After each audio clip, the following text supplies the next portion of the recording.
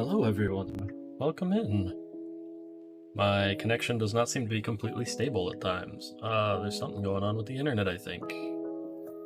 That's the first time it's actually gone yellow. I managed to drop some frames for the first time in a hot second. But hello everybody, welcome in. The cafe's open, and we are ready to serve you all. Let us turn the music down a little bit. As you guys can see, from what I've been saying around. Hello Wretched, hello N7. How are you both doing tonight? We're going to be reading some spooky stories. I do have to be careful, the headache was still trying to come back at times. Actually, I should have left Chrome open because I actually do have another book on there that we're going to read later as well. So we are going to be reading Call of Cthulhu later on as well. 1 second, I can't currently see chat if anybody's talking. Make sure I don't lose some important sets of tabs for later. Hello. How are you all doing tonight?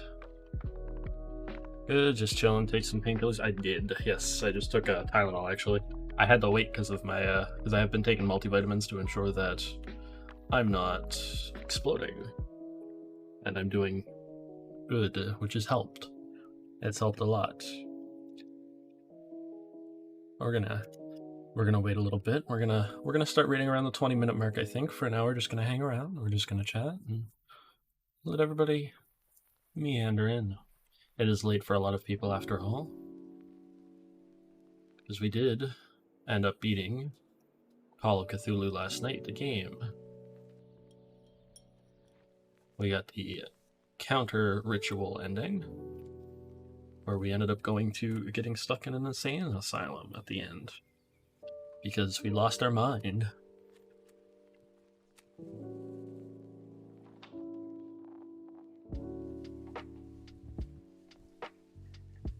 But yes, I hope everyone also had a wonderful day today.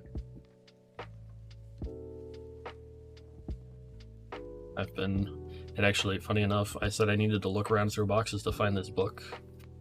And the first box I looked in, it was right there at the top.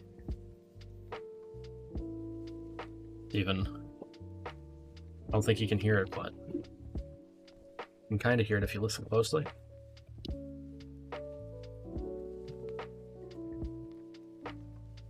Actual little physical book. It's a very old book too. I got this one a long time ago when I was really young. Oh, for some reason something's connecting and disconnecting all of a sudden. Let me just disconnect the controller. And I will be open to book suggestions as well. But they do have to line up with the fact of it being spooky month and us reading spooky reads, books, brain. Apparently I can't fully comprehend words at the moment. But yes, it has to line up with spooky month, because we are reading lots of spookies.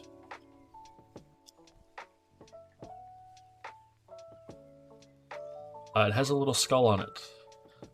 Little giant book of true ghost stories.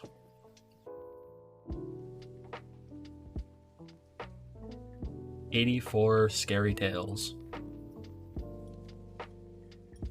Got a skull on it, a little yellow square with purple lines for the doors, and a black cat that is spooked, and a moon.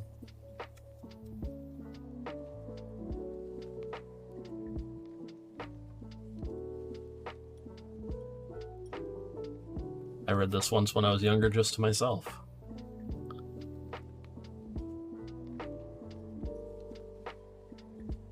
Yeah, it's funny because the "true" is all in quotations.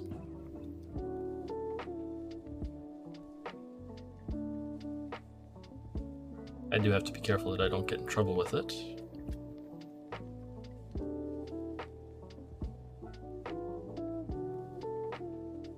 It was a good little read when I read it forever ago. It's considered more juvenile fiction, but I mean, it's still spooky stories, which is always good.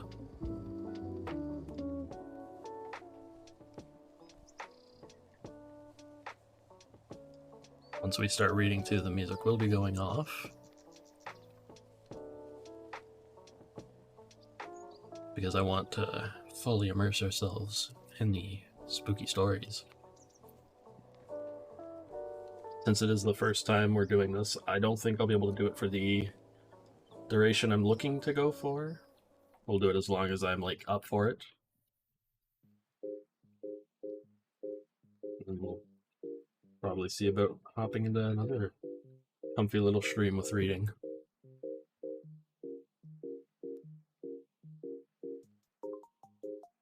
Yes, I was going through some boxes today. I was doing some extra stuff. For some reason, something is connecting and disconnecting on my computer, and I don't know what the heck it is.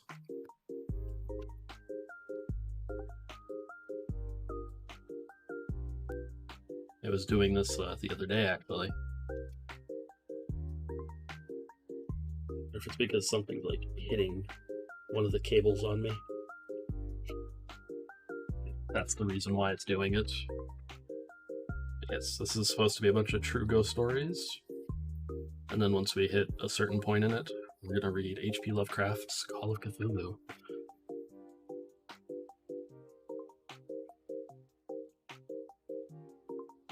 Coincide with the fact that we beat the game Call of Cthulhu last night. So for anyone who's curious, we might hop back into that for 2 seconds. No, Jack's actually passed out beside me. Or at least watching out the window because it's nighttime, so. He's actually being somewhat good this time. Which is surprising. He's been trying to be good like all day.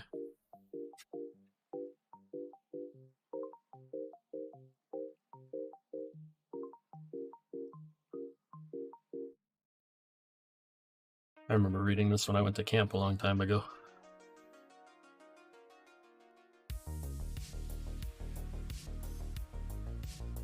It was an interesting one.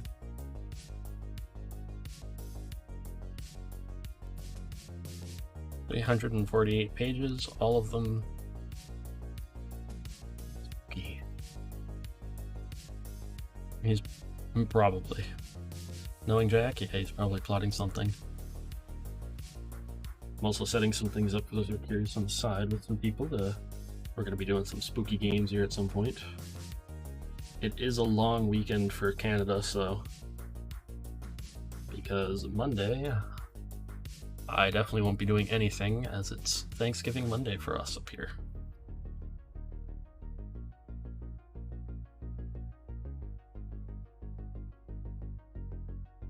I will be, a bit of the day I will be gone, hanging out with family I haven't seen in a second.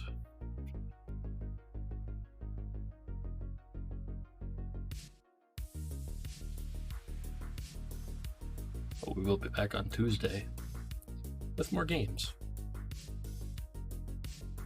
I'd also figure out when one of my groups wants to play something.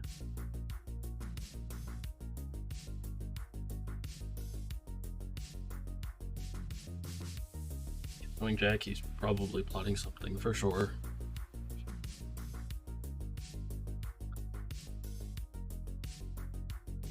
I might try and peek around while I'm reading as well to see if I can, like in between chapters, like in between stories, for some more spookies. I'm not really, I don't know a lot of spooky stories.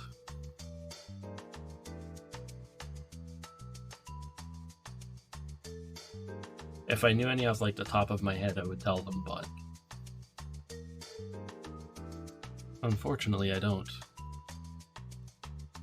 No, not here. And in America it's in November, in like the USA. For Canada it's October.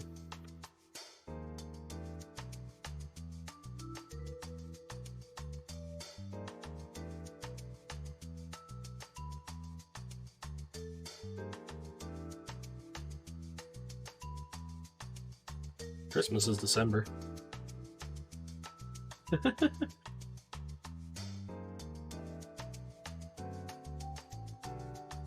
No, we give thanks all year round. What are you talking about? all year round. We always give thanks for the delectable thighs that we see.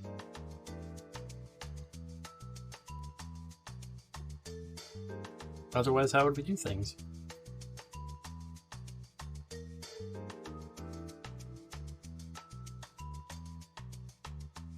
Lies? I don't know what you're talking about.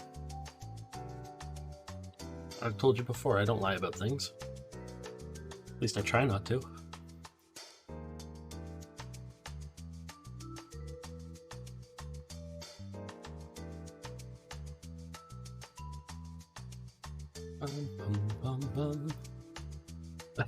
Well, true about the thighs, yes. Always true about the thighs. That's why we have the thigh-ball.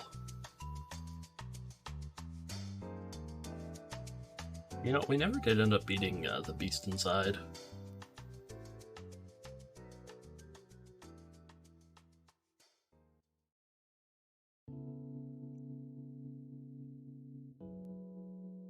Unfortunate, because it was a good game overall.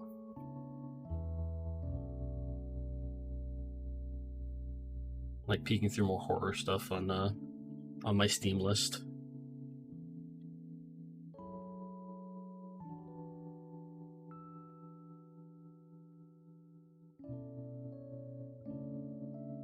Let's see.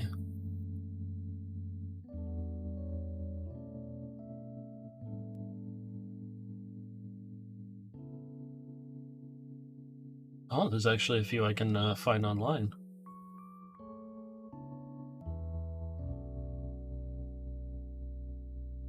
For spooky stories, I'm actually scrolling through a giant list. Oh, it's from the UK, funny enough.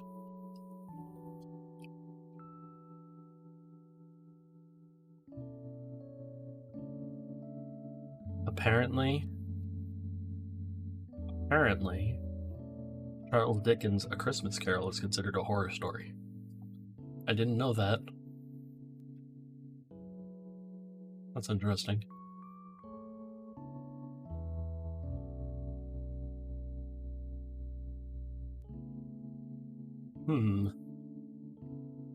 Very interesting.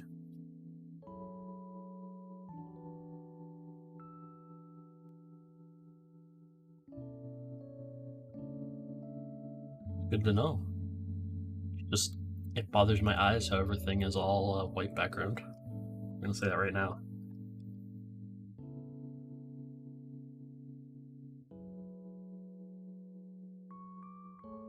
Just scrolling through the long list because it is in alphabetical order too by last name. Which was very dark. Yeah, I think I recall reading something about it being pretty dark.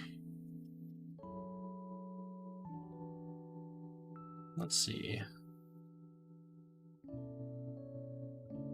Yeah, there he is, H.P. Lovecraft.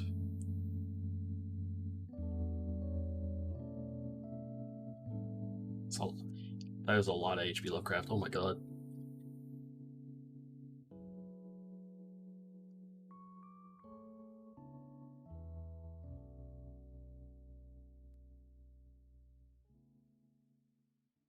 Let me see.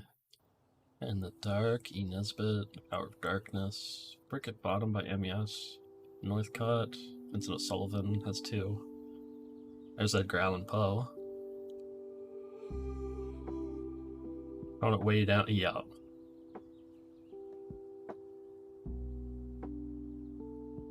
John William Polidori. There's nothing in Q or R. Oh, there's Bram Stoker. Bram Stoker. Bram Stoker. Schmookaker Burper. Whichever chord that is needs to stop. It's just so random. Dream of Red Hands, A Gypsy Prophecy, Dracula, Dracula's Guest. Nothing in U or V. A bit in W. And nothing in X, Y, or Z. Oh, I'll definitely have to keep that up, and I'll have to take a peek through if I get suggestions.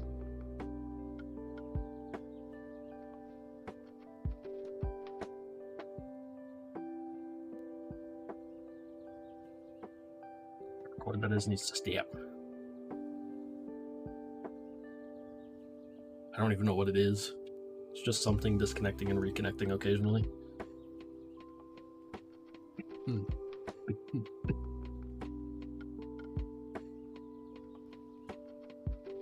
There are a few things they had to tone down.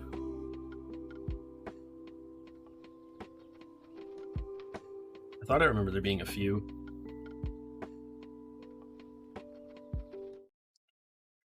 All right, let's get into our first little story here. This part is the Ghost Around the House collection that they have in here. First one is called, for those who are curious, The Haunted Cleaning Lady. Yeah, it's like with the Brothers Grimm novels. Yeah, those were dark. Ghosts abound on Nantucket Island, off the coast of Massachusetts, as they do on many places near the water. Thing's gonna keep bugging me.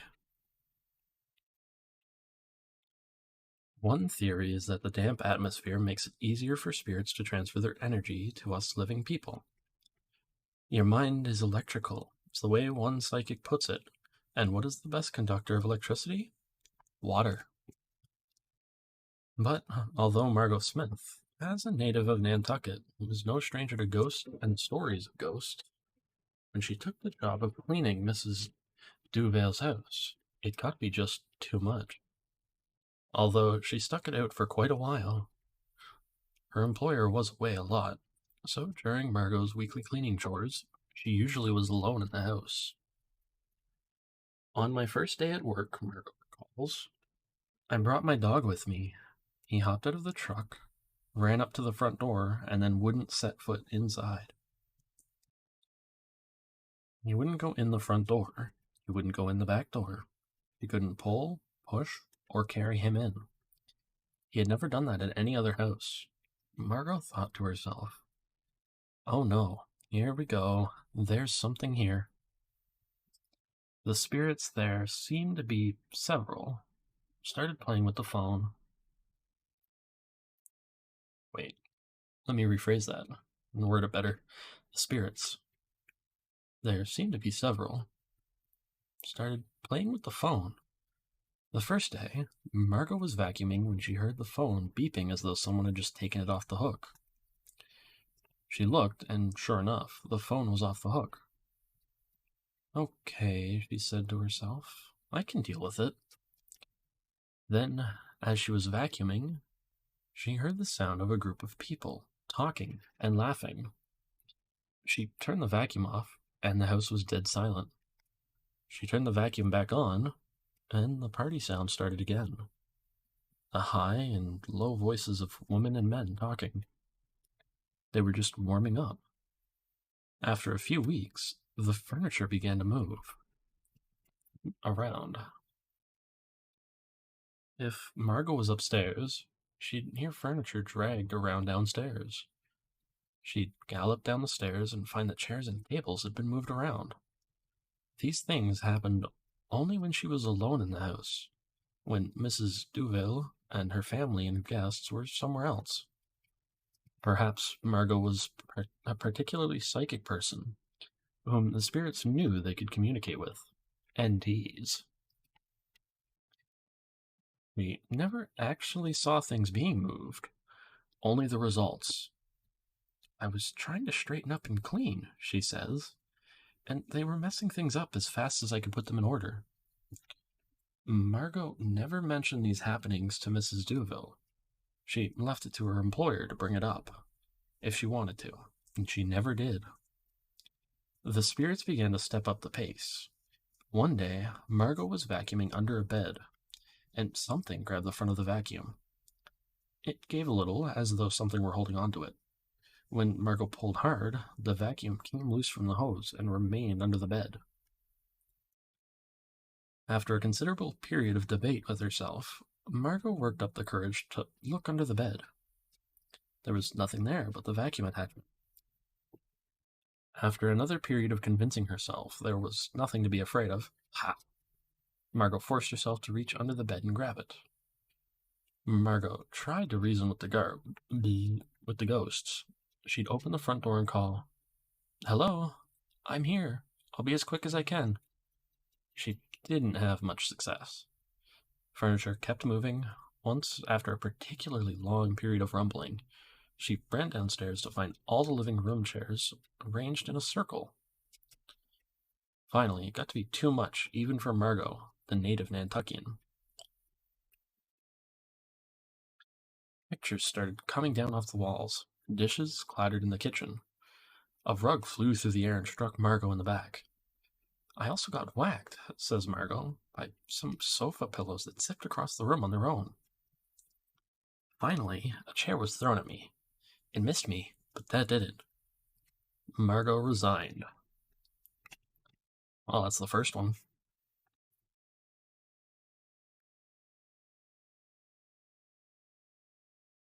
Ba, ba, ba.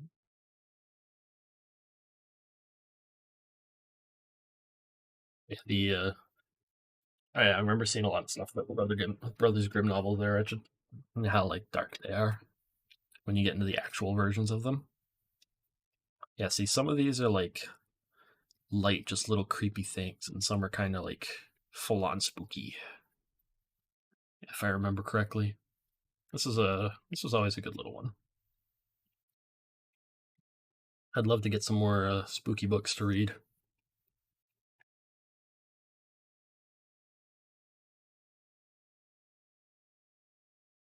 They're always fun.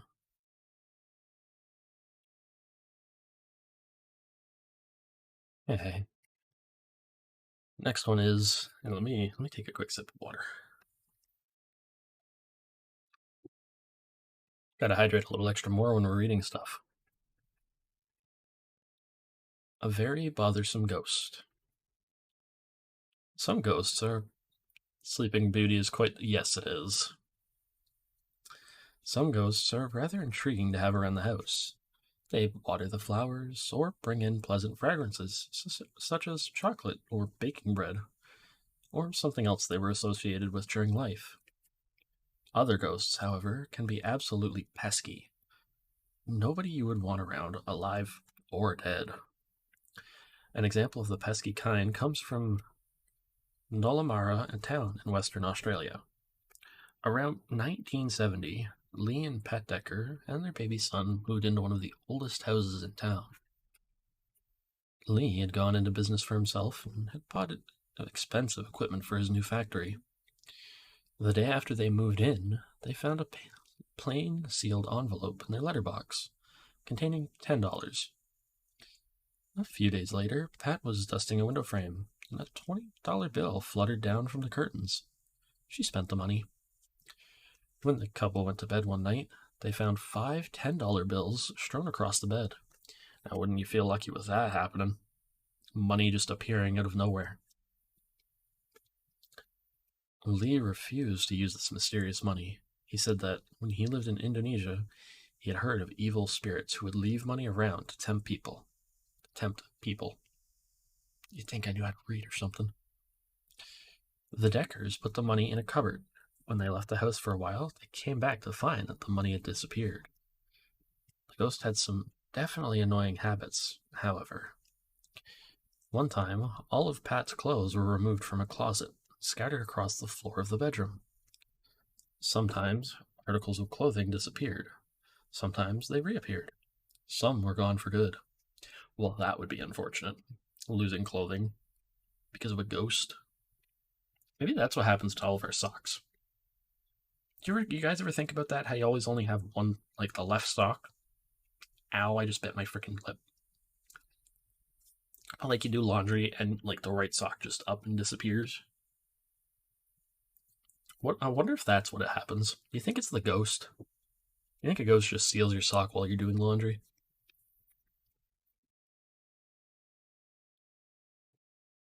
Wow, let me get like. We're gonna have to set up a posture check too. That's what I'm gonna have to do going forward. The ghost would often take Lee's cigarettes, and sometimes pepper him with paper pellets while he was reading his newspaper. Once, though, when Lee complained, a new pack of cigarettes appeared on the kitchen table. Ghost often stole food, apples, pears, and cooked legs of chicken. Vanished. On the plus side, the ghost would occasionally wash dishes. Although it rarely got them back on the right shelves. One time, the ghost stole a steak that Pat was preparing for Lee's lunch. She was so angry that she shouted at the ghost, and a few minutes later, the steak reappeared on the plate. The Deckers brought in clergymen to try to rid the place of the ghost, but they had little success. The ghost's identity was not considered too much of a mystery in Nollamara. A man named Tom had formerly lived in the house and had become very dejected after the death of his wife. He had committed suicide by hanging himself at the rear of the building. The Deckers held a seance and contacted a woman named Jean who had died in the house, presumably Tom's wife, but it didn't help. Soon after this, the Deckers moved out. The house was demolished, leaving the newspapers in the area deprived of a subject that had fascinated their readers for many months. That's book one. Sleeping Beauty was disturbing. If I recall, The Little Mermaid's actually kind of disturbing. There's quite a lot of disturbing ones, if I recall. All the older stories are always so disturbing. Because, like, they're meant to, like, scare the children and teach them, like, some form of lesson. But, like, going back, that would probably just put the fear of freaking God in the child and make them not want to do anything.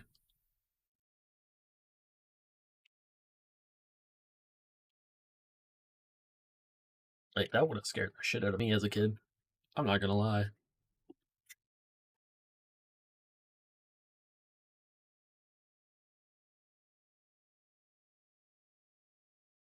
Like, that would have been extremely disturbing.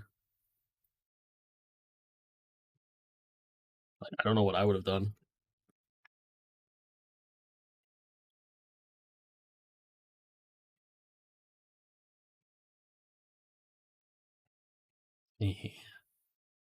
Alright.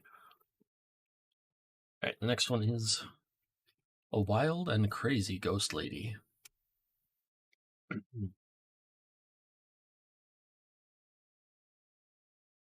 When Susan Strasberg, a well-known young actress, bought a house in Beverly Hills, California, she became a bit troubled. In the detail, yeah, no, a lot of them aren't TOS friendly. Her husband kept seeing a lady ghost around the house. Christopher was an actor and a bit eccentric, she would say jokingly, but when he would talk to this lady and invite her to dance with him, it would give me the chills. Susan became even more nervous when a physician friend, quite level-headed young woman, visited her. After her first night, the friend related at breakfast that something had held her down in bed for a few minutes. She had the impression it was a woman. Then, Susan got a call from a friend who said he was sitting with a man who used to live in the house. The man wanted to know how was the lady. "What lady?" asked Susan. "The lady who haunts the house," her friend replied. "I wish you hadn't told me this," Susan said. She began to get really scared. "I had candles burning, and Bibles, and Jewish stars, and Buddhas," she says. "I wasn't taking any chances." Susan had recently been in a film in Italy where her stand-in had been a tiny young woman named Marina D'Orzo. They had become close friends. "When this little girl and I walked down the street," Susan says, "the people thought she was a witch. They'd make a protective sign. They're very superstitious in Bari, the southern tip of Italy. Marina was almost an albino, and that made them think she was psychic, which, to them, would be a witch. She was very psychic, very open to other realities." Soon after, Marina came to visit Susan in Beverly Hills. One day, the two of them were doing yoga breathing, which can alter consciousness. Two male friends of Susan's husband were also in the room. Suddenly, Susan relates, Marina started to say in that strange accent, like Marlene Dietrich. "Oh, Violet, I see you, Violet. How beautiful. Then her tone changed to terror, and she cried, "Oh, there's a woman! She's coming towards me! She's trying to possess me! She's trying to take over my body!" The men felt they had to get Marina out of the house, but she had a sudden ferocious strength. They could not hold her. She struck them over and over, bruising and scratching them. Susan desperately phoned people for advice. She was sprinkling salt, saying the Lord's Prayer, doing everything she had ever read or heard of. Marina had the strength of 10 men, Susan says. She was moaning and going through convulsions. They finally managed to drag her out the front door. The instant she crossed the threshold, she stopped struggling and said, "What are you holding me for? Put me down." When they told her what had happened, she wanted to go back into the house. She wasn't going to let the ghost intimidate her. Susan vetoed that idea. She packed suitcases and they moved to a hotel until Marina left. Susan brought in psychics, priests, Indian mystics to try to clear the house.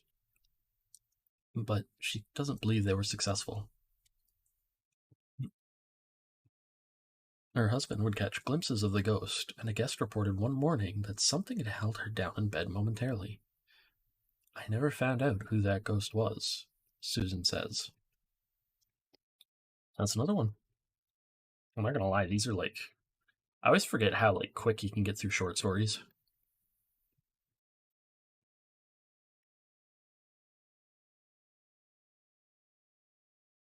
Like I could probably extend like the length of I could probably take like an extra minute or two to read them, I think.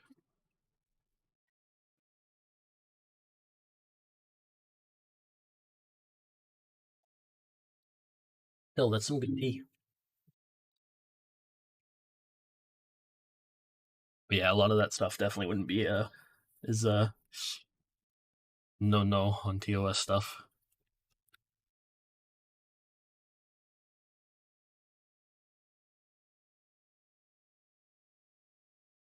Let's see. We still have so much reading to do. And we have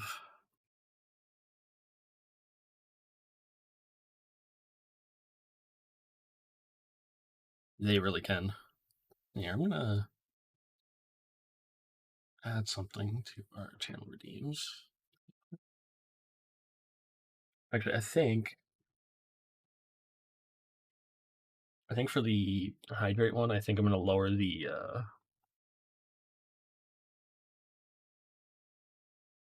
let's edit.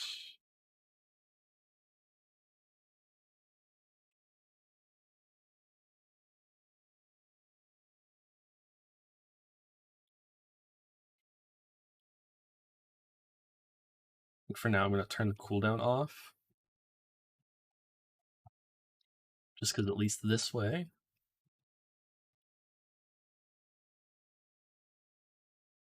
you guys can yell at me a little bit more often to try and take a drink of water.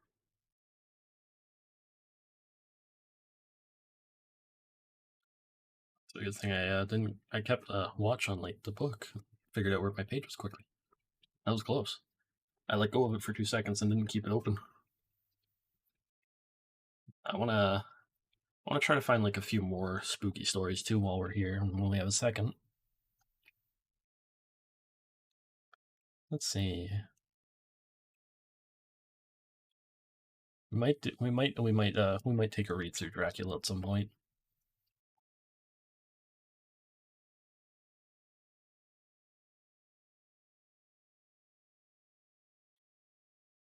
Let's see. I just have to be careful they don't completely go against TOS, like with no naughty bits in them. If there's any naughty bits, it would be a definite no-no.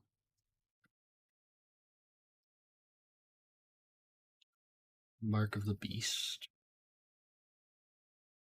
Let's see.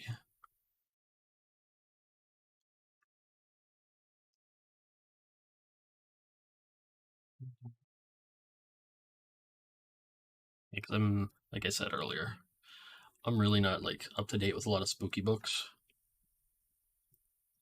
Share some ghost stories from my area. I have I have none in my head on 7. I'm not gonna lie. Back, going to get yourself a drink. Okay, definitely get some Wawas.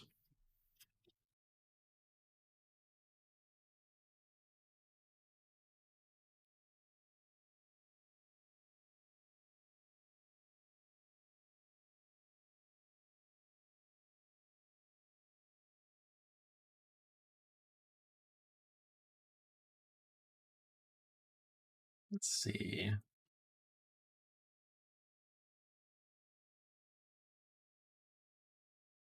Yeah, because from what I'm seeing, if there's any, they're all in like books.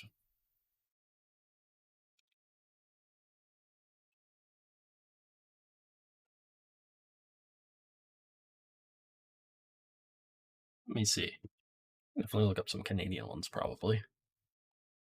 I hope so. It's gonna be annoying if we can't.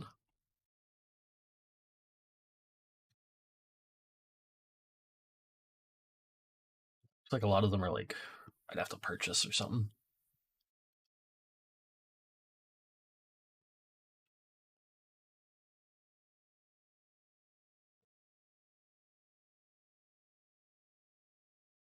Let me see.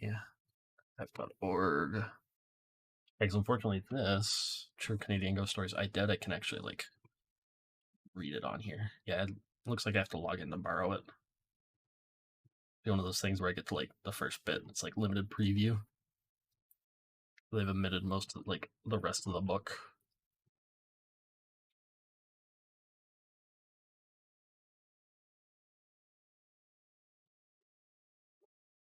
Yeah, you see though. I'm sure I can find them on here somewhere.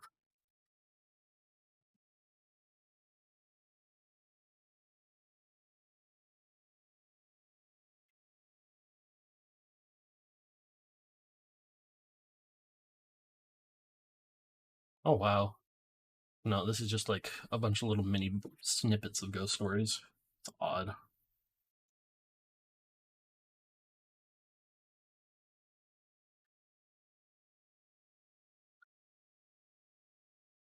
Hmm.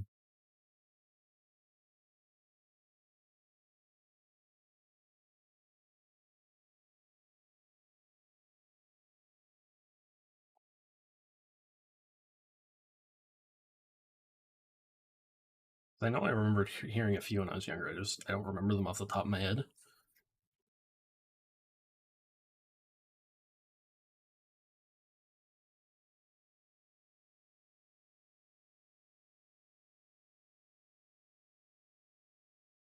Hmm.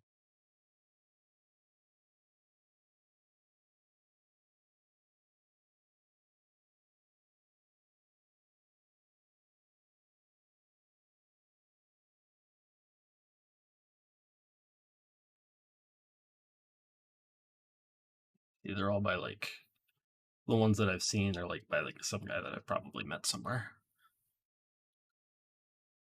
I'll peek a bit more through that later. I have a lot of them.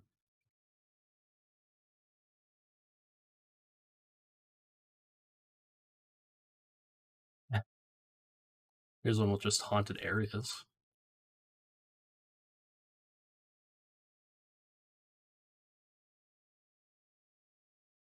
Area Tulsa, Oklahoma's Crybaby Bridge. Ooh.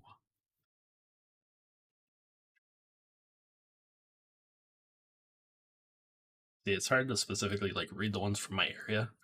So I'm trying to keep like where I live slightly off things. I mean, everybody knows I live in like the Atlantic part of Canada, so probably find some from like lots of different provinces. I'll take a peek more through those later. Like some of them are about like specific places and whatnot, like haunted locations.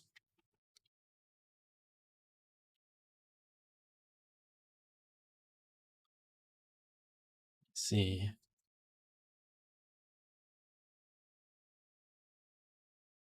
funny because when I was younger too, those are curious. I liked exploring in my like little abandoned places in my teen years for a bit. It was a group of friends when I was 17, 18. We took a bus out to a little abandoned home that nobody had lived in a while. It was like, you could tell it was kind of falling apart in that. And we were just exploring it, walking around. You could see all sorts of different writing on the wall. I actually managed to find a spot with a whole bunch of satanic stuff written on the wall, like full on pentagram, 666, all sorts of goodies, stuff like that. Didn't seem like the place was haunted though. It was just like big creepy atmosphere, light chills. Eric Eric_Galindo is now following. Erica Galindo, welcome into the cafe. I hope you enjoy being a patron. And I hope you're enjoying the spooky books. I know, it's always interesting to find like little spooky places like that. Also, I hope I pronounced your name right. I'm really bad with names. I almost went Eric QA for a second there, and then I was like, wait a minute.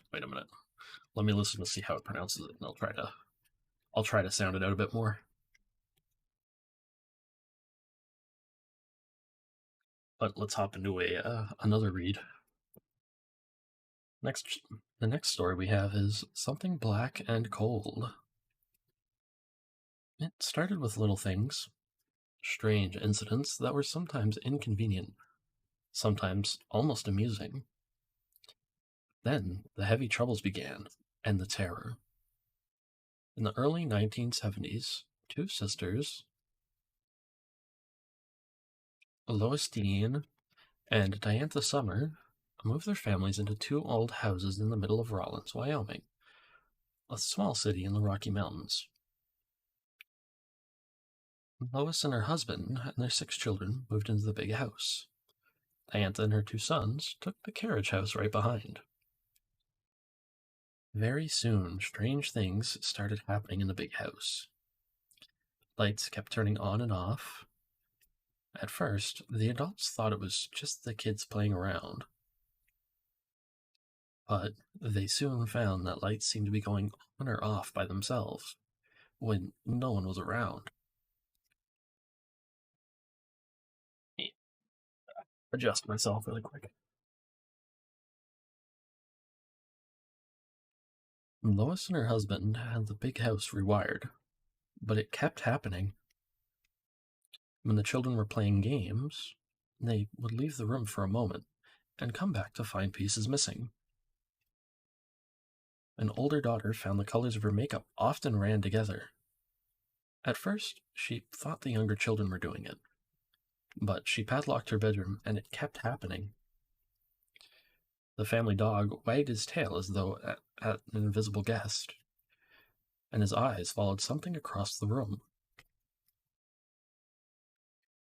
Sometimes, in the big house, the bathroom cabinet would be found completely empty. Toothbrushes, combs, and medicines would be gone, be found later in odd places. Again, Lois thought it was the children, but it happened when they were at school and she was alone in the house. Then things began to get rough. A boyfriend of one of the girls was playfully climbing through a window. Something unseen picked him up and threw him inside, up against the wall. That was the end of that boyfriend. He never came back for another visit. Not long afterward, one of the younger boys said he thought he had seen something in the garage. Mike, Diantha's 14-year-old son, decided to take a look. He started out the back door of the big house and suddenly felt 2 hands grab him and throw him through the air, back into the kitchen against the refrigerator. He had red marks on his chest, as though something had scratched him. Lois was infuriated. She began yelling, "I don't care who you are. I'm not putting up with you, coming into my house and hurting kids." So angry that she was momentarily unafraid, she dashed out into the garage. There she saw a black shape. It was big and billowy, she says, and it was dressed like a woman in something black and long. came toward her smoothly, as though it were on wheels. Something black and cold started coming out of it, like ribbons, she recalls. It started wrapping me in those strands. I could feel their coldness. I could not move. Then she felt her sister, who saw the shape too, grab her from behind and jerk her away from the thing and back to the big house. The sisters sat up all night, praying as hard as they could. The prayers may have had a good effect, for they never saw the thing again. They took to calling that incident the main event. Afterward, they felt the atmosphere to be a little less oppressive. However, everyone had a sense that the place was still not quite right. And before long, both families moved out. What on earth was happening there? Lois feels she got a strong clue when she talked with an aged aunt who had lived in the neighborhood in the early 1900s. She told me, Lois says, that there had been a graveyard on that property, and the bodies were dug up and moved to a larger cemetery somewhere else in town. But there was talk that 2 bodies had been left behind. Was that the answer? Throughout the world, there have been many, many reports of cemeteries dug up and moved, and if there are bodies left behind, spirits who once resided in them are thought to become restless and make their presence known to those of us who are still alive. That's another one. I'd have to look into that one though too in 7. Crybaby Bridge.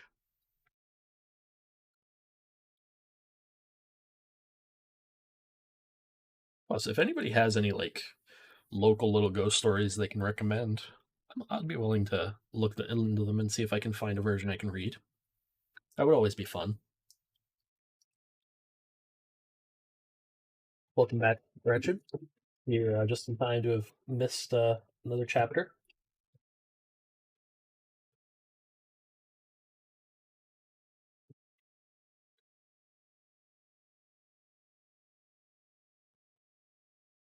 I just finished one about a big black creepy thing that had cold tentacle-like appendages.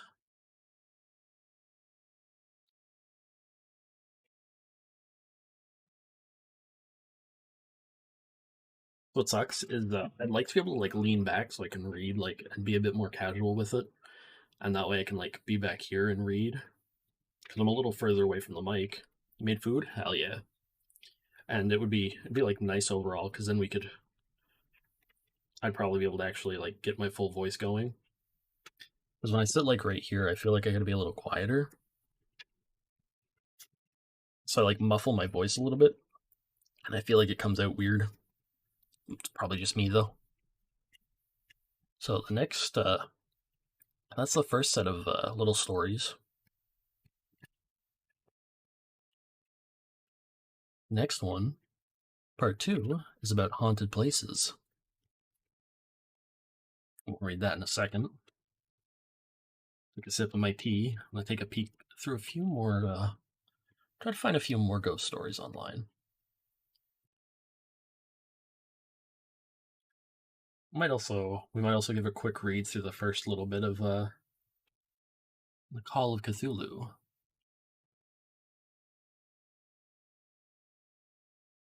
I just want to try to see if I can't find any I don't know, ghost stories maybe from the Maritimes.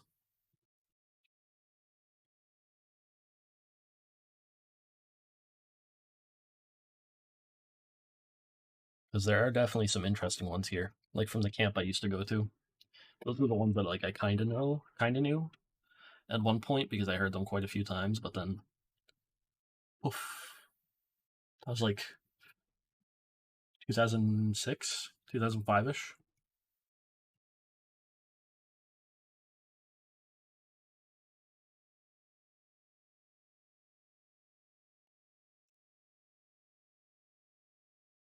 So yeah, those would be from a hot second ago, and not having heard them in so long, they're not exactly in my brain anymore, unfortunately.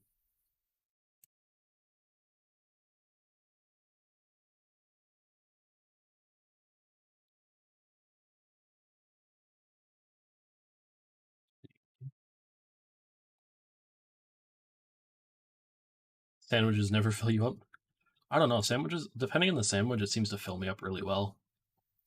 Like if I have like a ham and chicken with cheese sandwich, fills me up pretty good.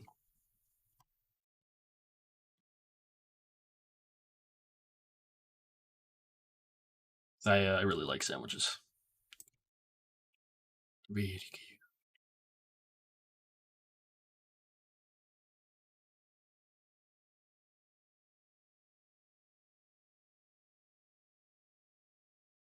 Yeah.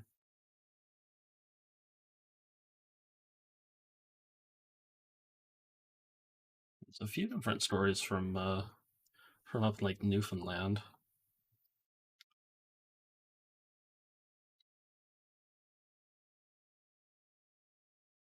Cheese rocket on a pickle.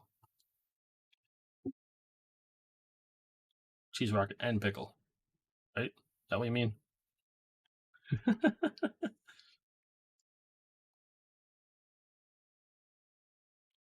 As well. We do have some comfy games we're gonna run through at some point too. Um it's just like I said, this month we're heavily focusing on spooky because it's October. The only way we will change it up is if like I hit a mood like for a day where I'm just not up for spookies. Yeah, that sounds pretty good.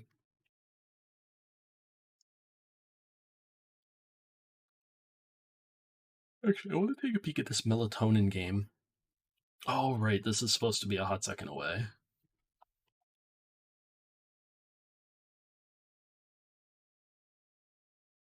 Yeah, let me see.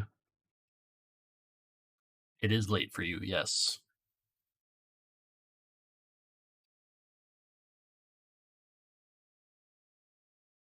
Let me see.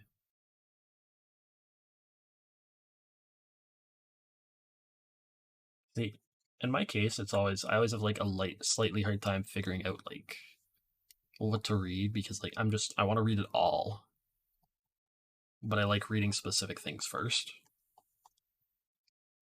Because occasionally after this month too, we are going to do occasional spookies, but I think starting next month it'll be mostly focusing on comfy stuff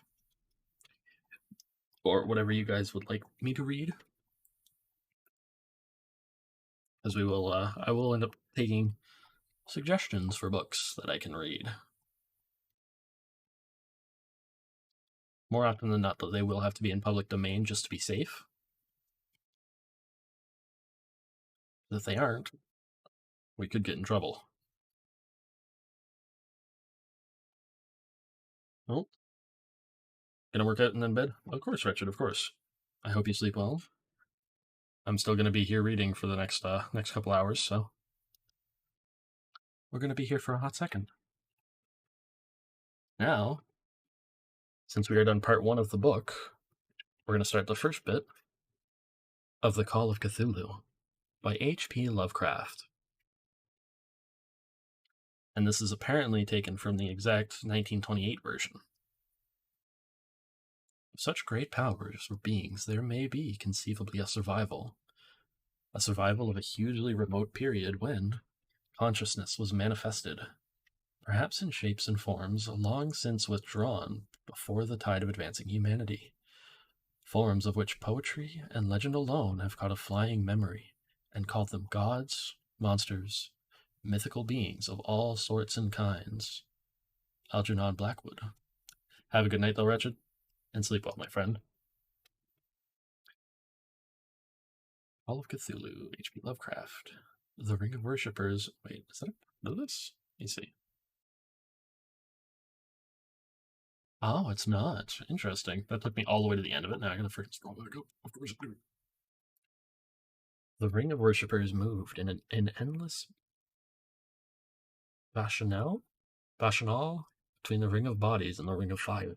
I gotta look that one up. Certain words I'm gonna have to like search up and like figure out.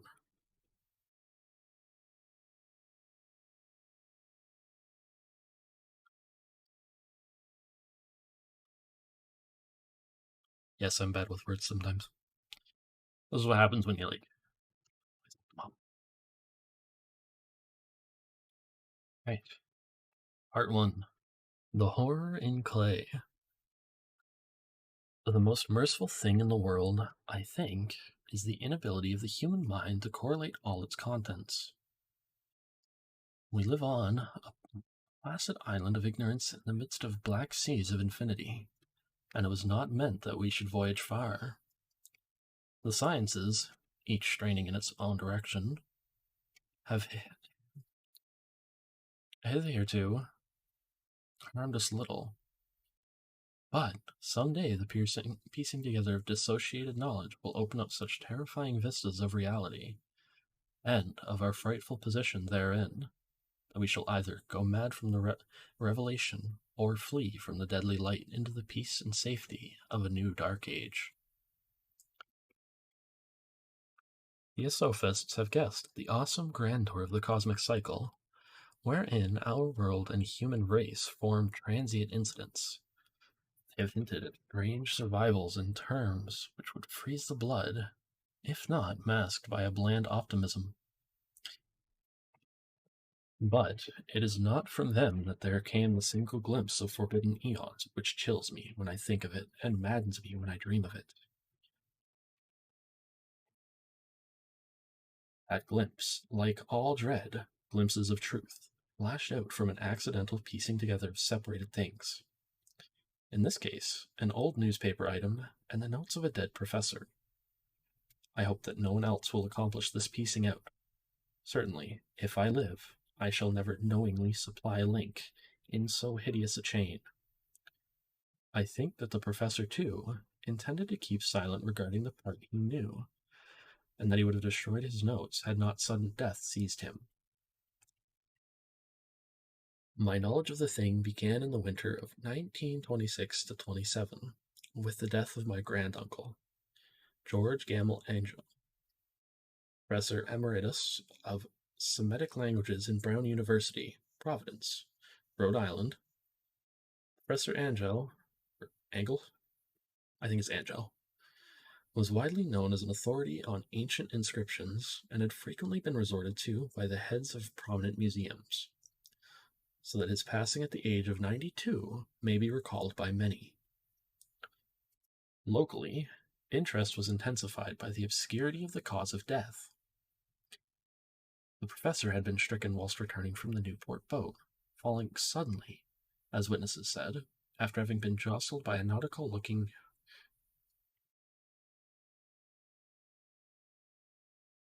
I'm not going to say that.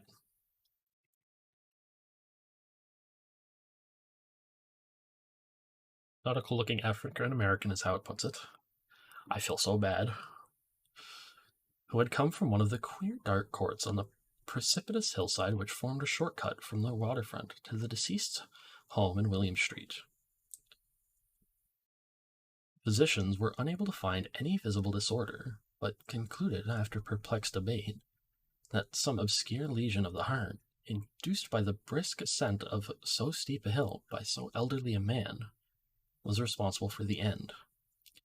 At the time, I saw no reason to dissent from this dictum, but latterly I am inclined to wonder, and more than wonder.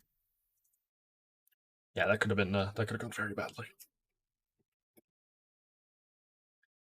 As my granduncle's heir and executor, for he died a childless widower, I was expected to go over his papers with some thoroughness, and for that purpose moved his entire set of files and boxes to my quarters in Boston. Much of the material which I correlated will be later published by the American Archaeological Society. But there was one box which I found exceedingly puzzling, and which I felt much averse from showing to other eyes. It had been locked, and I did not find the key till it occurred to me to examine the personal ring which the professor carried always in his pocket. Then, indeed, I succeeded in opening it, but when I did so, it seemed only to be confronted by a greater and more closely locked barrier. For what could be the meaning of the queer clay bas-relief and the disjointed jottings, ramblings, and cuttings which I found? Had my uncle in his latter years become credulous of the most superficial impostors? I resolved to search out the eccentric sculptor responsible for this apparent disturbance of an old man's peace of mind. Let me just take some water.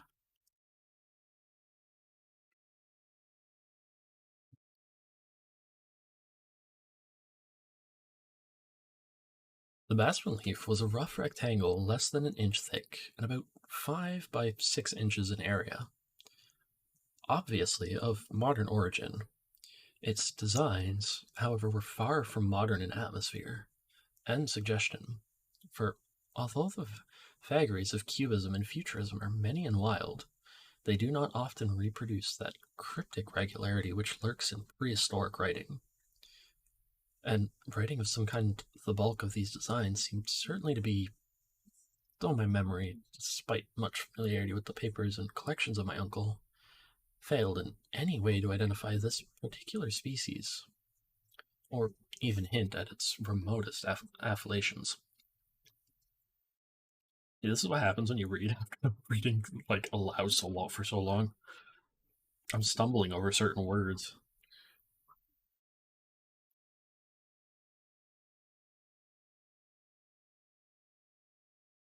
Above these apparent hieroglyphics was a figure of evidently pictorial intent, though its impressionistic execution forbade a very clear idea of its nature. It seemed to be a sort of monster or symbol representing a monster, of a form which only a diseased fancy could conceive. If I'd say that my somewhat extravagant imagination yielded simultaneous pictures of an octopus, a dragon, and a human caricature, I shall not be unfaithful to the spirit of the thing. A pulpy, tentacled head surmounted a grotesque and scaly body with rudimentary wings. But it was the general outline of the whole which made it most shockingly frightful. Behind the figure was a vague suggestion of a cyclopean architectural background. One more sip of water, please. Oh, this reading requires so much water. I might have to get like a big jug for when we do this stuff. The writing accompanying this oddity was, aside from a stack of press cuttings, in Professor Angel's most recent hand, and made no pretense to literary style. What seemed to be the main document was headed Cthulhu Cult, in characters painstakingly printed to avoid the erroneous reading of a word so unheard of. This manuscript was divided into 2 sections, the first of which was headed 1925, Dream and Dream Work of H.A. Wilcox, 7 Thomas Street, Providence, Rhode Island. And the second, Narrative of Inspector John R. LaGrasse, 121 Bienville Street, New Orleans, LA, at 1908 AAS MTG. Yeah, I'm bad with abbreviations, don't mind me. Notes on same and Professor Webb's account. The other manuscript papers were all brief notes, some of them accounts of the queer dreams of different persons, some of them citations from theosophical books and magazines, notably W. Scott Eliot's Atlantis and the Lost Lemuria, and the rest comments on long surviving secret societies and hidden cults, with references to passages in such mythological and anthropological sourcebooks as Fraser's Golden Bough and Miss Murray's Witch Cult in Western Europe. The cuttings largely alluded to outre, mental illnesses, and outbreaks of group folly or mania in the spring of 1925. I hope everyone's enjoying themselves. Still willing to take any suggestions for later readings.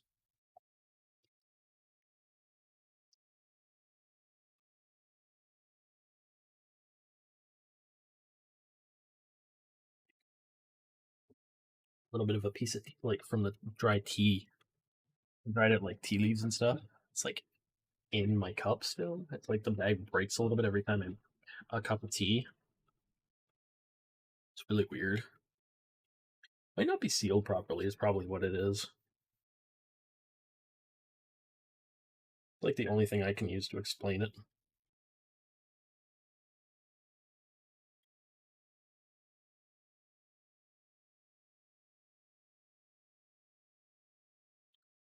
Still good tea. Alright. The first half of the principal manuscript told a very peculiar tale. It appears that on March 1st, 1925, a thin, dark young man of neurotic and excited aspect had called upon Professor Angel, bearing the singular clay bas relief, which was then exceedingly damp and fresh. His card bore the name of Henry Anthony Wilcox, and my uncle had recognized him as the youngest son of an excellent family, slightly known to him, who had latterly been studying sculpture at the Rhode Island School of Design and living alone at the Fleur-de-Lis building near that institution. Wilcox was a precocious youth of known genius, but great eccentricity, and had from childhood excited attention through the strange stories and odd dreams he was in the habit of relating. He called himself physically hypersensitive, but the staid folk of the ancient commercial city dismissed him as merely queer. Never mingling much with his kind, he had dropped gradually from social visibility. Hello, T3. Pretty sure it's not your first time here. And was known only to a small group of aesthetes from other towns. Even the Providence Art Club, anxious to preserve its conservatism, had found him quite hopeless. Hello, T3. How are you doing today? Had to get to the end of that to finish what I was saying. Oh my god. As I stumbled over words. God, it's been too long since I've read aloud. Maybe what I'll do in my spare time, just for a joke, I'll read through a dictionary. I'm doing good overall. I'm doing good. I'm just enjoying our first official reading on stream. We're reading some spookies. That's why currently we're going through the Call of Cthulhu. We already read 4 little short spooky stories. You just okay? Oh no. Well, hopefully if you stick around here, you feel better afterwards. Sipping on my tea as well, so I had to have some peppermint tea to help with my head. I had a light headache just before we started to stream. It was trying to kick in for like 2 hours. And I had a bathroom just beforehand, and the internet decided to break on my computer.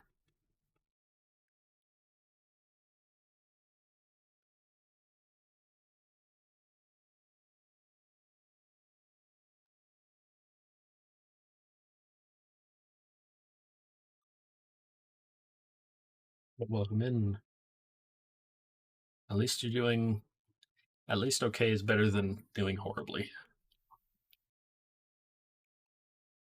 Plus, if you have any suggestions, if you're going to be sticking around, I am open to suggestions for any spooky stories or ghost stories, even potentially local legends from them. I will add them to a list and read them later on. In between, I am taking a peek through to try to find like other spooky stories from my area.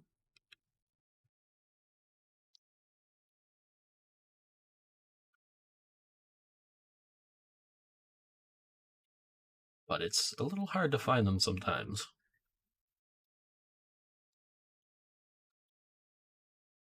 On the occasion of the visit, wherein the professor's manuscript, the sculptor abruptly asked for the benefit of his host's archaeological knowledge in identifying the hieroglyphics on the bas-relief. He spoke in a dreamy, stilted manner, which suggested pose and alienated sympathy. And my uncle showed some sharpness in replying, for the conspicuous freshness of the tablet implied kinship with anything but archaeology. Young Wilcox's rejoinder, which impressed my uncle enough to make him recall and record it verbatim, was of a fantastically poetic cast which must have typified his whole conversation, and which I have since found highly characteristic of him.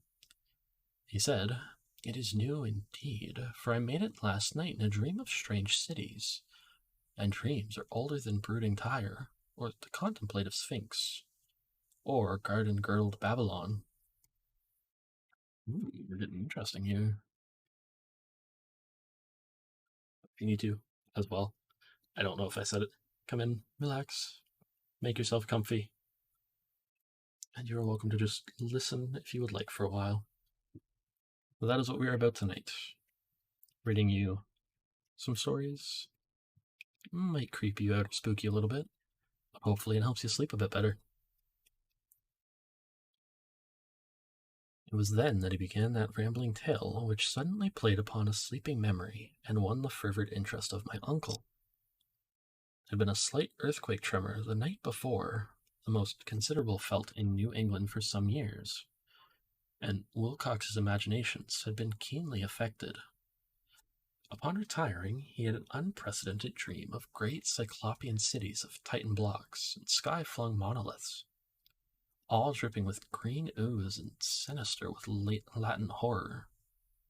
Hieroglyphics had covered the walls and pillars, and from some undetermined point below had come a voice that was not a voice, a chaotic sensation which only fancy could transmute that into sound, but which he attempted to render by the almost unpronounceable jumble of letters. Cthulhu Fatan. I'm not sure. This verbal jumble was the key to the recollection which excited and disturbed Professor Angel. He questioned the sculptor with scientific minuteness, and studied with almost frantic intensity the bas relief on which the youth had found himself working, chilled and clad only in his night clothes. When waking had stolen bewilderingly over him. My uncle blamed his old age. Wilcox afterwards said, for his slowness in recognizing both hieroglyphics and pictorial design, many of his questions seemed highly out of place to his visitor, especially those which tried to connect the latter with strange cults or societies. And Wilcox could not understand the repeated promises of silence which he was offered in exchange for an admission of membership in some widespread mystical or paganly religious body. When Professor Angel became convinced that the sculptor was indeed ignorant of any cult or system of cryptic lore, he besieged his visitor with demands for future reports of dreams.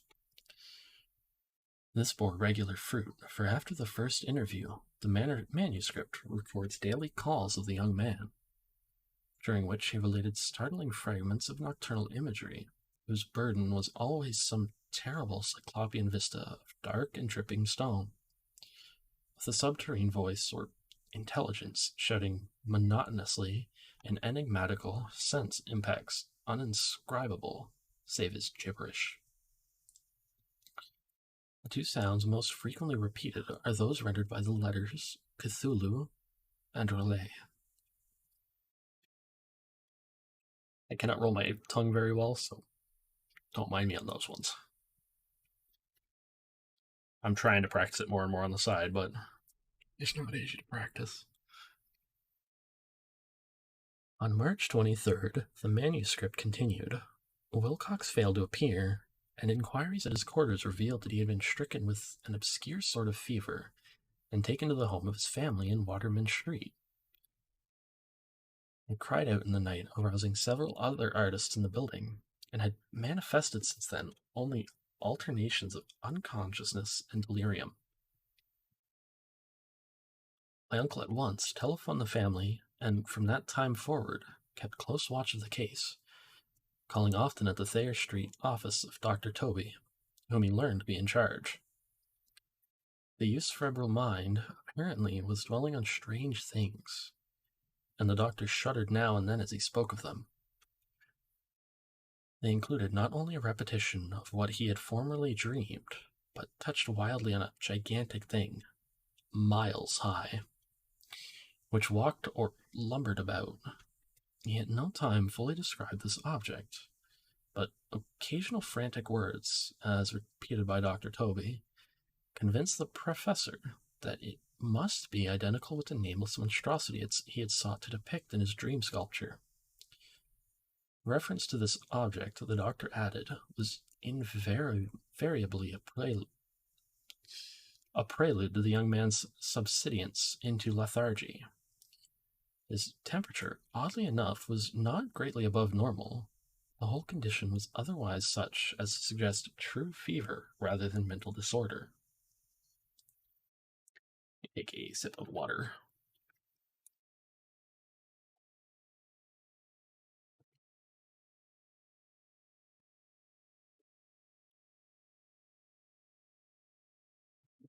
You mind me? Dealing with some pesky intruders on my desk.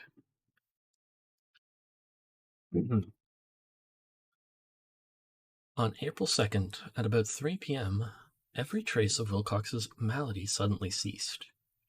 He sat upright in bed, astonished to find himself at home, and completely ignorant of what had happened in dream or reality since the night of March 22nd. Pronounced well by his physician, he returned to his quarters in 3 days. But to Professor Angell, he was of no further assistance. All traces of strange dreaming had vanished with his recovery. My uncle kept no record of his night thoughts after a week of pointless and irrelevant accounts of thoroughly usual visions. Well, that was a short one. Short part. Let's take a quick peek through other stories for a second before we get to the next part.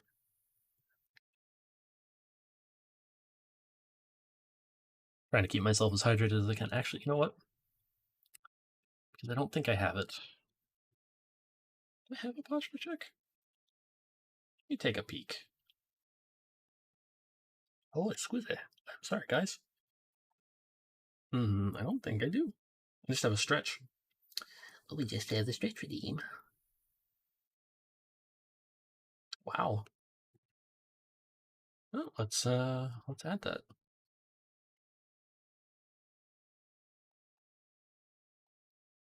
So you guys can yell at me to go, Delia, adjust your posture.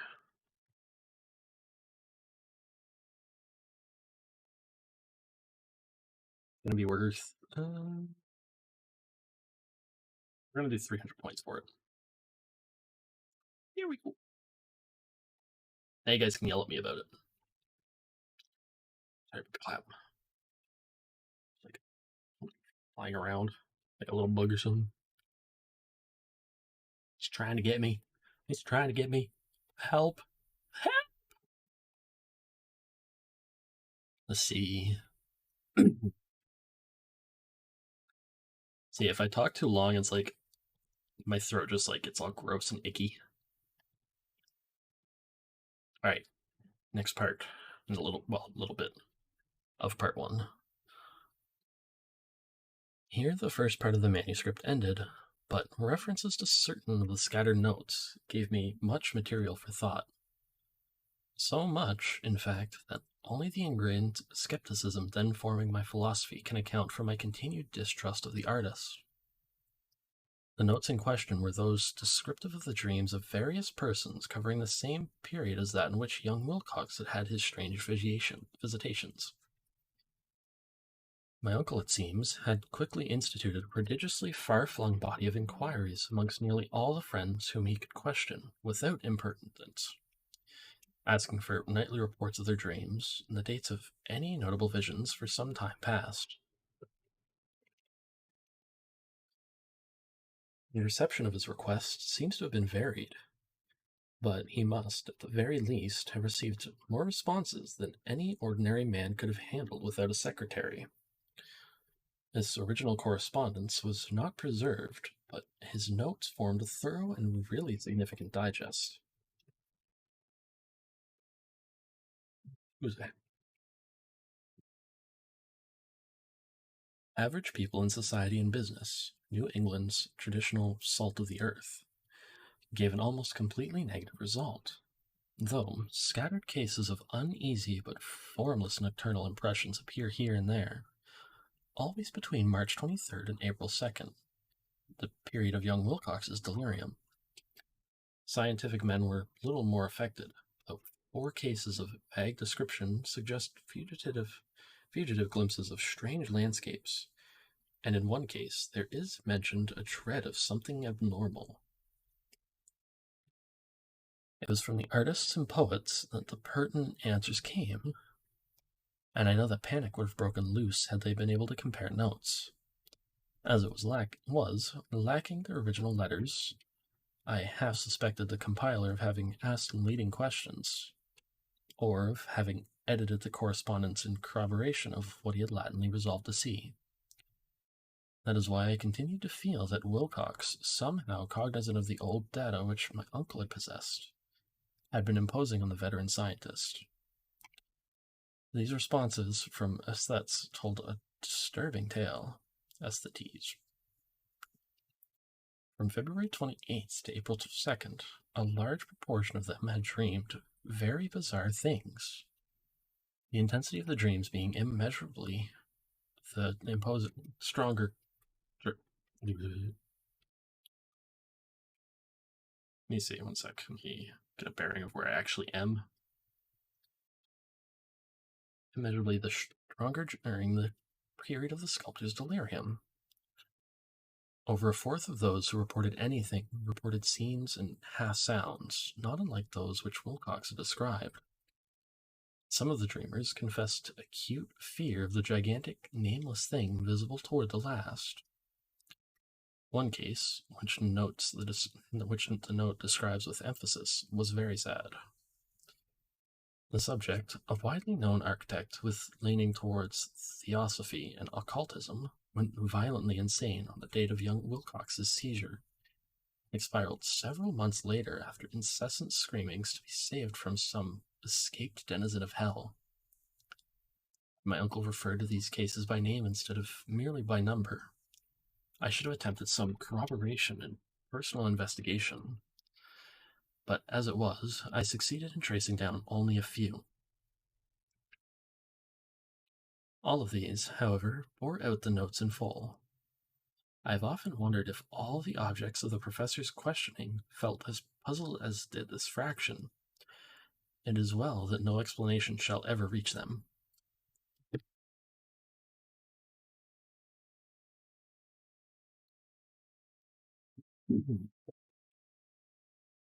Oh, I managed to drop 127 frames in total so far today.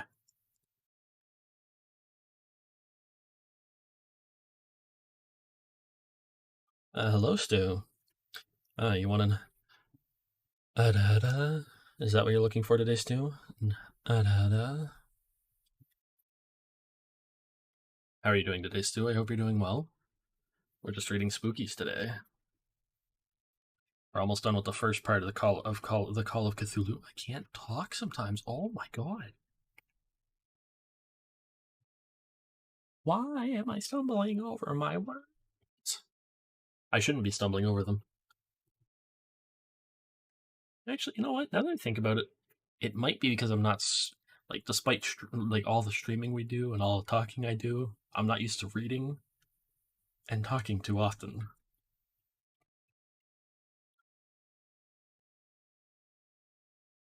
Oh, excuse that.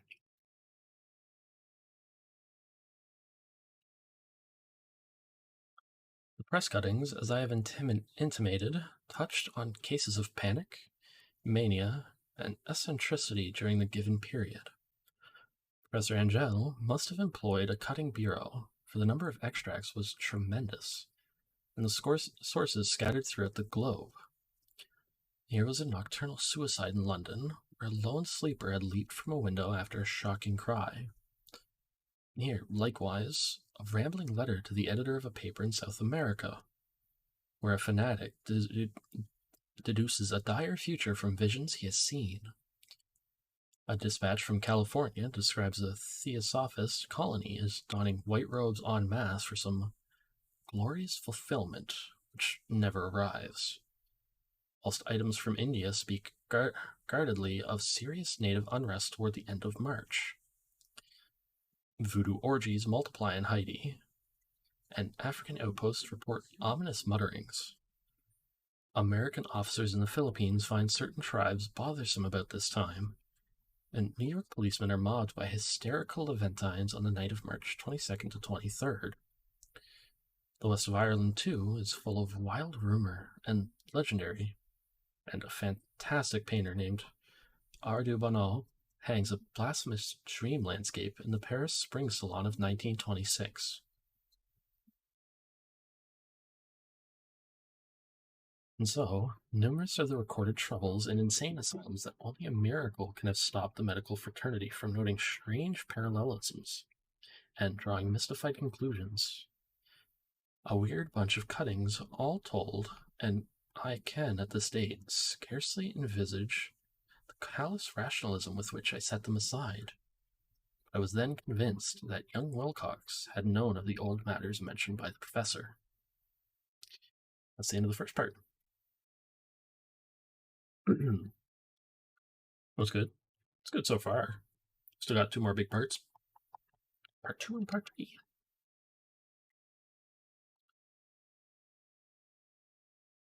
Part 2 and 3 seem like they're a lot longer, too.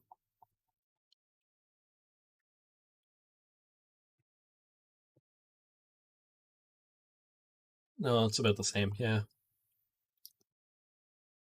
It's just funny because I have, like, no bearings of, like, pages or, like, how long this all is. Almost like little paragraphs.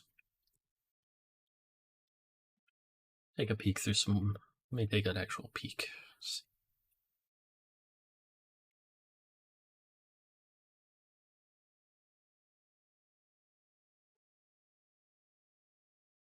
We can't find any just Canadian ones from anywhere in Canada. Again.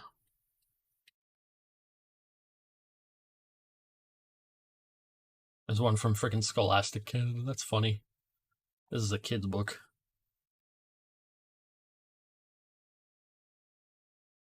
Haunted Canada 3, apparently. But you want to go? If it gets loud out there, I might have to close it. Yeah. Juan, thank you for pets. Those. Oh my god, those are high up there.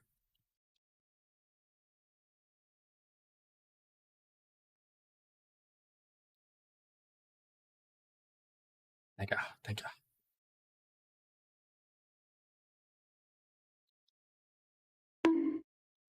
How dare you, Bonk?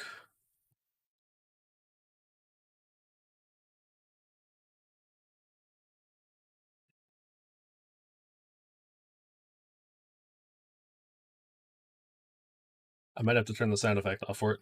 It's a floating shame. I'm not floating. I'm sitting on the countertop.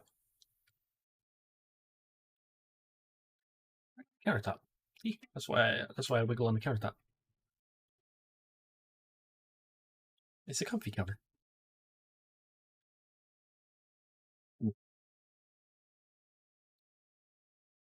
It's really hard to find different books. I'm not gonna lie.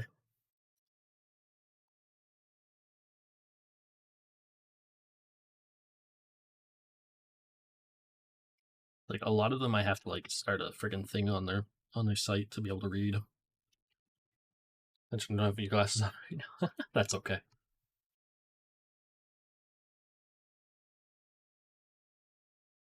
Yeah, I'll definitely have to like. Nothing's really popping up.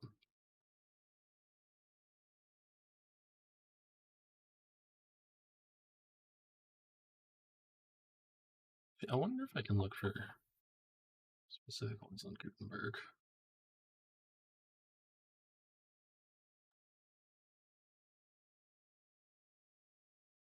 Let's see.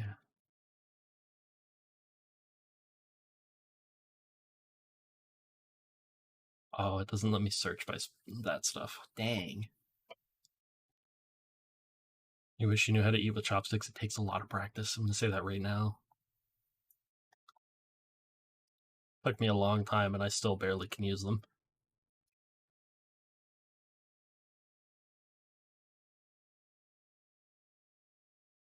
Oh. Sorry, guys. Ad popping up.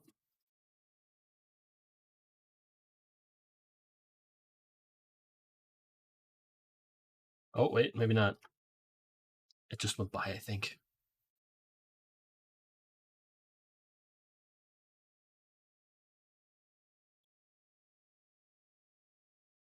Yeah, no, I barely know how to use them. I use them from time to time, but I haven't actually used my pair in a hot second. Alright, so we're going to go back to our little giant book of true ghost stories. Quotation marks around true. Haunted Places, the second part. First read is The Haunted Museum. One of the favorite public haunted places in Toronto, Canada, is a museum called the Mackenzie House. But the people who work there don't seem to enjoy it as much as casual visitors do. In fact, people who take care of the place often find it pretty scary. The house was once the home of William Mackenzie, who was at one time the mayor of Toronto. But he made so many enemies that for a time he had to flee Canada and take refuge in the United States. Your mom bought you a noodle bowl with chopsticks last month for your birthday when she came down. You tried to use them. It was difficult, so you just put it on the counter and it looks like a display. That's good. Yeah, it takes... There's some things you can find that can help you like learn how to use them. And they are helpful.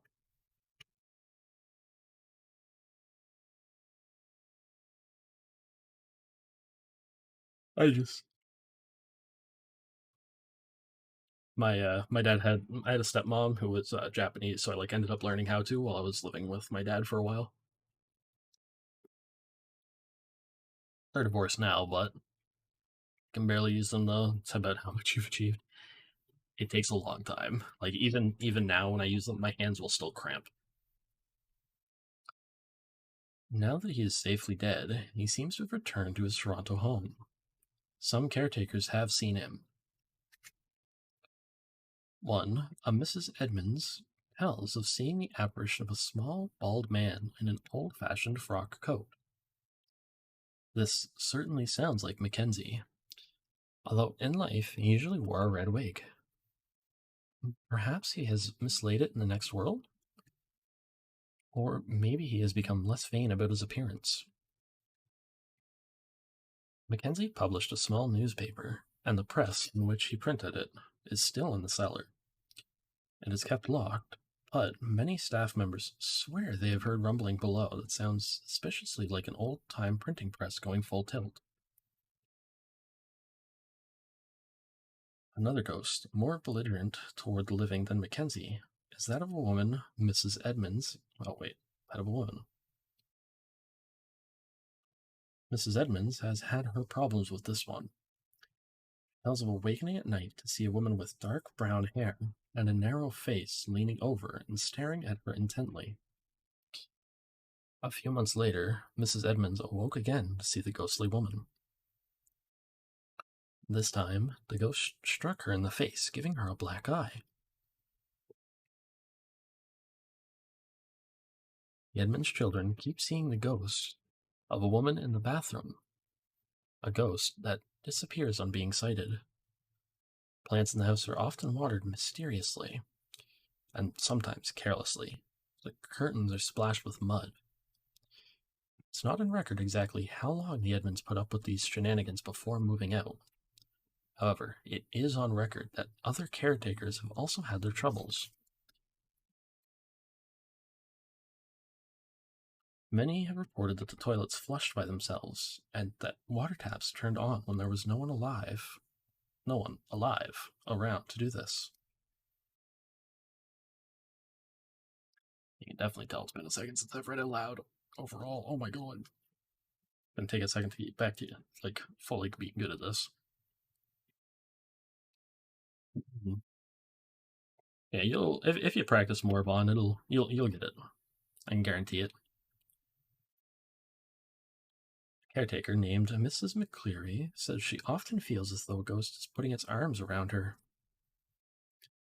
However, since the spirit remains invisible, it's anyone's guess whether it is Mackenzie or the lady ghost. Whenever renovation work is done at the house, workmen come up with a whole new batch of anecdotes about the place.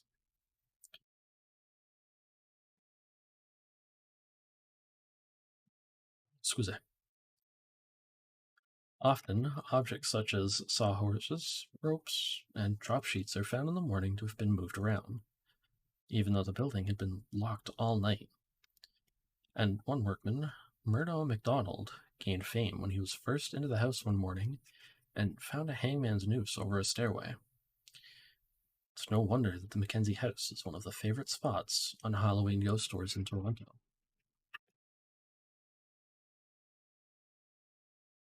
That one.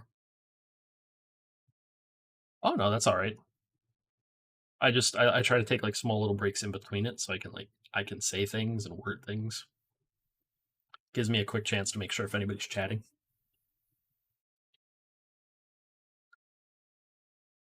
So that was that story. Let's see if I can't find any more.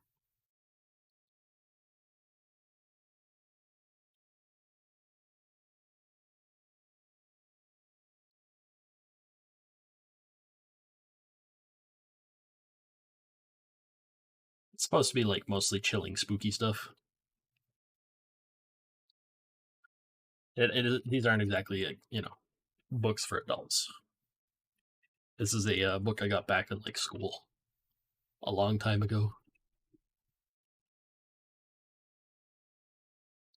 They're just supposed to be little ghost stories.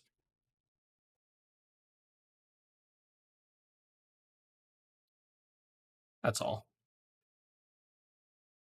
I believe so. It was a long time ago.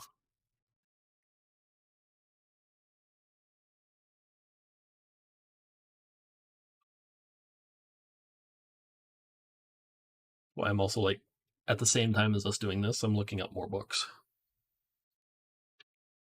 They're always great.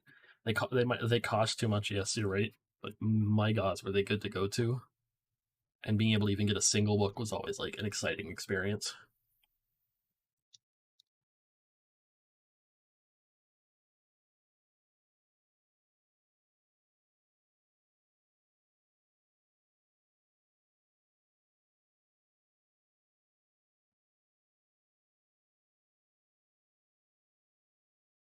But yeah, that's why I'm also slowly looking through other spots for scary books and spooky books.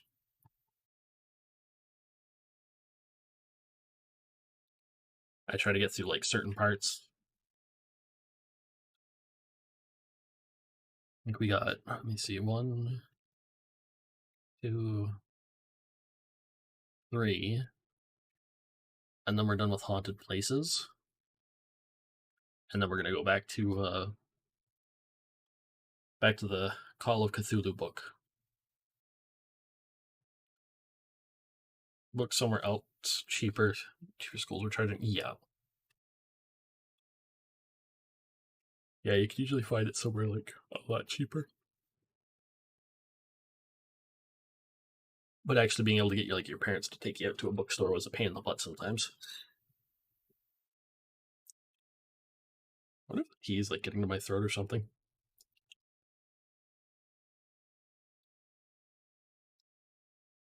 Or if it's just like how much reading I'm doing. It's just constant reading is, depending on the tone you use, is really tough on your throat. So like ASMR stuff is like rough.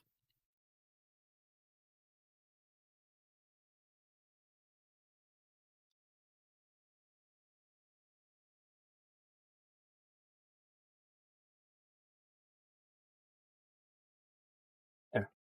Done. Oh, that's actually a good thing to do, Bon. Thank you. Oh, stretches. Like the entire time we've been doing this. Oh, I only stretch out my back. Stretch out the legs a little bit too, actually. Here, let me stand up really quick and actually stretch out my leg a little bit better. Oh, my leg just popped. Oh god, that's not good. Oh, it's like right in the upper leg area. One big pop.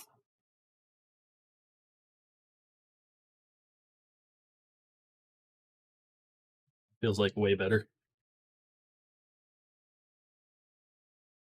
Yeah, gotta stretch out a little slimeness. Make sure we're all jellified.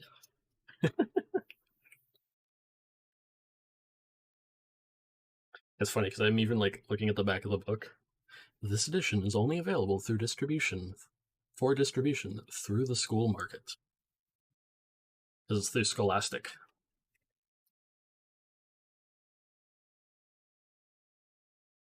Alright. Next story is A very firm disbeliever. A wealthy young couple.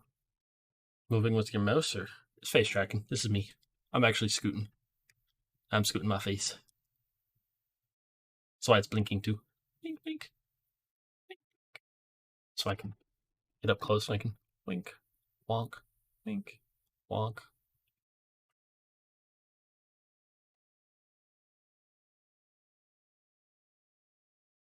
A wealthy young couple had built a large, elaborate house near Gulfport in Mississippi.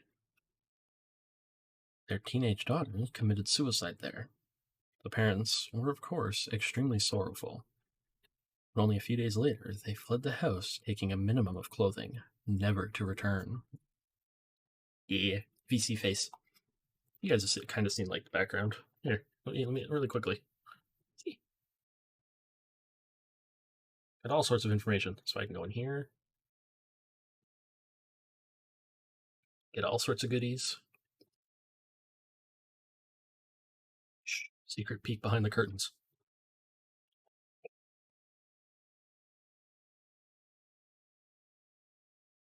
I used to use, when I first started, I kind of used Luppet for a while. But that cost like $50 and is nowhere near as good as VC faces for tracking stuff. Their hasty departure did not suggest sorrow as much as it did extreme fear. Rumors quickly spread that the house was now haunted. Fran Franklin, now a professor of journalism at the University of Arkansas, was 9 years old at the time. She had a favorite aunt, Harriet Gibbons, who was an unusual person. Tiny, only 4 feet tall, she was the editor of a daily newspaper in Mississippi, and she had very definite opinions. She knew the young couple and ridiculed their flight as pure superstition.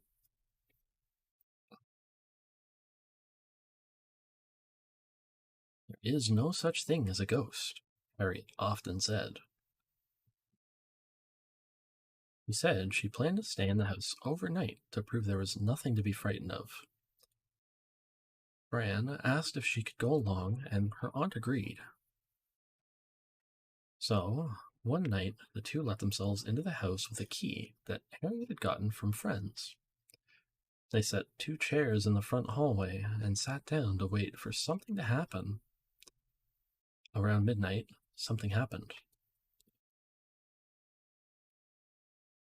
Upstairs, they heard a door close. Then, they heard what sounded like footsteps coming down the hall. Fran looked at the top of the wide staircase, expecting to see a ghostly figure, but she saw nothing. However, she could hear the footsteps coming down the stairs. As they reached the bottom of the stairs, Fran could see a depression in the carpet. When the footsteps reached the marble floor, they clicked across the foyer. They clicked down the hall to a set of double doors that opened into a music room. The doors opened. Fran was terrified. She looked at her little aunt for a cue. Harriet sat unmoving, her face expressionless. The footsteps continued across the floor of the music room, stopping at a piano that was visible from the foyer. As Fran and Harriet watched, the piano stool came back. The top, covering the piano keys, was raised, revealing the keyboard. A short concert of 3 pieces by Chopin came from the piano. Then the music stopped. The cover of the keyboard came back down. The piano stool moved back to its original position. The sound of steps came out of the room. Double doors closed. The steps tapped back across the marble foyer to the foot of the stairs. There, they hesitated, as though the unseen performer was momentarily observing her audience of 2. Then, the footsteps went back up the stairs and back down the upstairs hall. Fran and her aunt heard a door upstairs close. Aunt Harriet turned to Fran. "It's time to go. Now," she said. As they were driving back to their motel, Fran got up the courage to ask Aunt Harriet what she thought of all this. "There is no such thing as a ghost," Aunt Harriet replied. That's the end of that one. Yeah, they kind of end like just abruptly. But I think that's like always the interesting thing about ghost stories. They don't always have like a big, grand, freaking conclusion.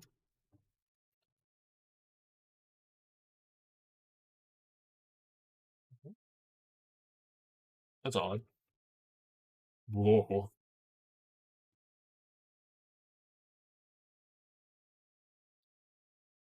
I like ghost stories though.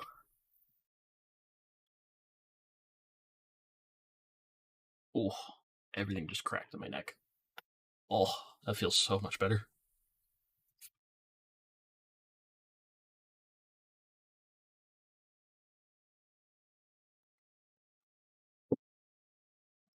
Hmm. Hmm. One sec. The water tried to go down wrong.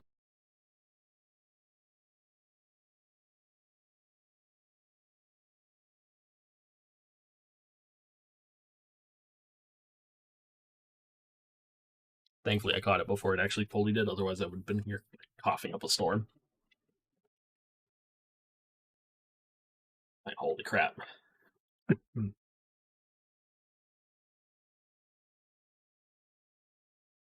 Reminds you of Goosebumps. I think that's the point.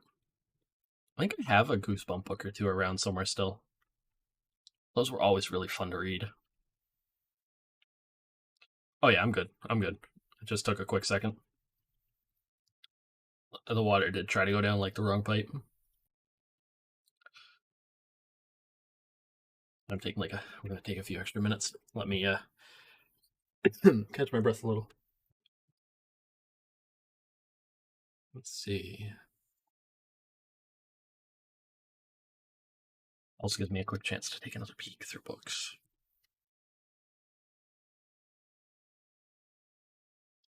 Yeah, no, I'm not gonna touch that one. I don't trust that. I'm definitely gonna have to like take a peek through things.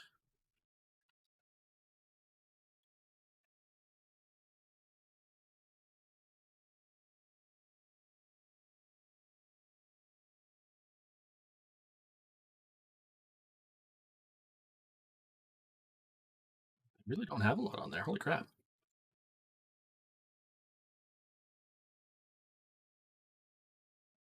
Hmm. Oh. No, it's not. I haven't dyed my hair in a long time. Last time I dyed my hair, it was I dyed it black. That was about 10 years ago. It's been a while.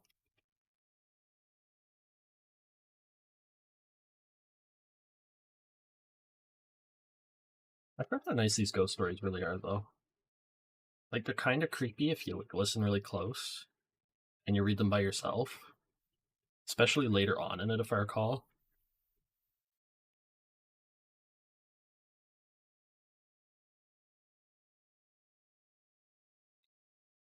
I don't know. Maybe.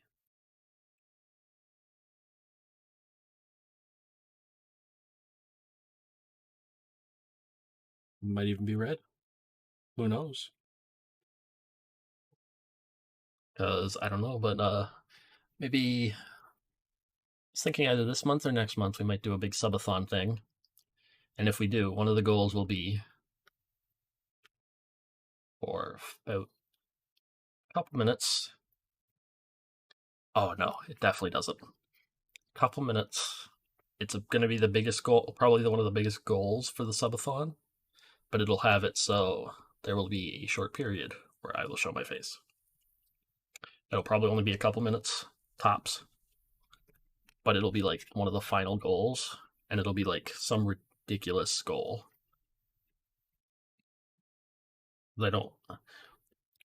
I both A, don't want to fully break the immersion, and two, I don't know. It's just fun like this. being here with you guys. As a Slam, as a Nephilim, as a butler. Yeah, I always like the creep factor because like I don't find things like too scary a lot of the time. Oh yeah,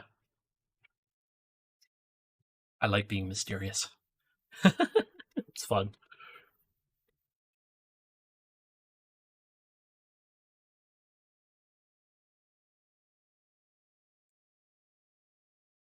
I think I've specified like I think I hung out with some people and we did a collab and I think I've specified though. Those are curious. IRL, I have red hair. Specifically, I have strawberry blonde.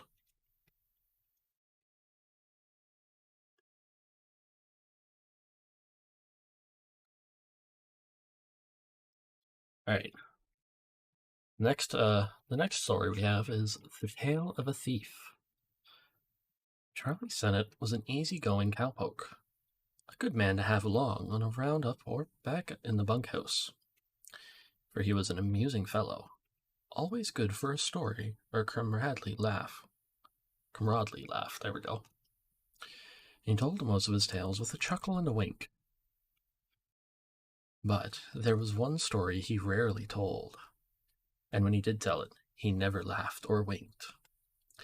He stared intently into the fire, as though he saw his fate there, and didn't like it one bit. People wondered why Charlie told the story at all. Some said he did it to humble himself, to make amends for something of which he was very much ashamed. Now, there are certain ones, though, that I will specify. I just have a hard time with it.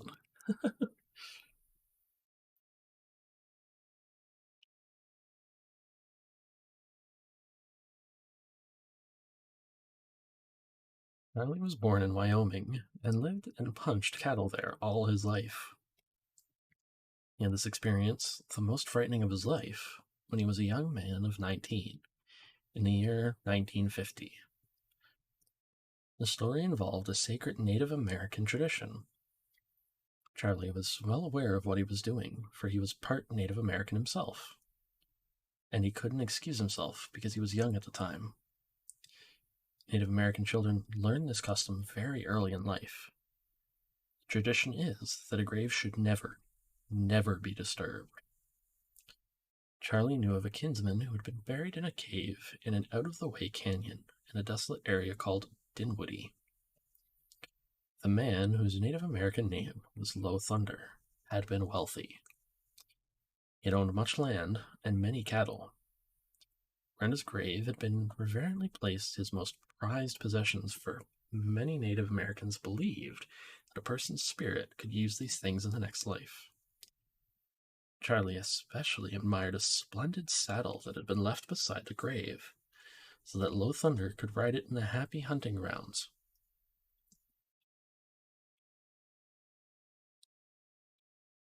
Okay, the one thing I won't bring up that is too much for anybody who's curious. I try not to bring up my age, my IRL age. Most of you guys get out of me for area I live, Canada, Atlantic. That's it. Just because I have to specify like time zone stuff sometimes. And obviously no name stuff.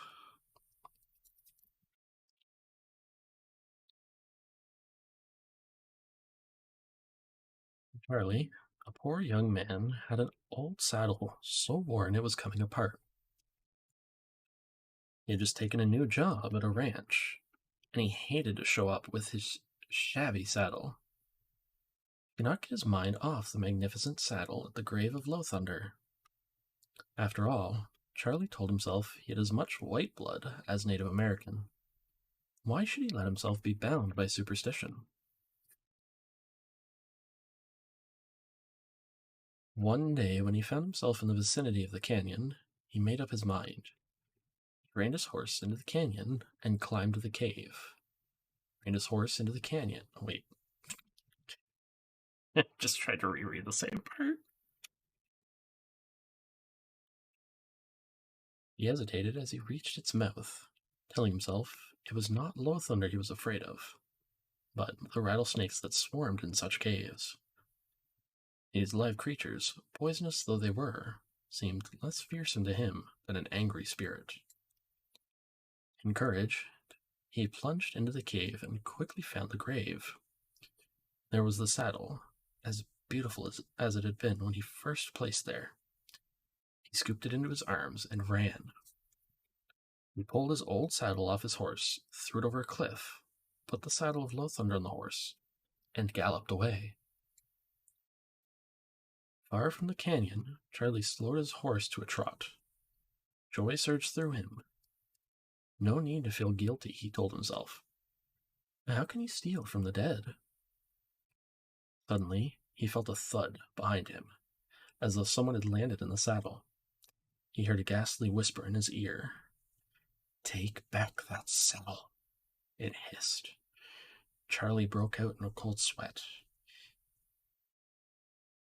He whipped his horse into a gallop, as though he could outrun whatever was clinging to him, as though he could leave that whisper behind. But now the voice did not whisper, it roared.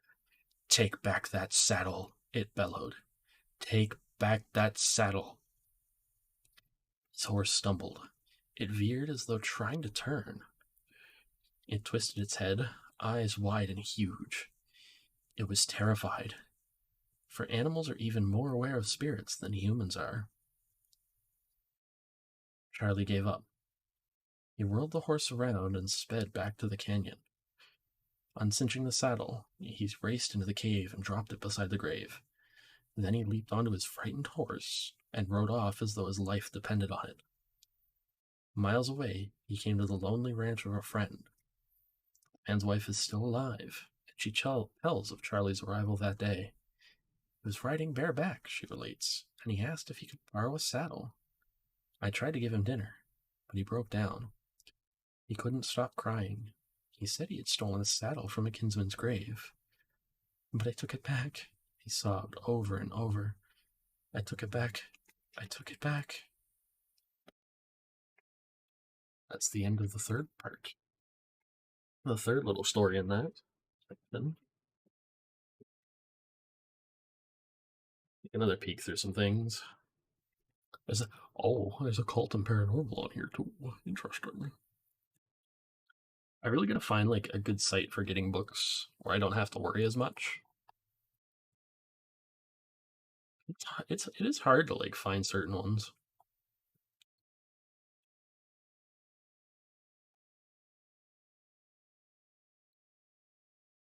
Let's see. Yeah, there's one for southwestern Scotland, District of Scotland.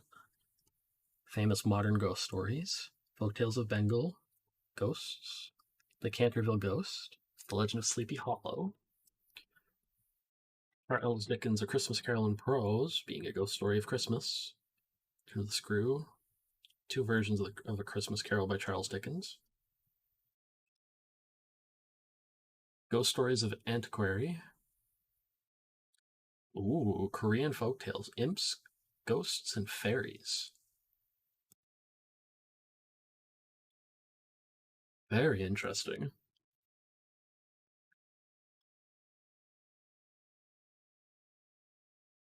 Oh. Just trying to make sure like my head doesn't try and hurt again. That's why like occasionally I gotta sit here with my headset off for 2 seconds while we scroll through things. Having the headset on while I read, make sure like I can hear if like anybody follows or pops in. Like raids or something.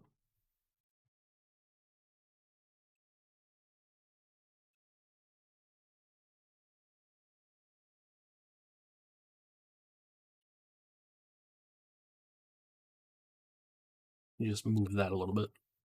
Little fan from my my tracker for my base station for my VR stuff. The fan's whirring still.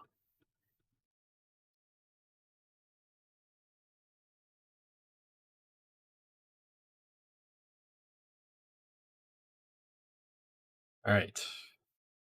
We have one last little bit for this part, and then we'll be back to the Call of Cthulhu. So the next little story is called A Very Strange Telephone Call. Mammoth Cave National Park in Kentucky contains perhaps the most famous collection of caves in the world. according to many people who work there as guides or who are among the 2 million tourists who visit the caves each year.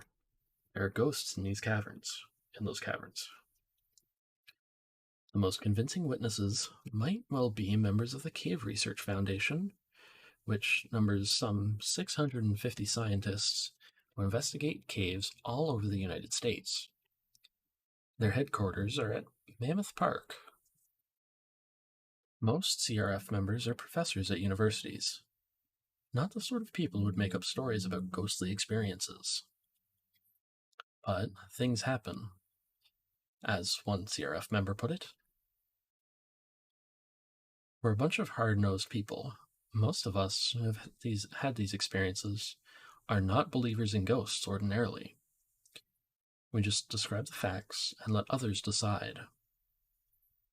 Two CRF members who had a chilling experience are Dr. Will White, a professor of geochemistry at Pennsylvania State University, and Dr. George Dake, a government scientist. They were investigating Crystal Cave, which is no longer open to the public. However, it had once been open to tourists, and there was an old army field telephone down in the cave. I guess they used it, White says. Let the guys know some people were coming. Tell them to wake up.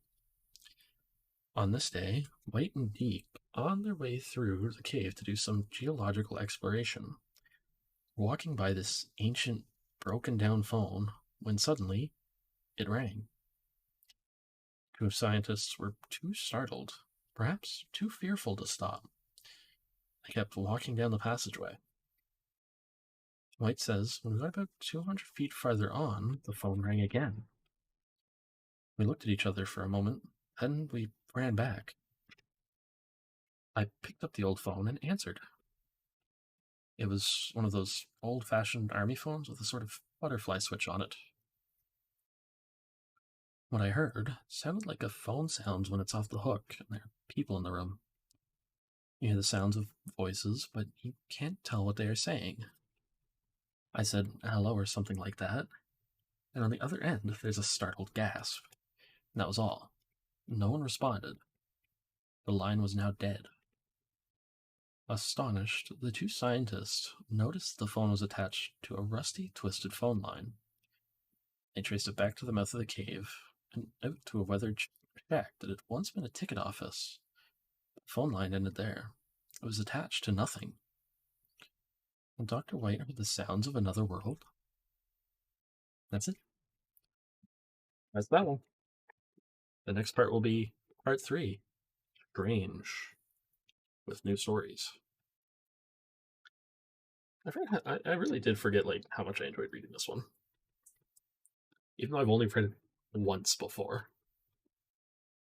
It's funny because it's a small book. I can carry the whole thing in my hand and reach from sides to sides.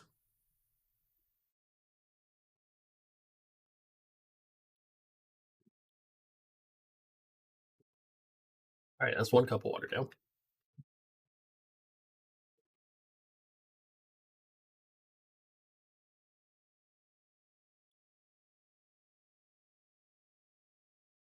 Yeah, it's a really good read though so far.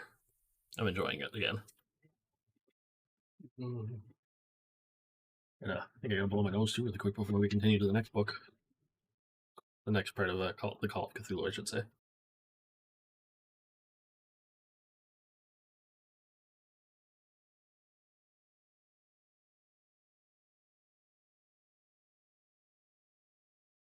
For next week, I'll make sure to look through and find one book every day, so you can read many parts.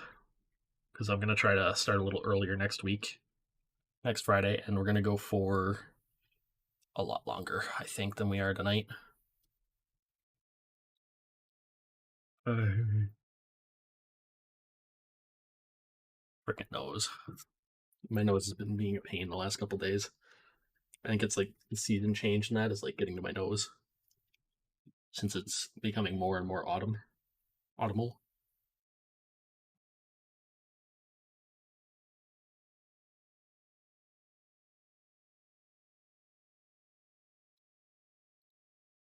And that always, whenever the season changes, it actually makes like my allergies act up really bad.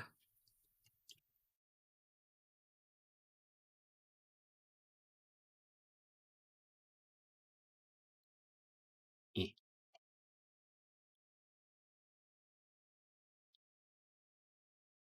I'm still kind of curious at the other endings of Call of Cthulhu the game that we that we finished up last night. Because we did only do one of the endings, and apparently there's 4 different endings for it. But the only way to unlock one of the other ones is by saying the friggin' language for Cthulhu, like the Elder language that popped up. We have to use every single one of those. Oh, welcome back, Bond. I didn't realize you left.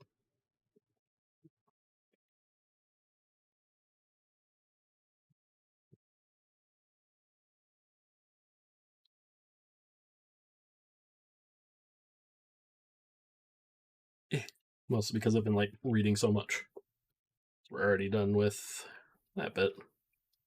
I went to make dinner. Well, I hope dinner's delicious.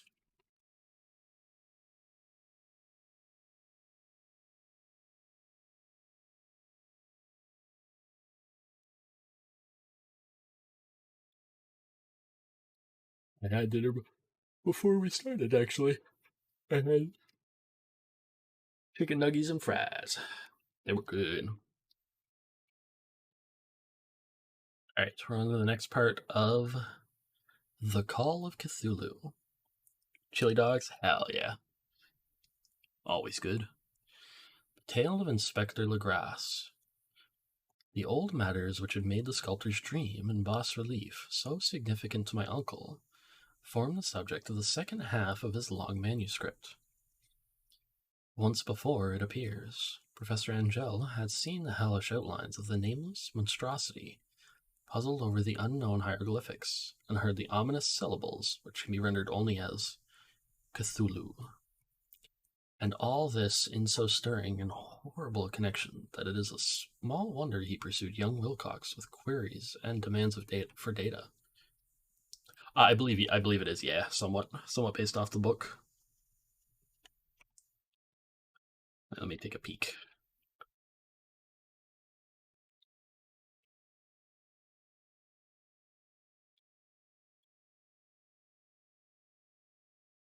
Yeah.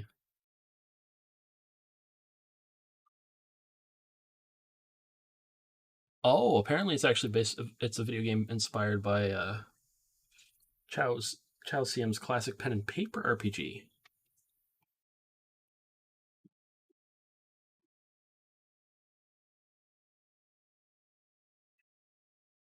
I've never heard of that.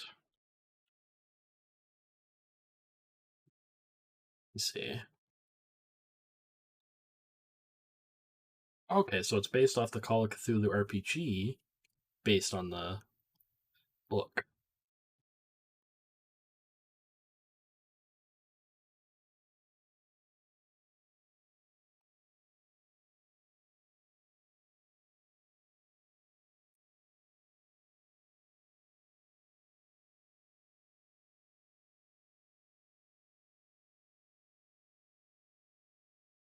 Yeah, pretty much.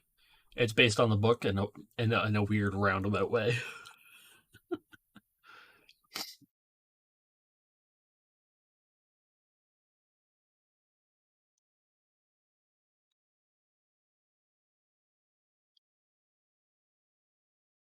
But I do have another besides the fact of the sinking city that I mentioned before, I do have a little roguelike Cthulhu game.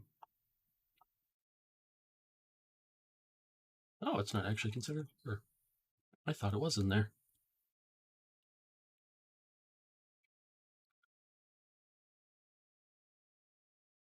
Yeah, let me see. It's the Lovecraft's Untold Stories. It's a little roguelike. Been playing it occasionally off stream. It's pretty good.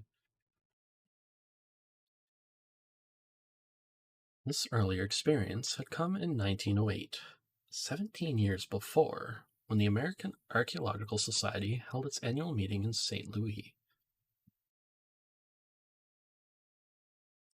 Sir Angel, as befitted one of his authority and attainments, and had a prominent part in all the deliberations, and was one of the first to be approached by the several outsiders who took advantage of the convocation to offer questions for correct answering and problems for expert solution.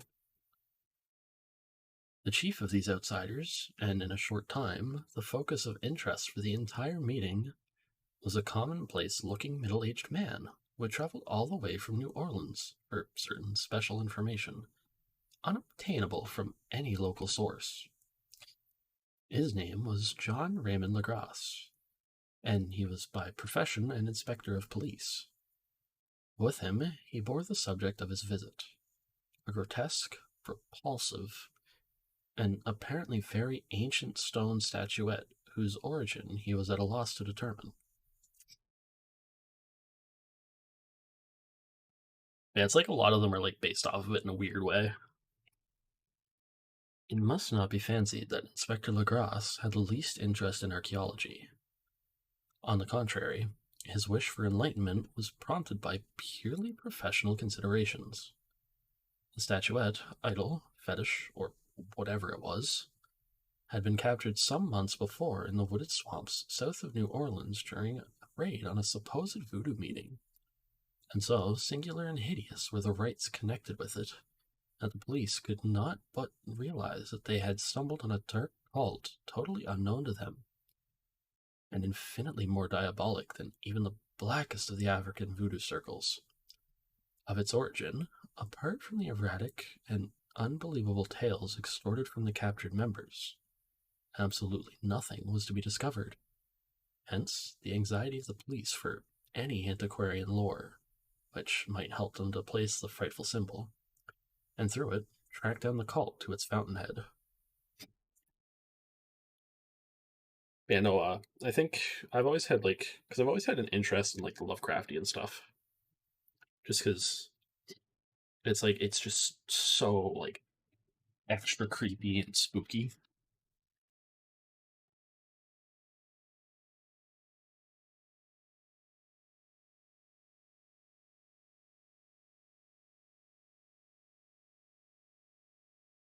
From what I'm reading, it's like the Cthulhu stuff is like about like the fear of the unknown. Has always been like the biggest fear of all mankind, I find, which is always an interesting thing to look into.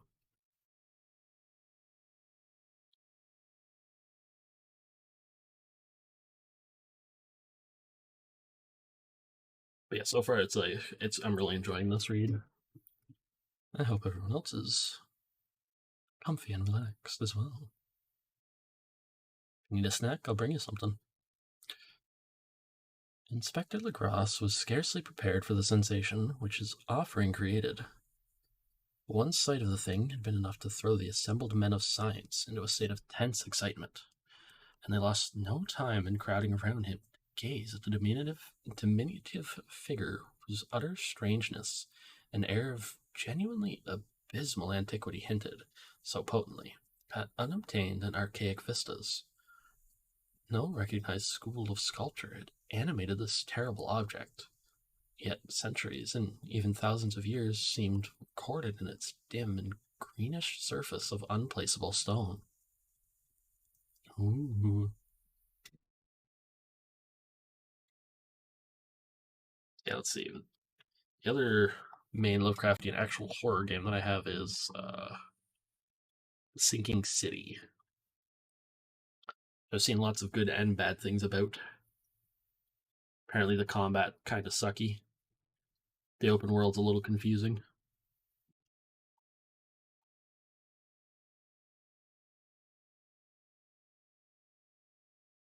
Seems pretty interesting. Lovecraftian based CRPG.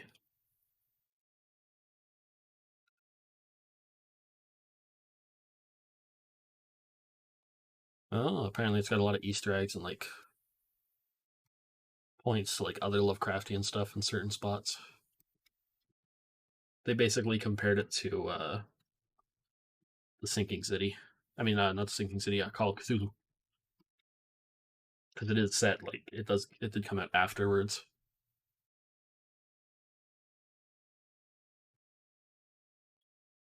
I'm trying to find more Lovecraftian stuff to do at some point. These are some of the things that actually do tend to freak me out a bit. Let's see.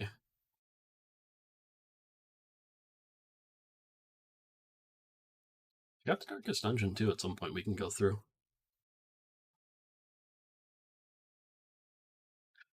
Fallout. Freaking Far Harbor's under it. That's funny. That's funny that Fallout 4 Far Harbor DLC's there.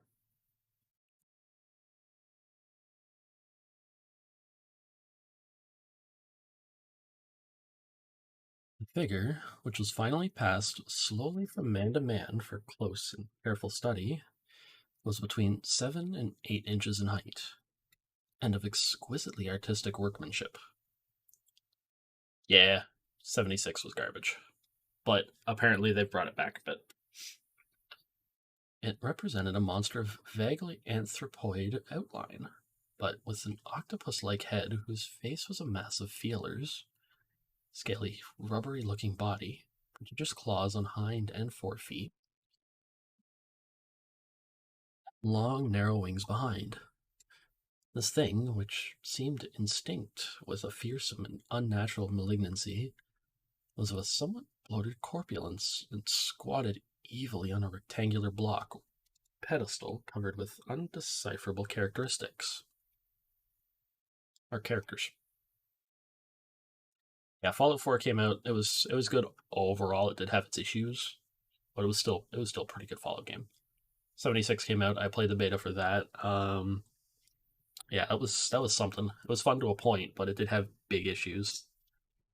I might hop back into it because I received a copy for free through Twitch Prime. So we might hop back into that at some point. It's been a long time because I played it on PS4, so I'd have to restart on here, of course. But we might hop into it again. I don't know if I'll do it on stream. If I do it on stream, I might play a character in it then. The tips of the wings touched the back edge of the block. The seat occupied the center, whilst the long, curved claws of the doubled-up, crouching hind legs gripped the front edge and extended a quarter of the way down toward the bottom of the pedestal. Never played a Fallout game. If I did, you never completed, or it's not in your memory. Keep good. Yeah. Fallout 3, good. Fallout New Vegas, great. Fallout 3 just holds a special place in my heart because it was the first one I played. The first two were a lot older. The cephalopod's head was bent forward so that the ends of the facial feelers brushed the backs of huge forepaws, which clasped the croucher's elevated knees. The aspect of the whole was normally lifelike, and the more subtly fearful because its source was so totally unknown. Its vast, awesome, and incalculable age was unmistakable. Yet not one link did it show with any known type of art belonging to civilization's youth, or indeed to any other time. Okay, so, oh yeah. Oh yeah, I understand that. I'm the same way with certain things. That's why the Mass Effect series holds a special place in my heart.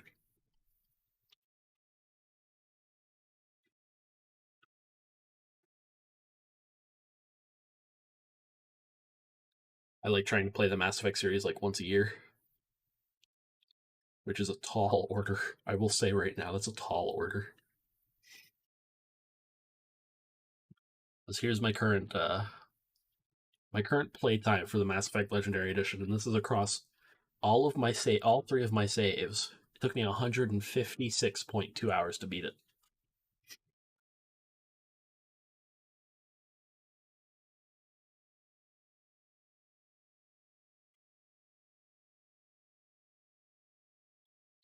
Beat all three of them.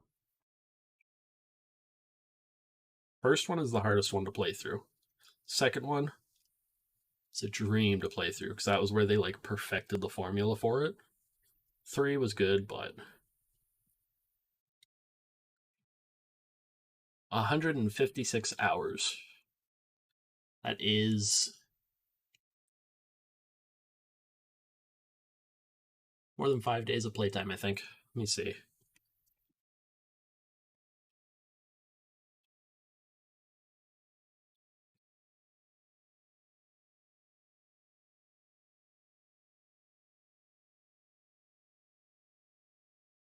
6.5 days. Had 6.5 days of playtime. A little over.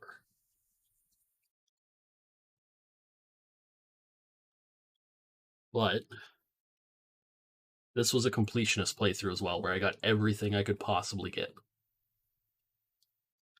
Like side quests and stuff like that. I did every quest I possibly could. Because they made it a lot harder to get the best ending in the game.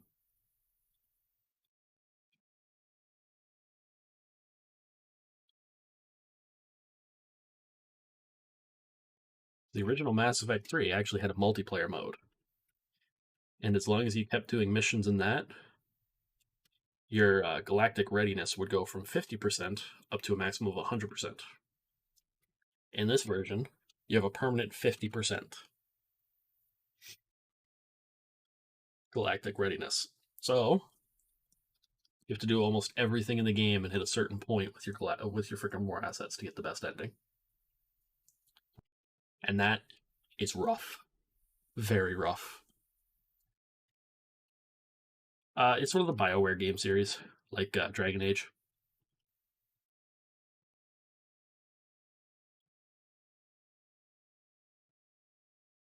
It's a great RPG series.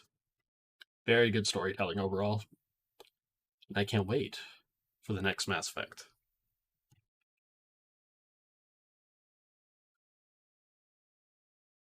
It's set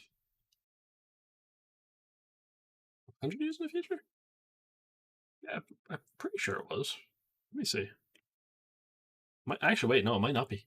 Wait a minute, I don't remember. It's been a hot second since I checked.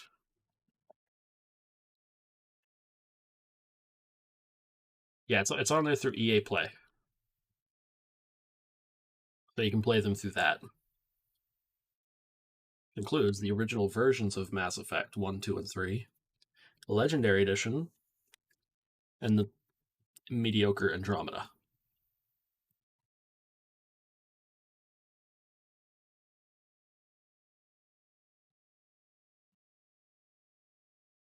Totally separate and apart, its very material was a mystery. The soapy greenish black stone with its golden or iridescent flecks and striations resembled nothing familiar to geology or mineralogy. The characters along the base were equally baffling, and no member present, despite a representation of half the world's expert learnings in this field, could form the least notion of even their remote linguistic kinship. They, like the subject and material, belong to something horribly remote and distinct from mankind as we know it, something frightfully suggestive of old and unhallowed cycles of life in which our world and our conceptions have no part. And yet, as the members severely shook their heads and confessed defeat at the inspector's problem, there was one man in that gathering who suspected a touch of bizarre familiarity in the monstrous shape and writing, and who presently told with some diffidence of the odd trifle he knew. This person was the late William Channing Webb, professor of anthropology in Princeton University, and an explorer of no slight note. If you're into that kind of game, it's worth a try. But if you're not, you might want to stick clear of it. It is because if it's not your kind, it would be like, if you wanted to try it at that point, it would be a chore for you to get through if you wanted everything. Professor Webb had been engaged 48 years before in a tour of Greenland and Iceland in search of some runic inscriptions which he failed to unearth, and whilst high up on the West Greenland coast had encountered a singular tribe or cult of degenerate Eskimos, whose religion, a curious form of devil worship, chilled him with its deliberate bloodthirstiness and repulsiveness. You finished your hot dogs? Hell yeah. I hope they were delicious. Just something like, yeah.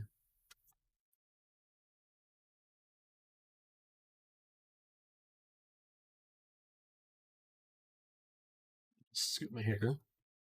It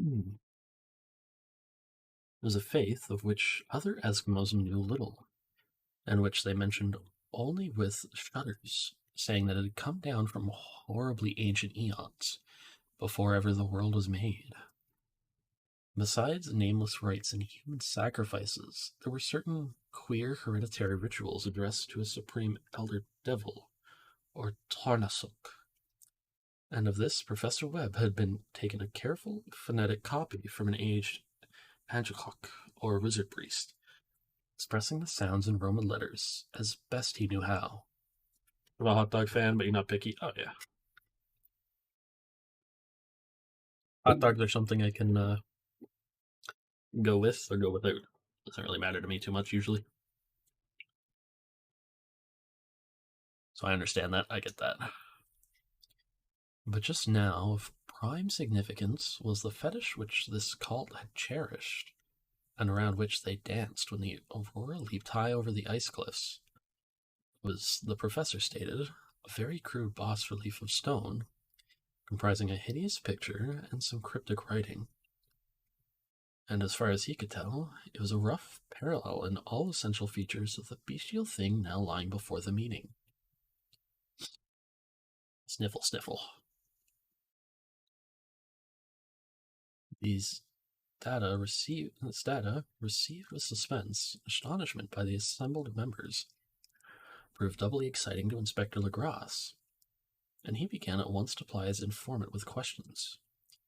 Having noted and copied an oral ritual among the swamp cult worshippers his men had arrested, he besought the professor to remember as best he might the syllable taken down amongst the diabolist Eskimos.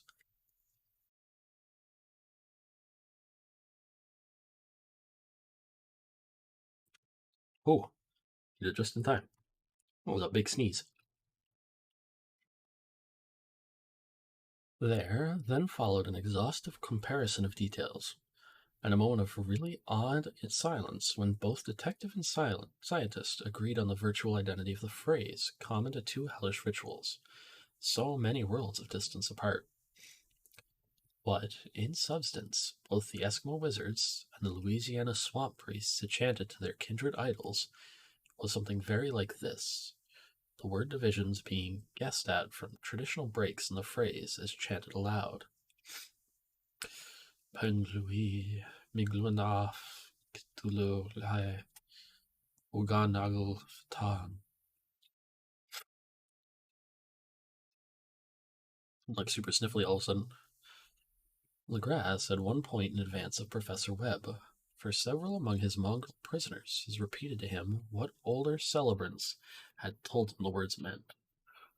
This text, as given, ran something like this. In his house at R'ai, dead Cthulhu waits, dreaming. Ooh, very interesting.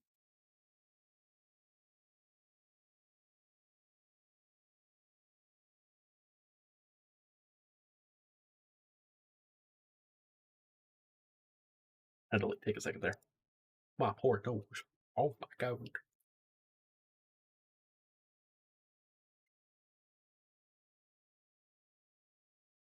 See. Oh, wrong thing. I think I almost closed out of OBS. That would have been horrible. Oh. Ooh. I just switched to my my scene transitions. Oh. Trying to actually click on this so I can see how much more. Oh my god, we have quite a bit. Wow. We might not be able to get through all of it. We might not. About to say, Jack, what's up, bud? Hey, buddy boy. Now, in response to a general urgent demand, Inspector Legrasse related as fully as possible his experience with the swamp worshippers, telling a story to which I could see my uncle attached profound significance. It savored of the wildest dreams of mythmaker and theosophist, and disclosed an astonishing degree of cosmic imagination among such half-castes and pariahs as might be least expected to possess it. On November 1st, 1907, there had come to New Orleans police a frantic summons from the swamp and lagoon country to the south. The squatters there, mostly primitive but good-natured descendants of Lafitte's men, were in the grip of stark terror from an unknown thing which had stolen upon them in the night.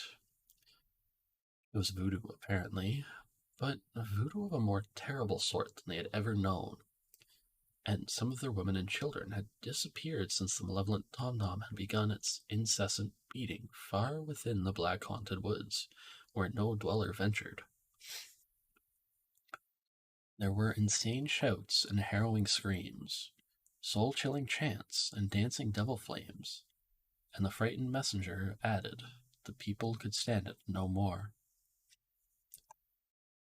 So, a body of 20 police, filling 2 carriages and an automobile, had set out in the late afternoon with the shivering squatter as a guide. At the end of the passable road, they alighted, and for miles splashed on in silence through the terrible cypress woods where day never came. Ugly roots and malignant hanging nooses of Spanish moss beset them, and now and then a pile of dank stones or fragments of a rotting wall intensified by its hint of morbid habitation, a depression which every malformed tree and every fungus islet combined to create. At length the squatter settlement, a miserable huddle of huts, hove in sight, and hysterical dwellers ran out to cluster around the group of bobbing lanterns. The muffled beat of tom-toms was now faintly audible, far, far ahead, and a curdling shriek came at infrequent intervals when the wind shifted. A reddish glare, too, seemed to filter through the pale undergrowth beyond endless avenues of forest night. Reluctant even to be left alone again, each one of the cowed squatters refused point-blank advance another inch toward the scene of unholy worship. So, Inspector Legrasse and his 19 colleagues plunged on unguided into black arcades of horror that none of them had ever trod before.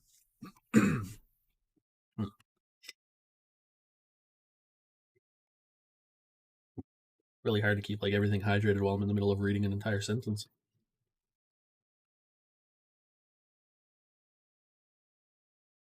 Especially since some of these are long-winded sentences from what I can tell. The region now entered by the police was one of traditionally evil repute, substantially unknown and untraversed by white men. Enjoy the lurk, Bond. Thank you for it. There were legends of a hidden lake unglimpsed by mortal sight, in which dwelt a huge, formless white polypus thing with luminous eyes. Squatters whispered that bat-winged devils flew up out of caverns in inner earth to worship at it at midnight. They said it had been there before D'Iberville, before La Salle, before the Indians, and before even the wholesome beasts and birds of the woods.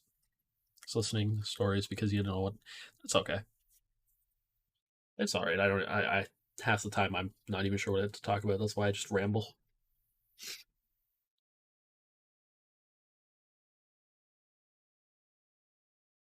It was nightmare itself, and to see it was to die. But it made men dream, and so they knew enough to keep away. Present voodoo orgy was, indeed, on the merest fringe of this abhorred area. That location was bad enough. Hence, perhaps the very place of the worship had terrified the squatters more than the shocking sounds and incidents. Only poetry or madness could do justice to the noises heard by Legrasse's men as they plowed on through the black morass, toward the red glare and the muffled tom-toms. There are vocal qualities peculiar to men and vocal qualities peculiar to beasts, and it is terrible to hear the one when source should yield the other. Animal fury and orgiastic license here whipped themselves to demoniac heights by howls and squawking ecstasies that tore and reverberated through those nighted woods like pestilential tempests from the gulfs of hell. Now and then the less organized ululations would cease, and from what seemed a well-drilled chorus of hoarse voices, would rise and sing-song chant that hideous phrase or ritual. Pingluhi migluanach, Cthulhu Relay, Carnagal, Fatan. I don't even know. I still don't even know if I'm saying that right. Then the men, having reached a spot where the trees were thinner, came suddenly in sight of the spectacle itself. 4 of them reeled, 1 fainted, and 2 were shaken into a frantic cry, which the mad cacophony of the orgy fortunately deadened. Legrasse dashed swamp water in the face of the fainting man, and all stood trembling and nearly hypnotized with horror. My nose is being a pain in the butt, too.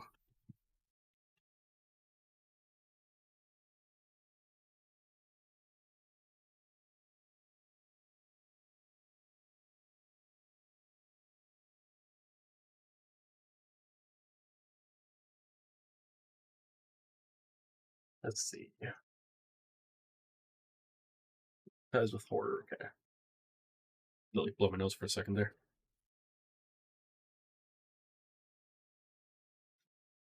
Another sip of water, too.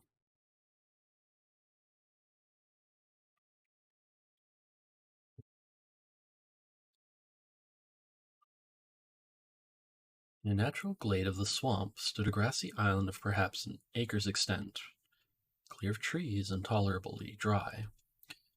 On this now leaped and twisted a more indescribable horde of human abnormality than any but a Sime or an Angarola could paint.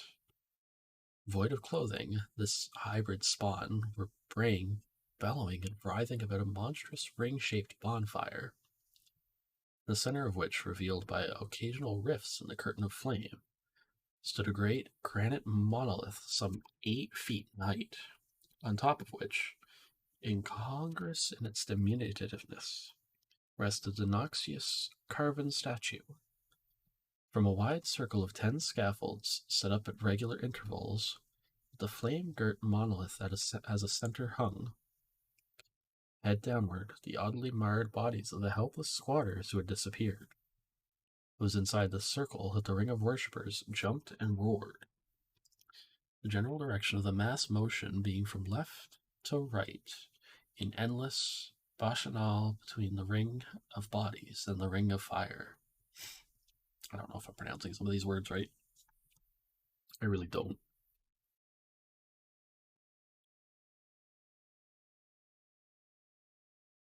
It may have been only imagination, and it may have been only echoes which induced one of the men, an excitable Spaniard, to fancy he heard antiphonal responses to the ritual from some far and unillumined spot deeper within the wood of ancient legendary and horror. This man, Joseph D. Galvez, I later met and questioned, and he proved distractingly imaginative. He indeed went so far as to hint of the faint beating of great wings, and of a glimpse of shining eyes and a mountainous white bulk beyond the remotest trees. But I suppose he had been hearing too much native superstition. Oh god, my nose is being such a pain. I should have taken an allergy pill last night or something. Actually, the horrified pause of the men was of comparatively brief duration. Duty came first, and although there must have been nearly 100 mongrel celebrants in the throng, the police relied on their firearms and plunged determinedly into the nauseous rout. For 5 minutes, the resultant din and chaos were beyond description. Wild blows were struck, shots were fired, and escapes were made. But, in the end, Legrasse was able to count some 47 sullen prisoners, whom he forced to dress in haste and fall into line between 2 rows of policemen. 5 of the worshippers lay dead, and 2 severely wounded ones were carried away on improvised stretchers by their fellow prisoners. The image of the monolith, of course, was carefully removed and carried back by Legrasse.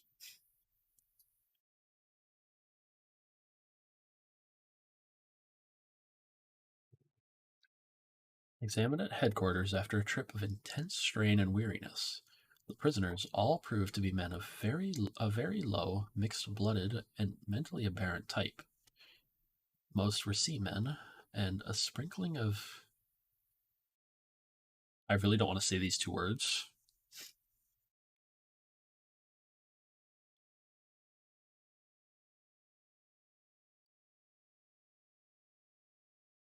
I don't want to get yelled at by Twitch.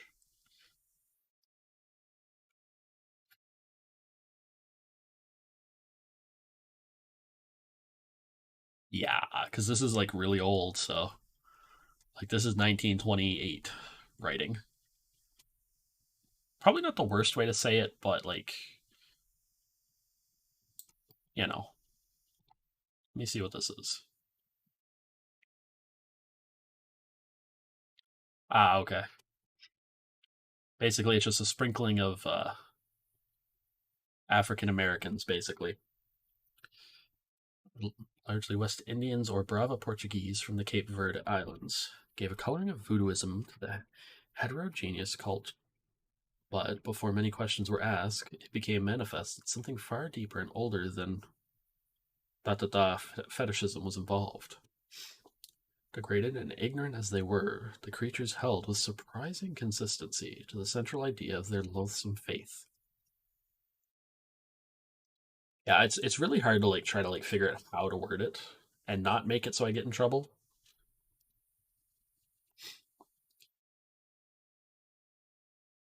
Because like it's rough sometimes. They worshipped, so they said, the great old ones. It is, yes. Pretty much. It is racial. That's why I have to like skirt around it as best I can and figure it out the best way. Ages before there were any men who came to the young world out of the sky. Those old ones were gone now, inside the earth and under the sea. But their dead bodies had told their secrets in dreams to the first man, who formed a cult which had never died. This was that cult. And the prisoners said it had always existed and always would exist, hidden in distant wastes and dark places all over the world, until the time when the great priest Cthulhu, from his dark house in the mighty city of R'lyeh, under the waters, should rise and bring the earth again beneath his sway. Some day he would call when the stars were ready, and the secret cult would always be waiting to liberate him.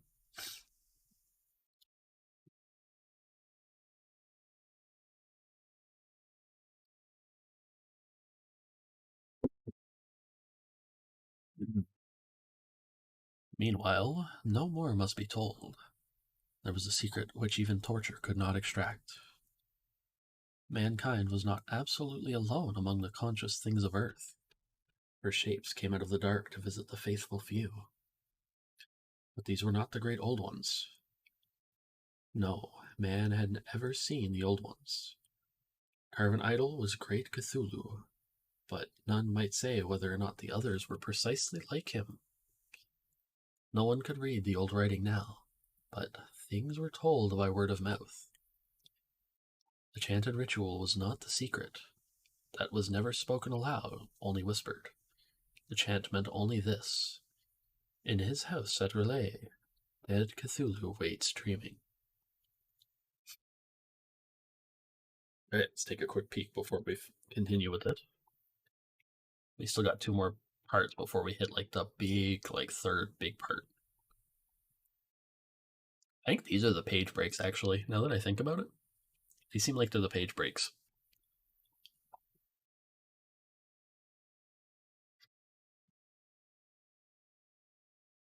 Excuse me.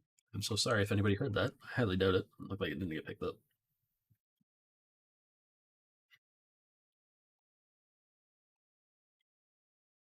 Let's see. We gotta do Bram Stoker's Dracula at some point.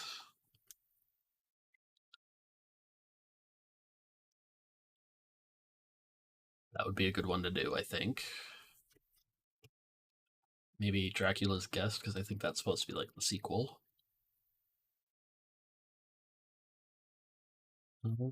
There's a few others too.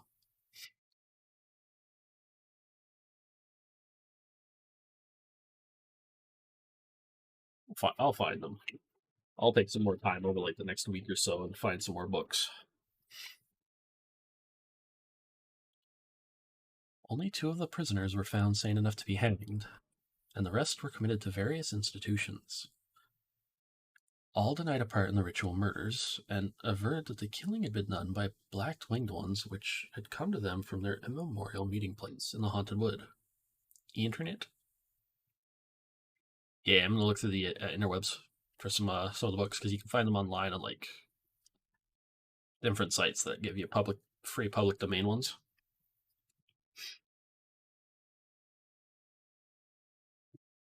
But of those mysterious allies, no coherent account could ever be gained. The police did extract came mainly from an immensely aged mestizo named Castro, who claimed to have sailed to strange ports and talked with undying leaders of the cult in the mountains of China.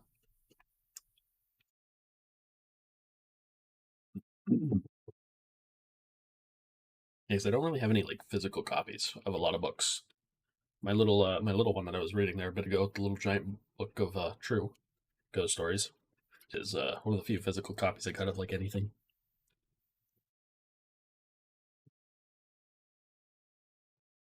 Old Castro remembered bits of hideous legend that paled the speculations of theosophists and made men, and the world seemed recent and transient indeed. Well, made man and the world seem recent and transient indeed. That's how it should be written. There had been eons when other things ruled on the earth, and they had had great cities. Remains of them, he said, the deathless Chinaman had told him, were still to be found as cyclopean stones on islands in the Pacific. They all died vast epochs of time before man came. But there were arts which could revive them, when the stars had come round again to the right positions in the cycle of eternity. They had, indeed, come themselves from the stars, and brought their images with them.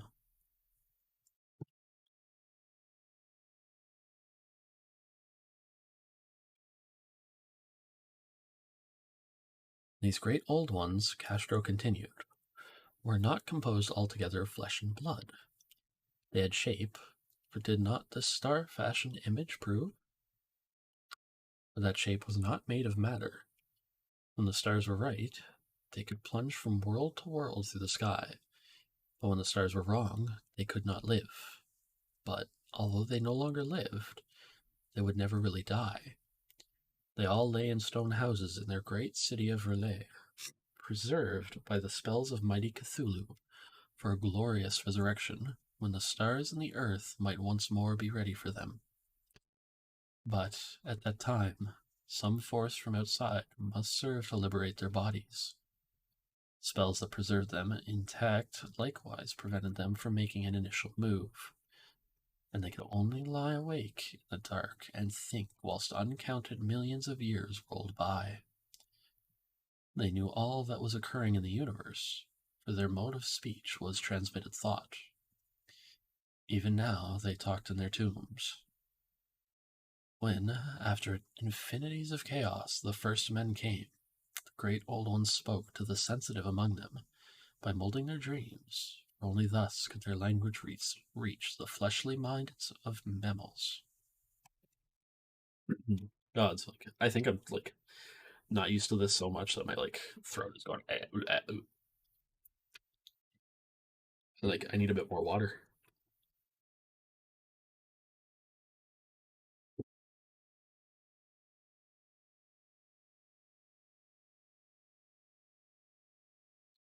My forehead's itchy. Oh no. Then, whispered Castro, those first men formed the cult around small idols, which the Great Ones showed them.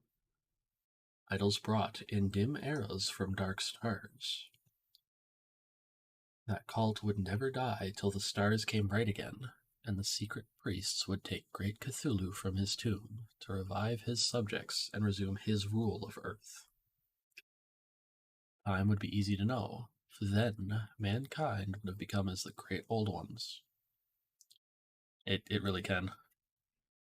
Free and wild, and beyond good and evil, with laws and morals thrown aside, and all men shouting and killing and reveling in joy. Then the liberated old ones would teach them new ways to shout and kill and revel and enjoy themselves. And all the earth would flame with a holocaust of ecstasy and freedom. Meanwhile, the cult, by appropriate rites, must keep alive the memory of those ancient ways and shadow forth the prophecy of their return. Yeah, nearly 2.5 hours of reading will definitely do that.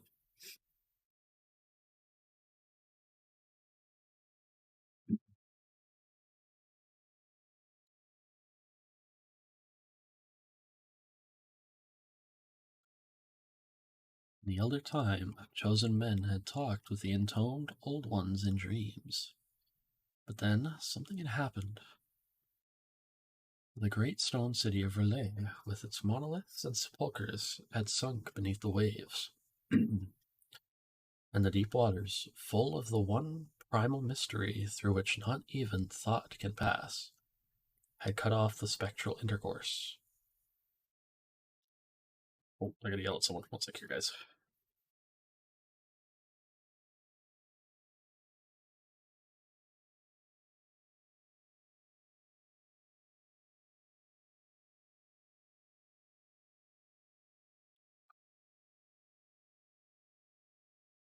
Memory never died, and the high priest said that the city would rise again when the stars were right. Then came out of the earth the black spirits of earth, moldy and shadowy, and full of dim rumors picked up in caverns beneath forgotten sea bottoms. But of them, old Castro dared not speak much. He cut himself off hurriedly, and no amount of persuasion or subtlety could elicit more in this direction. The size of the old ones, too, he curiously declined to mention. Of the cult, he said that he thought the center lay amid the pathless deserts of Arabia, where Arem, the city of pillars, dreams hidden and untouched. It was not allied to the European witch cult, and was virtually unknown beyond its members. No book had ever really hinted of it, though the deathless Chinaman said that there were double meanings of the Necronomicon of the mad Arab Abdul al-Hazred, which the initiated might read as they chose, especially the much-discussed couplet, "That is not dead which can eternal lie, and with strange eons even death may die." Legras, deeply impressed and not a little bewildered, had inquired in vain concerning the historic affiliations of the cult. Castro apparently had told the truth when he said that it was wholly secret. The authorities at Tulane University could shed no light upon either cult or image. Now the detective had come to the highest authorities in the country and met with no more than the Greenland tale of Professor Webb. Need a little bit more water.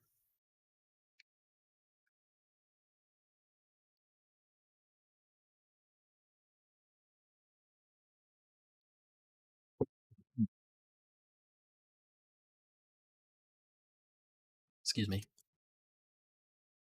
The feverish interest aroused at the meeting by Legras's tale, corroborated as it was by the statuette, is echoed in the subsequent correspondence of those who attended, although scant mention occurs in the formal publication of the Society. Caution is the first care of those accustomed to face occasional charlatanry, and imposture. Legras for some time lent the image to Professor Webb, but at the latter's death it was returned to him and remains in his possession, where I viewed it not long ago. It is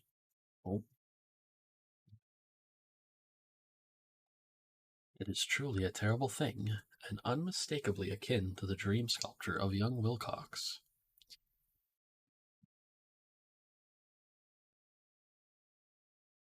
That my uncle was excited by the tale of the sculptor, I did not wonder, for what thoughts must arise upon hearing after a knowledge of what Legras had learned of the cult. A sensitive young man who had dreamed not only the figure and exact hieroglyphics of the swamp found image and the Greenland Devil tablet, but had come in his dreams upon at least three of the precise words of the formula uttered alike by Eskimo diabolists and mongrel Louisianians.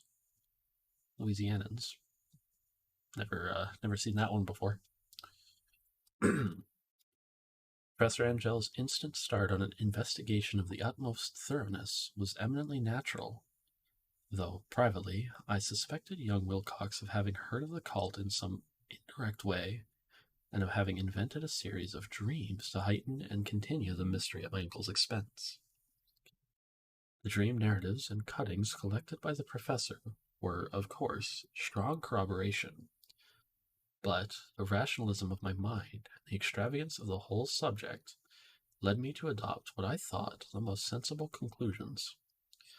So, after thoroughly studying the manuscript again and correlating the theosophical and anthropological notes with the cult narrative of Agras, I made a trip to Providence to see the sculptor and give him the rebuke I thought proper for so boldly imposing upon a learned and aged man. Wilcox still lived alone in the Fleur de Lis building in Thomas Street, a hideous Victorian imitation of 17th century Breton architecture, which flaunts its stuccoed front amidst the lovely colonial houses on the ancient hill, and under the very shadow of the finest Georgian steeple in America. I found him at work in his rooms, and at once conceded from the specimens scattered about that his genius is indeed profound and authentic. It will, I believe, be heard from some time as one of the great decadents, for he's crystallized in clay, and one day mirror in marble those nightmares and fantasies which Arthur McCain evokes in prose, and Clark Ashton Smith makes visible in verse and in painting.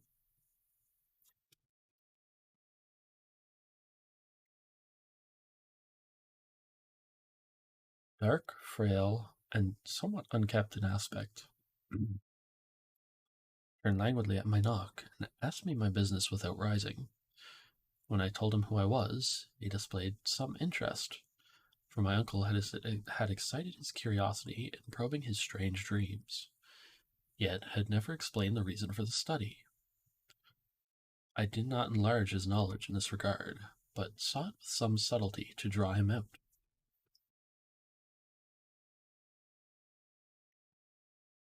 Oh.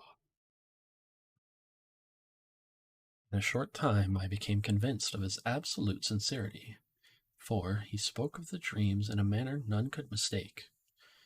They and their subconscious residuum had influenced his art profoundly, and he showed me a morbid statue whose contours almost made me shake with the potency of its black suggestion. He could not recall having seen the original of this thing, except in his own dream bas relief. But the outlines had formed themselves insensibly under his hands. It was, no doubt, the giant shape he had raved of in delirium.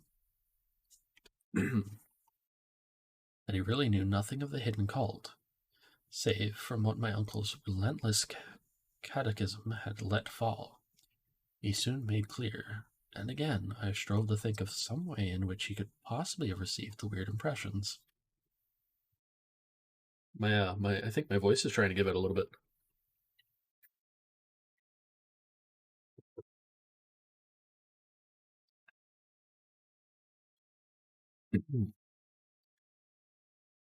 He talked of his dreams in a strangely poetic fashion, making me see with terrible vividness. The damp cyclopean city of slimy greenstone, whose geometry, he oddly said, was all wrong, and hear with frightened expectancy the ceaseless half-mental calling from underground. Cthulhu Fatan, Cthulhu Fatan. My reading is calming. Thank you. Gonna like stretch. Oh God. It's funny with what I'm reading that it would be calming. But I'm reading like stuff about Cthulhu. And again, some people find that stuff calming.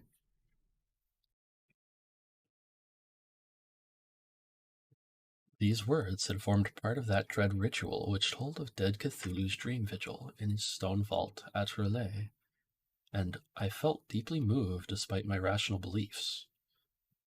Wilcox, I was sure, had heard of the cult in some casual way, and had soon forgotten it amidst a mass of his equally weird reading and imagining. It's the right time of the month. It is, yes. Later, by virtue of its sheer impressiveness, it had found subconscious expression in dreams, in the bas relief, and in the terrible statue I now beheld. So that his imposture upon my uncle had been a very innocent one. The youth was of a type at once slightly affected and slightly ill-mannered, which I could never like, but I was willing enough to know now to admit both his genius and his honesty. I took leave of him amicably, and wish him all the success his talent promises.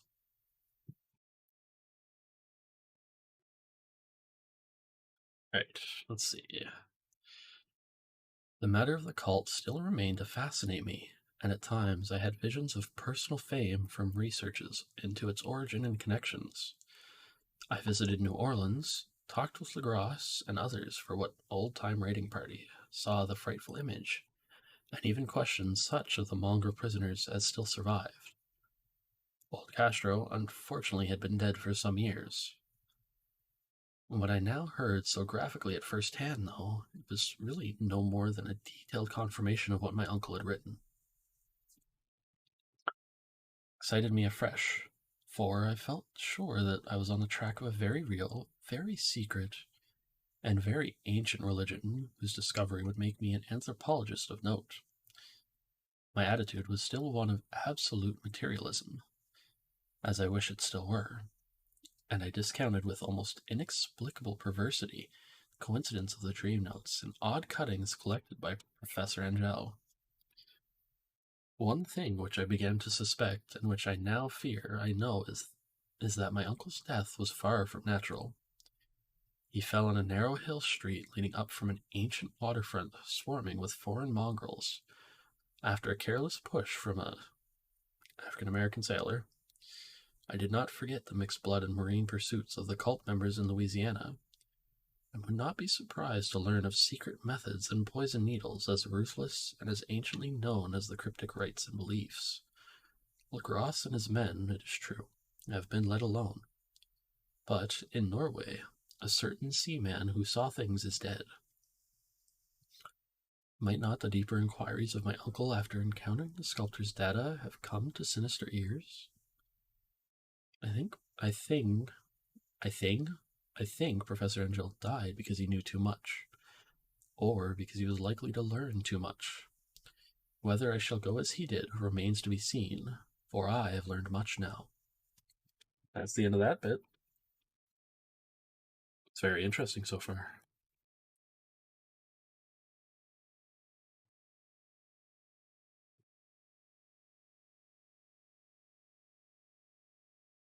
And I still have a small bit of water left. I'm probably not hydrating. Like the thing for my throat is probably like I'm not hydrating enough, so it's like destroying my throat at times when I'm not careful.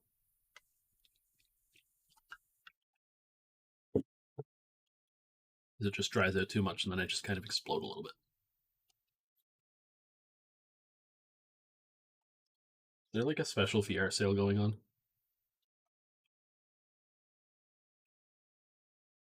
I'm gonna have to go get more water.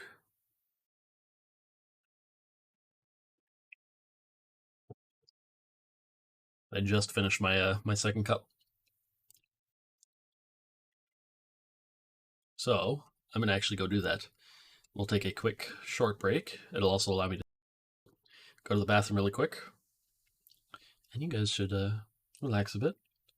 If anybody's dozed off, I hope you have a wonderful night and rest well. I'll see you guys in a couple minutes.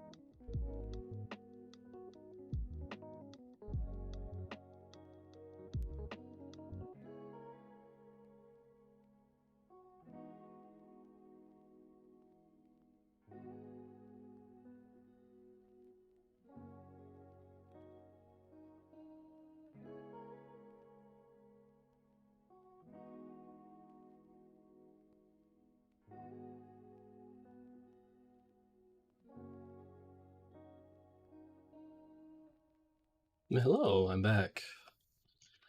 I feel much. I feel a lot better after eating some more water, and taking a quick bathroom break. Oh, I'm gonna try to go for another. I'm gonna try to read for a while longer. See how I feel. See how my throat feels. Once my throat gets a little too, if it gets a little too much more like then I'll deal with it. But we still got. I still got more reading in me. I feel like I can go a little while longer. Bathroom break also let me feel it out a bit more. Let's see.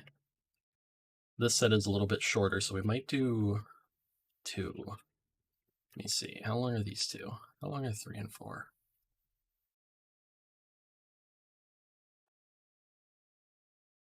Oh, it's a 1 and then a 5. Okay. I do want to be able to, like, getting through the Call of Cthulhu would be nice overall. But this next one's like a really long one on it.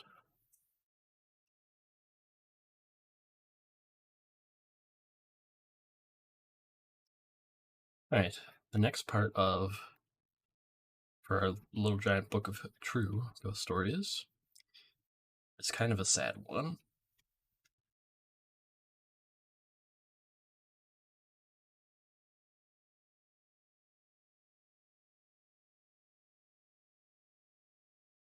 I don't know if I want to read this one.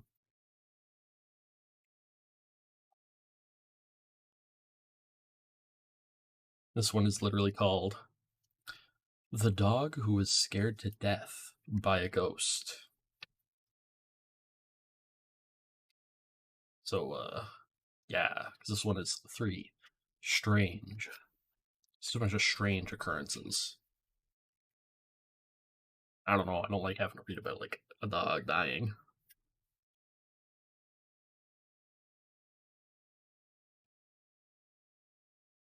That's where it's a little,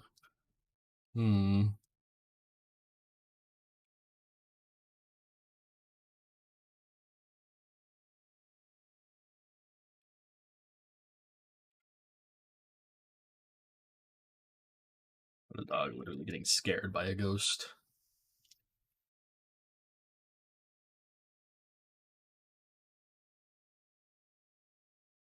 Called him Chief because he had once been owned by the police. He belonged to the Iannucci family, who owned a restaurant in Glen Mills, Pennsylvania. The building had been an old farmhouse built 250 years before, and they were rebuilding the old place. As often happens when buildings are changed, it stirs up ghosts. They don't like changes. There was one especially frightening spirit. It threw phases and flashed lights off and on. Sometimes it appeared as a grayish form hovering over people in bed. But the living being that was most frightened by this ghost was Chief. Jerry Iannucci had bought the dog from the police department in nearby Upper Darby. Chief's days were numbered. Jerry had heard because Chief was so vicious and aggressive that he could not be controlled. The police were going to have to, as they put it, terminate him. Jerry figured that Chief would be perfect to have around the house to guard it while it was being renovated. However, Jerry says the dog turned into a wimp as soon as he got here. There was something here that would cause him to creep around and cower in the corners. One of the Iannucci sons, Rick, was living in the building, and Chief would constantly stay close by him. One night, however, Rick was away, and the dog had to stay in the building by himself. Another son, Rob, arrived in the morning to do some work and found Chief obviously terrified. That dog was always freaked out here from the moment we got him, Rob says. He would completely shy away from certain areas of the building, and he especially stayed away from the 3rd floor. The 3rd floor, called the loft, was being restored as living quarters for some of the family. When Rob arrived that morning, the dog followed him around, staying as close as possible. It was really pawing around with me, Rob says. After a while, I had to go up to the loft. I could see he didn't want to go up there, but he didn't want to be alone. So he finally followed me up the stairs. When we got up there, I started working on a bookcase at one end of a long room. The dog was acting very strange. He would freeze, just stand stiffly and stare. You'd think that somebody else was in the room. Then the dog started flinching. It was as though somebody was doing something to him. It was like something was standing next to him and threatening to hit him with a stick, or poking him. The dog started howling and looking around wildly. He saw an open window and just dove through it, 3 stories above the ground. He was unfortunately killed, of course. And, says Jerry Iannucci, this was a dog who was so fierce that the police were going to shoot it. Man, I always hate these ones. They're so sad. It's so sad, like, reading something where a dog dies. I think we're going to have to avoid any stories like that from going forward. Let me see. I know they're kind of, like, realistic sometimes, but we don't need to be reminded of that, not when we're trying to be comfy. Take a quick peek to see if I can find any more spooky stories really quick. Yeah. I keep scrolling through the public domain horror ones. Yeah. Open the Ghost Stories of an Antiquary.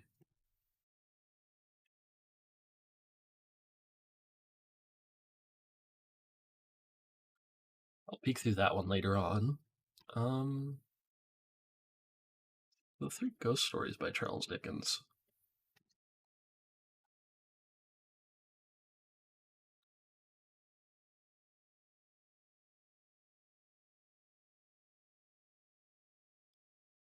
Oh boy, these are long ones. I'll take a peek through those. Korean folktales, imps, ghosts, and fairies.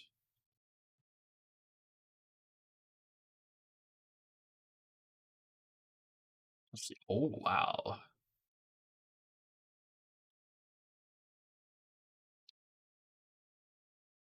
There's about 53 in that one.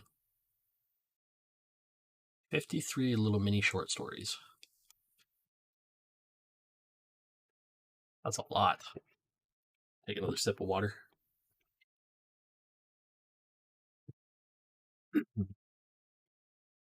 Alright, the next little story, The Disembodied Arm. Major McGregor was a brave man. He had faced shot and shell and enemy soldiers in battle. But now he was terrified. This was something very different. It was a night in 1871, and he was lying in bed in the elegant house of a cousin in Dublin, Ireland. He had been visiting his cousin when her husband became ill, and McGregor had sat up with him several nights. But now the man seemed better, and McGregor went to bed, asking a servant to call him if his host took a turn for the worse. McGregor, exhausted, fell asleep immediately. An hour later, he felt a push on his shoulder. He started up, thinking it was the servant.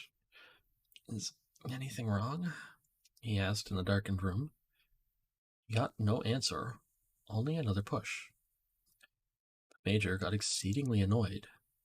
Speak, man, he bellowed, and tell me if anything is wrong. He still got no reply, but he had a feeling he was going to get another push. He twisted around in bed, reached out, and grasped what seemed to be a human hand.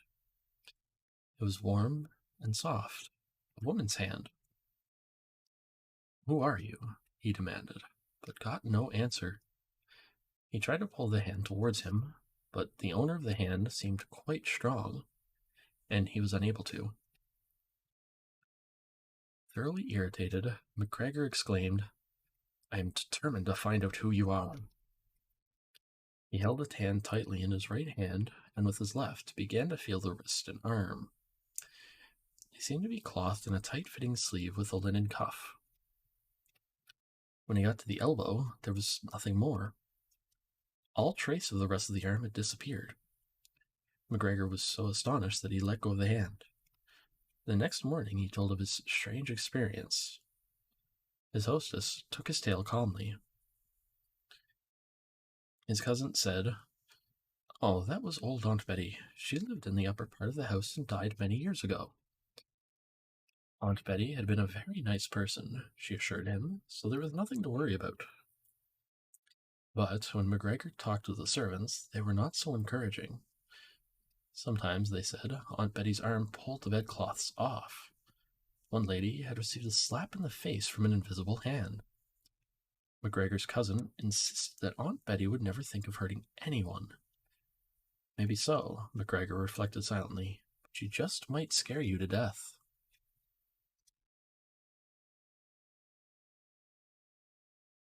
Always interesting. Imagine that, though. Waking up and getting woken up in the middle of the night by just a forearm and hand. That would be horrifying.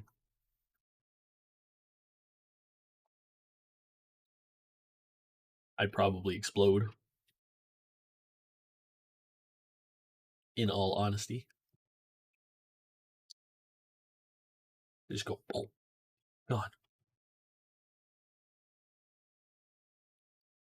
That's just one of those things you wouldn't expect to have, like, happen. Especially staying at, like, a family member's house. Oh, that would be horrifying. Alright. The next little story is The Pilot Who Saw a Dread Future. Throughout history, there's been evidence that at times some people have got. Alright, let me start over really quick. Throughout history, there has been evidence that at times some people have caught glimpses of the future.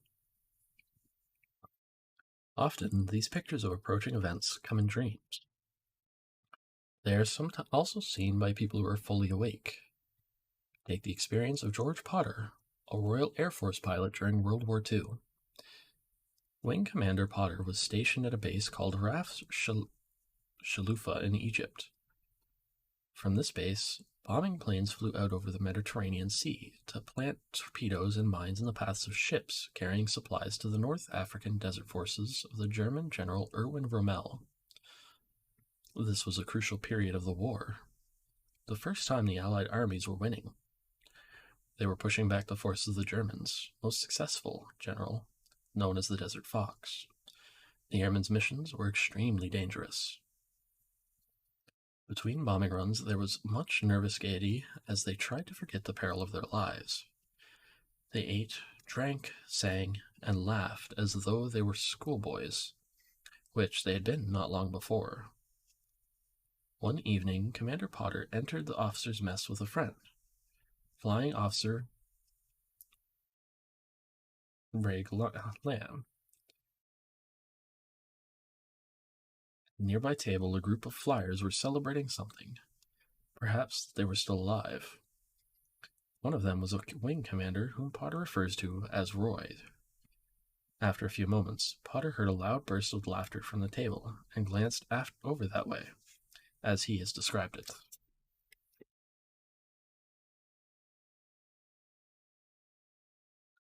I turned and saw the head and shoulders of Roy moving ever so slowly in a background of blue blackness. His lips were drawn back from his teeth in a dreadful grin.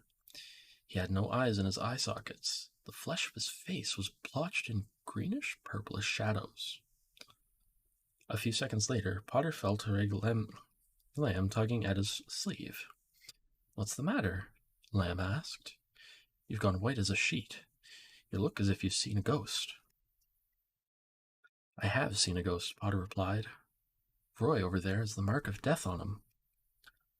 Lamb looked over at the table of joking officers, but could see nothing unusual. That night, Roy was shut down. He and his crew were seen clambering into a life raft, but the air-sea rescue planes were unable to find them. The flyers were never heard from again. I then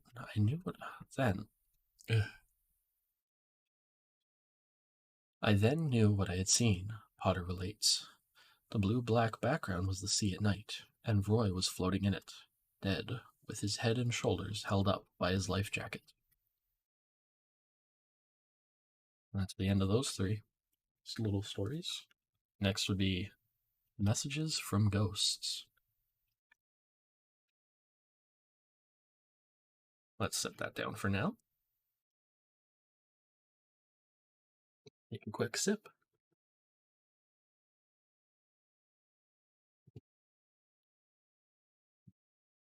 Mm. It is some good water. I will give it that.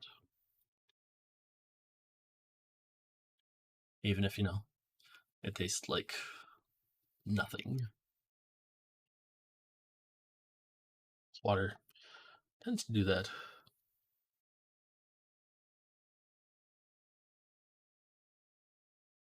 Tends to be like that, I should say. Okay. But we have another chapter of The Call of Cthulhu to read.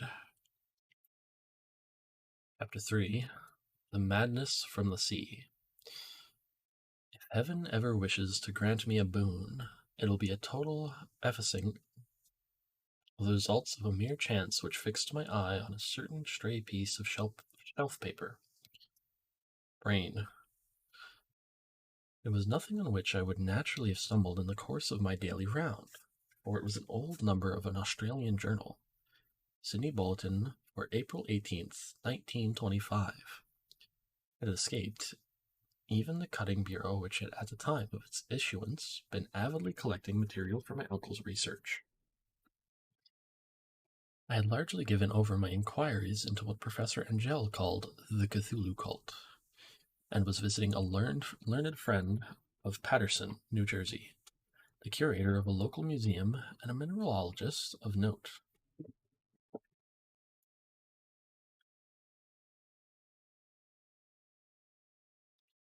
Examining one day the reserve specimens roughly set on the storage shelves in a rear room of the museum, my eye was caught by an odd picture in one of the old papers spread beneath the stones. It was the Sydney Bulletin I have mentioned, for my friend has wide affiliations in all conceivable foreign parts, and the picture was a half-tone cut of a hideous stone image, almost identical with that which Legras had found in the swamp. Eagerly clearing the sheet of its precious contents, I scanned the item in detail, and was disappointed to find it of only moderate length. What it suggested, however, was of portentous significance to my flagging quest, and I carefully tore it out for immediate action. It read as follows. Let me just advance.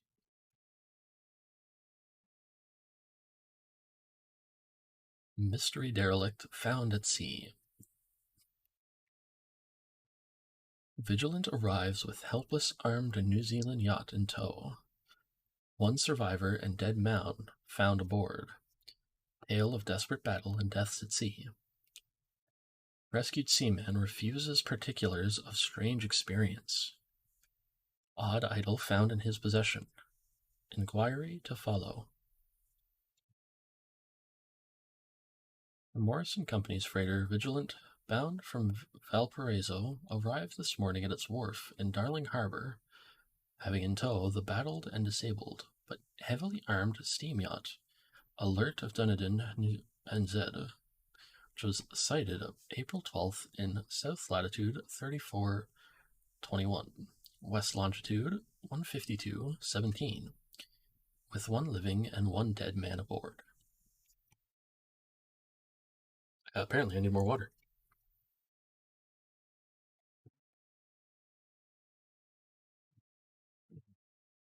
The living man was clutching a horrible stone idol of unknown origin. Wait. No, wrong spot. Let me go back a little. The Vigilant left Valparaiso March 25th, and on April 2nd was driven considerably south of her course by exceptionally heavy storms and monster waves. On April 12th, the derelict was sighted, and though apparently deserted, was found upon boarding to contain one survivor in a half-delirious condition, and one man who had evidently been dead for more than a week. The living man was clutching a horrible stone idol of unknown origin, about a foot in height, regarding whose nature authorities at Sydney University, the Royal Society, and the museum in College Street all profess complete bafflement, and which the survivor says he found in the cabin of the yacht in a small carved shrine of common pattern. This man, after recovering his senses, told an exceedingly strange story of piracy and slaughter. He is Gustav Johansen, a Norwegian of some intelligence, and had been second mate of the two-masted schooner Emma of Auckland, which sailed for Callao February 20th with a complement of 11 men. The Emma, he says, was delayed and thrown widely south of her course by the great storm of March 1st, and on March 22nd, in south latitude 49 by 51, west longitude 128 by 34, encountered the Alert, manned by a queer and evil-looking crew of Kanakas and half-castes. Being ordered peremptorily to turn back, Captain Collins refused, whereupon the strange crew began to fire savagely and without warning upon the schooner with a peculiarly heavy battery of brass cannon forming part of the yacht's equipment. Please tell me I didn't just say like something bad there.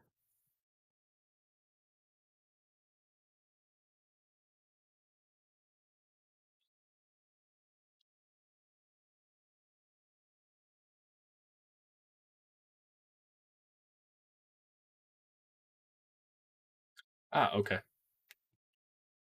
Okay, I'm sorry for saying that specific word. I should not have read that. I should have checked first. I gotta check some of these words. Apparently it is considered offensive nowadays. I'm sorry. That's not how I intended it. I'm reading from a book. The Emma's men showed fight, says the survivor, and though the schooner began to sink from shots beneath the waterline, they managed to heave alongside their enemy and board her, grappling with the savage crew on the yacht's deck, and being forced to kill them all, the number being slightly superior because of their particularly abhorrent and desperate, though rather clumsy mode of fighting. Evil-looking crew of... not that word. 3 of the Emma's men, including Captain Collins and First Mate Green, were killed. The remaining 8 under Second Mate Johansen proceeded to navigate the captured yacht, going ahead in their original direction to see if any reason for their ordering back had existed. The next day, it appears, they raised and landed on a small island, although none is known to exist in that part of the ocean, and 6 of the men somehow died ashore, though Johansen is queerly reticent about this part of his story and speaks only of their falling into a rock chasm. Later, it seems, he and one companion boarded the yacht and tried to manage her, but were beaten about by the storm of April 2nd. From that time until his rescue on the 12th, the man remembers little. He does not even recall when William Bryden, his companion, died.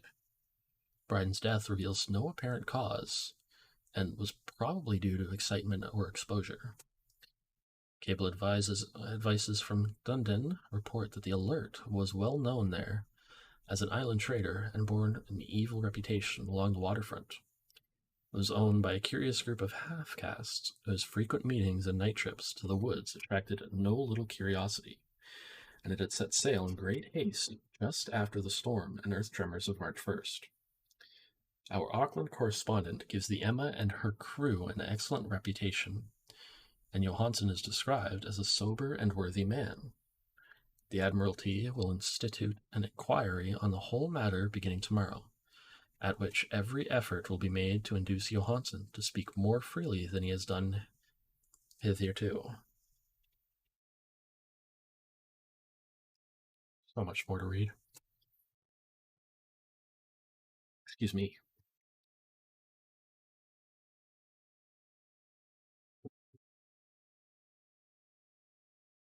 This was altogether with the picture of the hellish image, but what a train of ideas it started in my mind.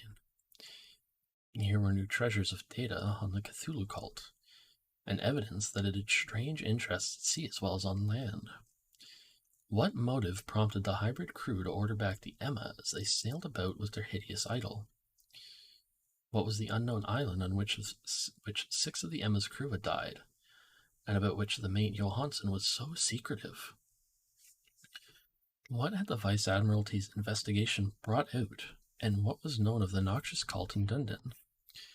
And most marvelous of all, what deep and more than natural linkage of dates was this which gave a malign and now undeniable significance to the various turns of events so carefully noted by my uncle?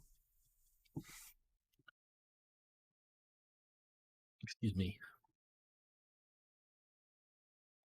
March 1st, our February 28th, according to the international dateline, the earthquake and storm had come. From Dundon, the Alert and her noisome crew had darted eagerly forth as if imperiously summoned, and on the other side of the earth poets and artists had begun to dream of a strange, dank, cyclopean city, whilst a young sculptor had moulded in his sleep the form of the dreaded Cthulhu. March 23rd, the crew of the Emma landed on an unknown island and left 6 men dead. And on that date, the dreams of sensitive men assumed a heightened vividness, and darkened with dread of a giant monster's malign pursuit. Whilst an architect had gone mad and a sculptor had lapsed suddenly into delirium. And what of the storm of April 2nd, the date on which all dreams of the dank city ceased, and Wilcox emerged unharmed from the bondage of strange fever? What of all this, and of those hints of old Castro about the sunken, star-born old ones, and their coming reign, their faithful cult, and their mastery of dreams? Was I tottering on the brink of cosmic horrors beyond man's power to bear? If so, they must be horrors of the mind alone, for in some way the 2nd of April had put a stop to whatever monstrous menace had begun its siege of mankind's soul.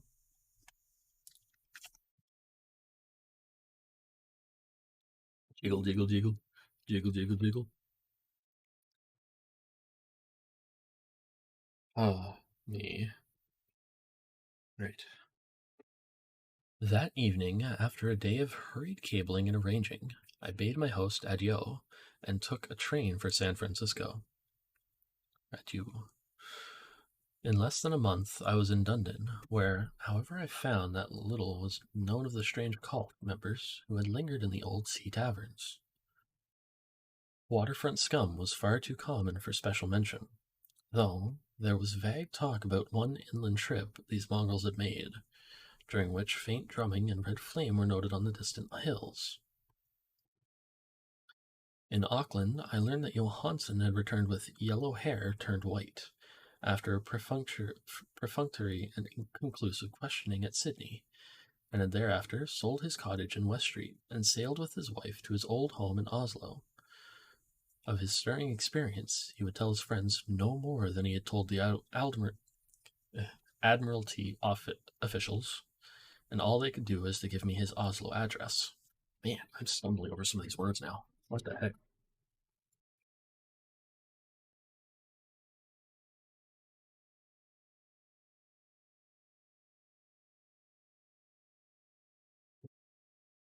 No. Excuse you, Jupy. All schools Al. Jupy, thank you for the raid. Welcome in, Raiders. Welcome in, welcome in. I hope everyone was enjoying Jupy's Vroid stream. I hope you made good progress on all of that, Jupy. How are you doing? How is your stream? Let's do our regular shout out. For anybody that's here, go show Jupy love and support.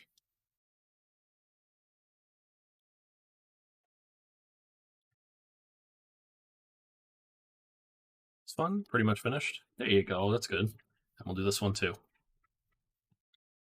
because that's the new one. But hello, everybody. Welcome in. We are reading today. We're reading through some spooky stories. So you're welcome to come in, relax, get comfy.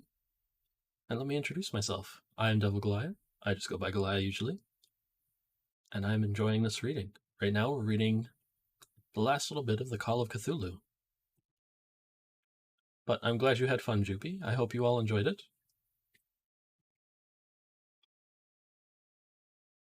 And you're all welcome to come in, relax a while. Hopefully you're not easily spooked. We'll get noms, be back soon. Of course, get food is importante.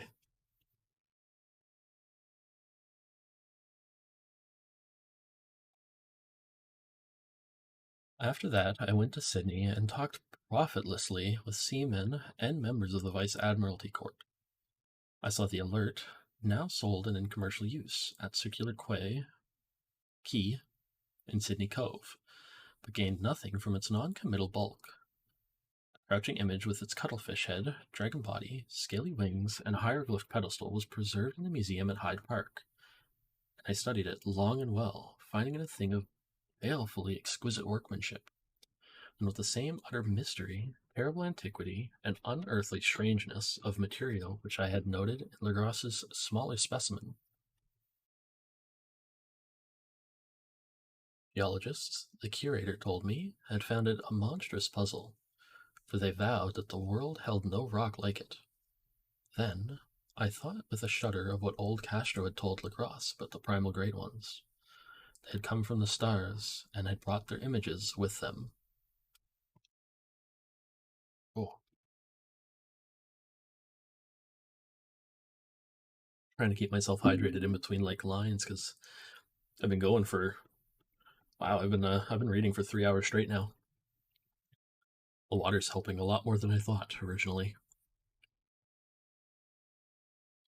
But if anybody here has any spooky stories they'd like read at any point that came in with Jupi, you are welcome to give a suggestion, and I will take it into consideration for the future and possibly give you a read at some point of it.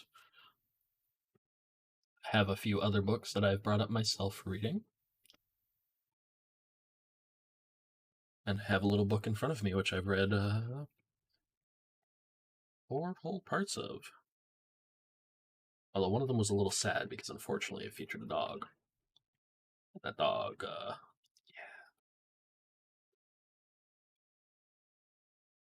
was sad. I also have to be careful with reading the Call of Cthulhu.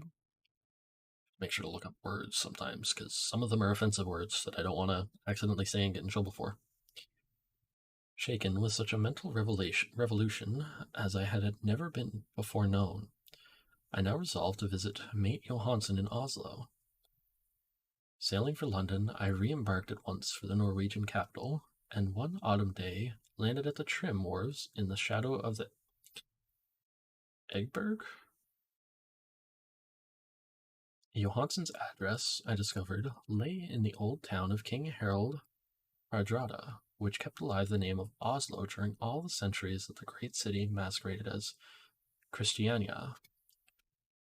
I made the brief trip by taxicab and knocked with palpitant heart at the door of a neat and ancient building with plastered front.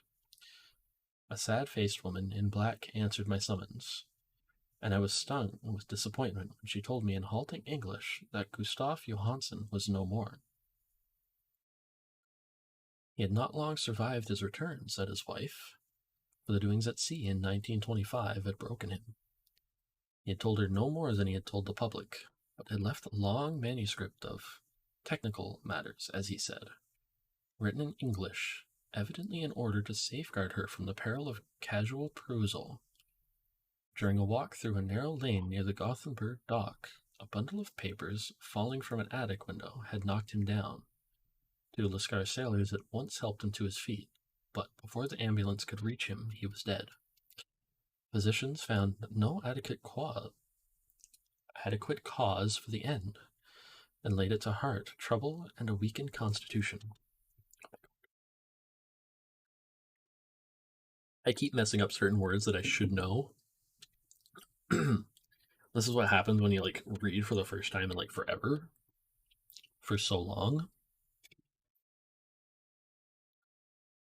I now felt gnawing at my vitals that dark terror which will never leave me till I too am at rest, accidentally or otherwise. Persuading the widow that my connection with her husband's technical matters was sufficient to entitle me to his manuscript, I bore the document away and began to read it on the London boat. It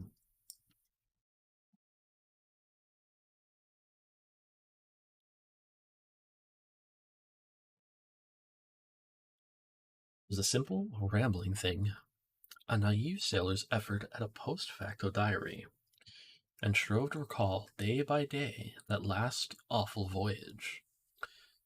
I cannot attempt to transcribe it in verbatim in all its cloudiness and redundance, but I will tell its gist enough to show why the sound of the water against the vessel's sides became so unendurable to me that I stopped my ears with cotton.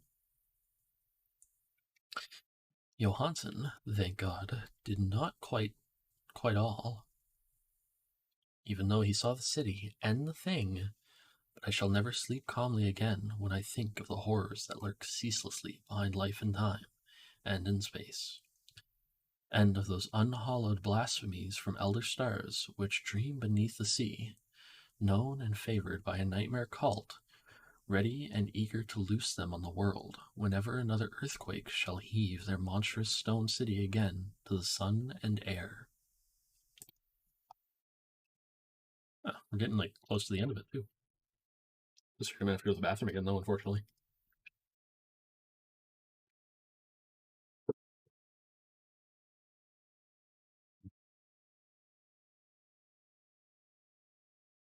Johansen's voyage had begun just as he told it to the Vice Admiralty. The Emma and Ballast had cleared Auckland on February 20th, and had felt the full force of that earthquake-born tempest which must have heaved up from the sea bottom the horrors that filled men's dreams.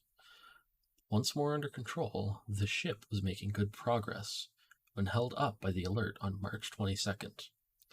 And I could feel the mate's regret as he wrote of her bombardment and sinking.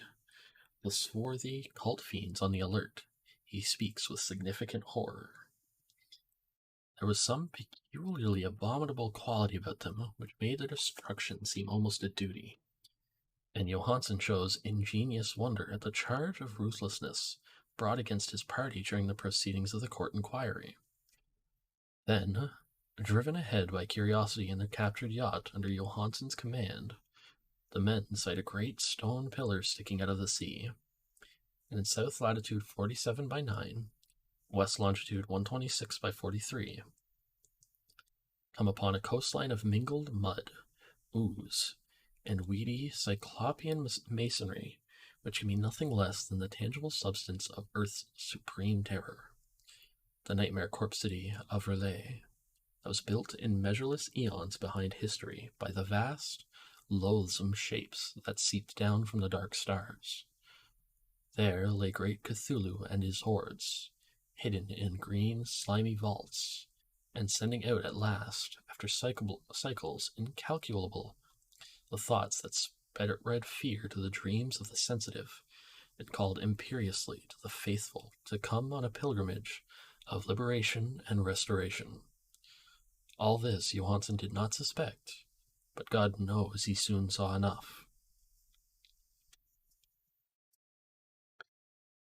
I suppose that only a single mountaintop, the hideous monolith-crowned citadel whereon great Cthulhu was buried, actually emerged from the waters.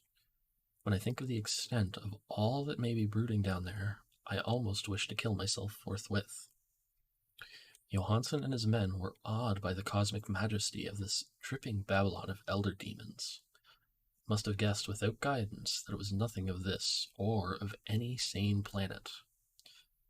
Awe at the unbelievable size of the greenish stone blocks, at the dizzying height of the great carven monolith, and at the stupefying identity of the colossal statues and bas-reliefs with the queer image found in the Shrine of the Alert, is poignantly visible in every line of the mate's frightened description. Excuse me.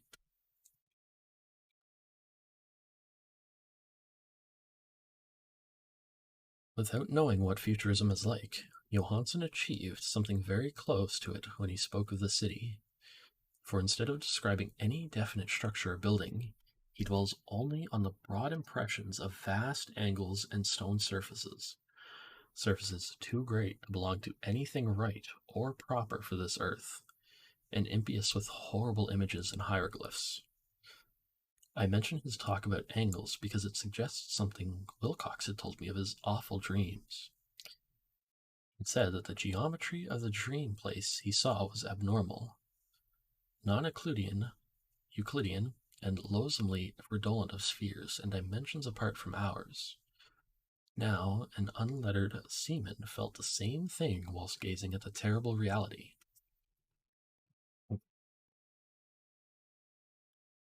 Johansen and his men landed at a sloping mud bank on this monstrous acropolis and clambered slipperily up over titan, oozy blocks, which could have been no mortal staircase.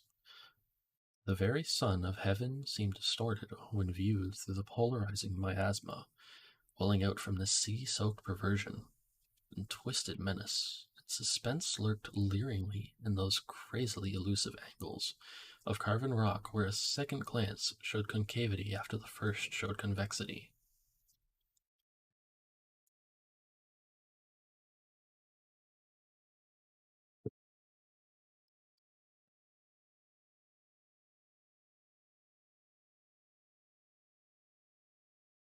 Something very like fright had come over all the explorers before anything more definite than rock and ooze and weed was seen. Each would have fled had he not feared the scorn of the others, and it was only half-heartedly that they searched, vainly as it proved, for some portable souvenir to bear away.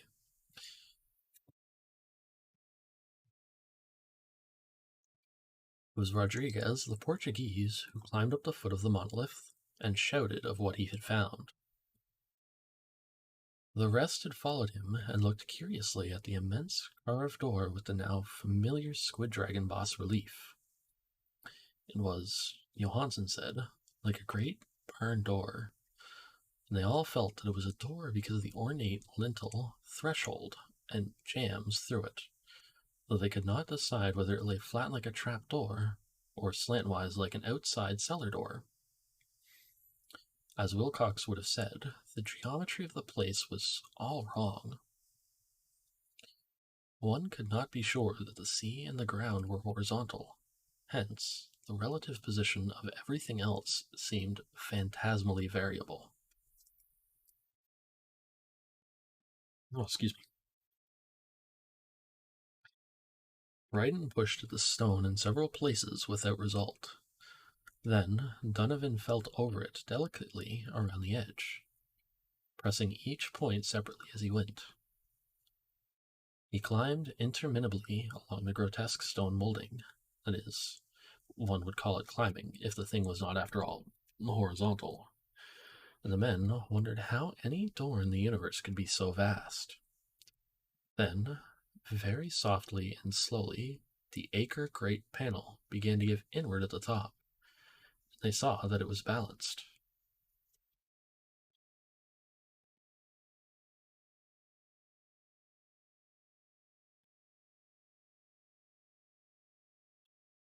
Donovan slid, or somehow propelled himself down or along the jamb and rejoined his fellows, and everyone watched the queer recession of the monstrously carven portal. In this fantasy of prismatic distortion, it moved anomalously in a diagonal way so that all the rules of matter and perspective seemed upset. The aperture was black with a darkness almost material, and tenebrosness was indeed a positive quality, for it obscured such parts of the inner walls as ought to have been revealed, and actually burst forth like smoke from its eon-long imprisonment, visibly darkening the sun as it slunk away into the shrunken and gibbous sky on flapping membrane wings. The odor arising from the newly opened depths was intolerable. At length, the quick-eared Hawkins thought he heard a nasty, slopping sound down there. Everyone listened, and everyone was listening still when it lumbered slobberingly into sight and gropingly squeezed its gelatinous green immensity through the black door into the tainted outside air of the poisoned city of madness.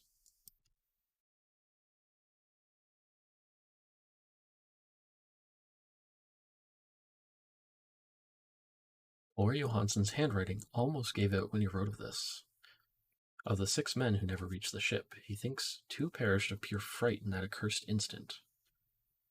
The thing cannot be described. There is no language for such abysms of shrieking and immemorial lunacy, such eldritch contradictions of all matter, force, and cosmic order. A mountain walked or stumbled. God, what wonder that across the earth a great architect went mad, and poor Wilcox raved with fever in that telepathic instant. The thing of the idols, the green, sticky spawn of the stars, had awaked to claim his own. The stars were right again, and what an age-old cult had failed to do by design, a band of innocent sailors had done by accident. After vigintillions of years, great Cthulhu was loose again, and ravening for delight. 3 men were swept up by the flabby claws before anybody turned. God rest them, if there be any rest in the universe. They were Donovan, Guerrera, and Angstrom. Parker slipped as the other 3 were plunging frenziedly over endless vistas of green-crusted rock to the boat, and Johansen swears he was swallowed up by an angle of masonry which shouldn't have been in there. An angle which was acute, but behaved as if it were obtuse.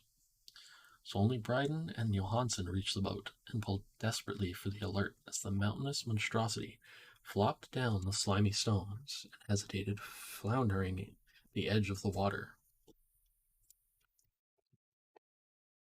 Oh, that cup's empty.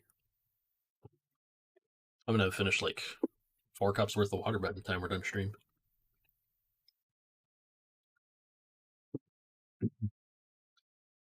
Steam had not been suffered to go down entirely, despite the departure of all hands for the shore, and it was the work of only a few moments of feverish rushing up and down between wheels and engines to get the alert underway.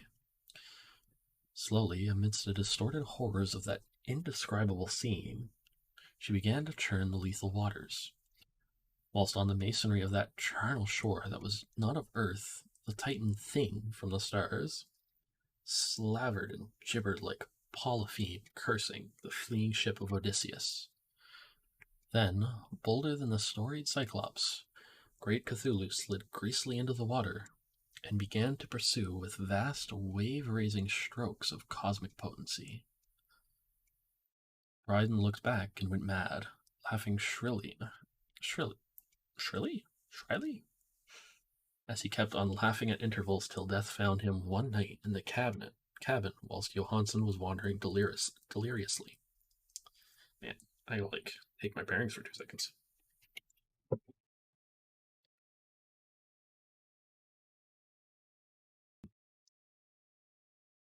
But Johansen had not given out yet. Knowing that the thing could surely overtake the alert until steam was fully up, he resolved on a desperate chance, and setting the engine for full speed, ran lightning-like on deck and reversed the wheel. There was a mighty eddying and foaming in the noisome brine, and as the steam mounted higher and higher, the brave Norwegian drove his vessel head-on against the pursuing jelly, which rose above the unclean froth like the stern of demon galleon. The awful squid head with writhing feelers came nearly up to the bowsprit of the sturdy yacht, but Johansen drove on relentlessly. There was a bursting as of an exploding bladder, a slushy nastiness as of a cloven sunfish, a stench of 1,000 opened graves, and a sound that chronicler would not put on paper. For an instant the ship was befouled by an acrid and blinding green cloud, and then there was only a venomous, seething astern, where, God in heaven, the scattered plasticity of that nameless sky spawn was nebulously recombining in its hateful original form, whilst its distance widened every second as the alert gained impetus from its mounting steam.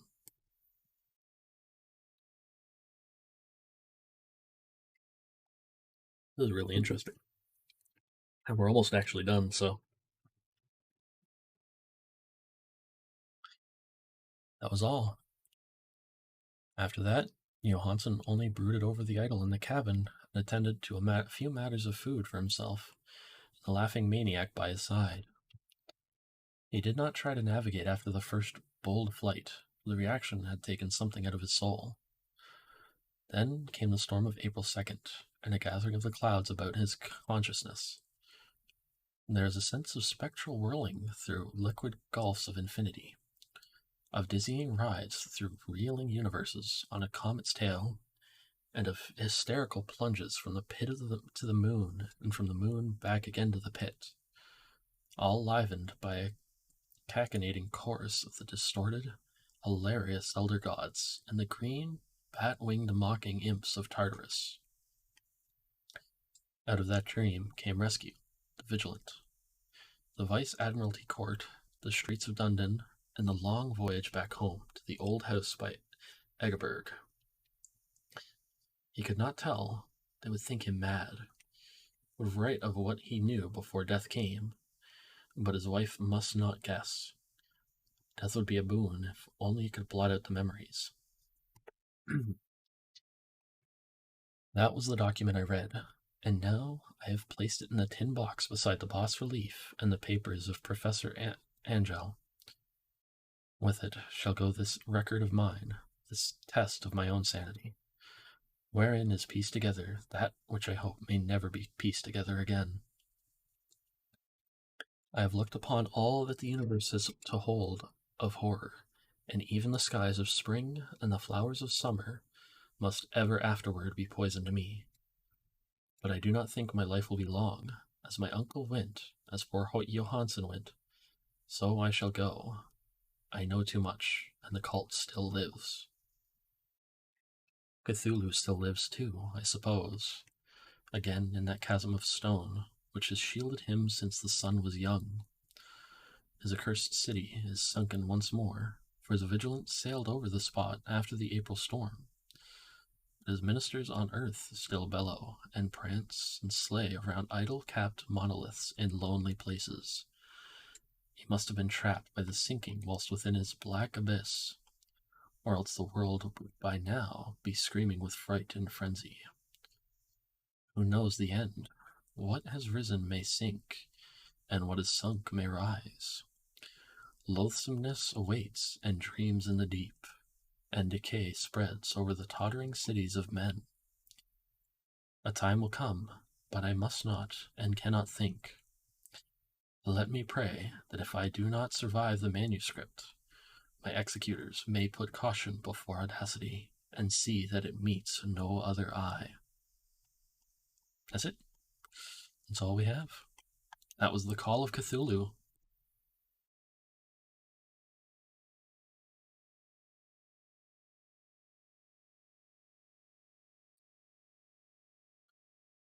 It can't be all of it, can it?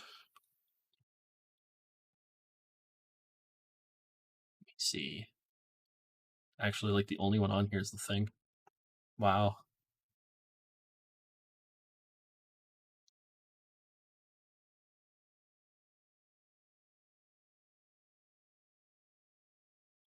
Is it really that short? Let me see.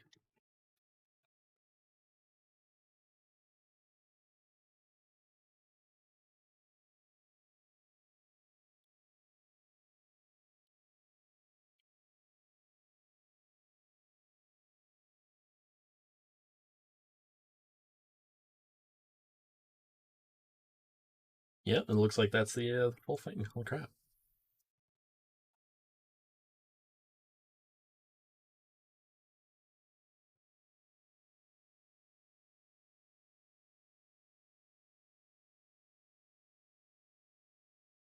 It gave me the game when I looked it up. That's funny.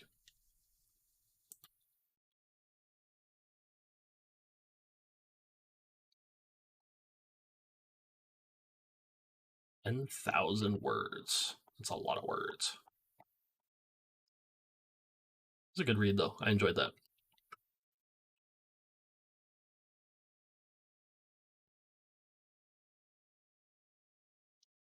Let's see. I might read a couple more little stories from my book.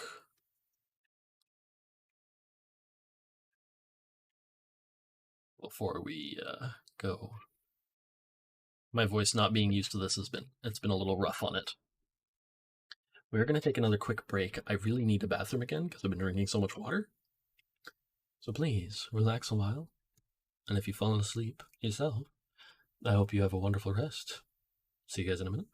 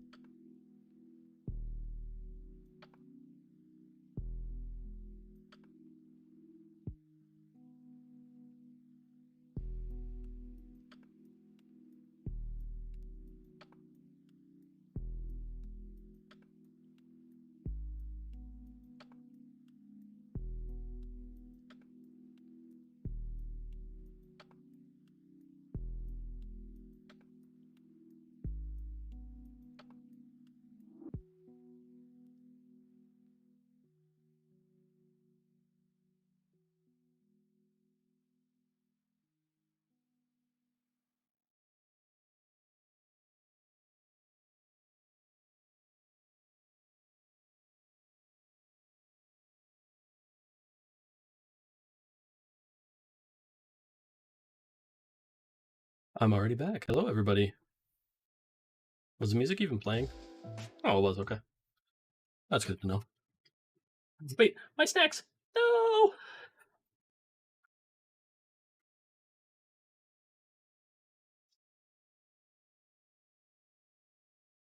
It's oh, there's more. They do have more of the H.P. Lovecraft stuff on here. Okay. Definitely have to go through that and find some more of them. Just the Call of Cthulhu's always like intrigued me, so that's why we read that one tonight. All right. So we're on to the part where it's little stories about messages from ghosts. There's 5 in this one. Let me see. We have a few extra ones up on the side too. I don't know how long some of them are. Ooh, some of them are kind of long. We're definitely going to go through some of those at some point. Ghost stories of an antiquary, 3 ghost stories, Korean folk tales, imps, ghosts, and fairies. And I might, I'm looking through public domain horror stories lists. Technically speaking, my little book, I could potentially get in trouble for it. So, this little story is called A Call from Uncle Andy. The idea of phone calls from the dead may seem outlandish. While they don't exactly clutter up the phone lines, they are not as uncommon as one might think. Many people have received calls that seem to come from another world. Once such phone call was experienced by Ida Lupino, who was a movie star during the middle of the 20th century. Although Ida became famous in Hollywood, she had been born and brought up in England, a member of a theatrical family that went back for generations. Her father and mother, Stanley and Connie Luprino, were well-known performers in the English variety theatre. When Ida was 9, they were living in London at her grandmother's house. One night, Ida had a disturbing dream about a man she called Uncle Andy, a friend of her parents. She woke up and went downstairs to tell her grandmother was preparing a late supper for Stanley and Connie. While Ida was telling her grandmother about her dream, the phone rang. Her grandmother asked Ida to answer it. I went to the phone, Ida relates, took it off the hook, and heard a voice on the line. But it was so faint I could scarcely understand the words.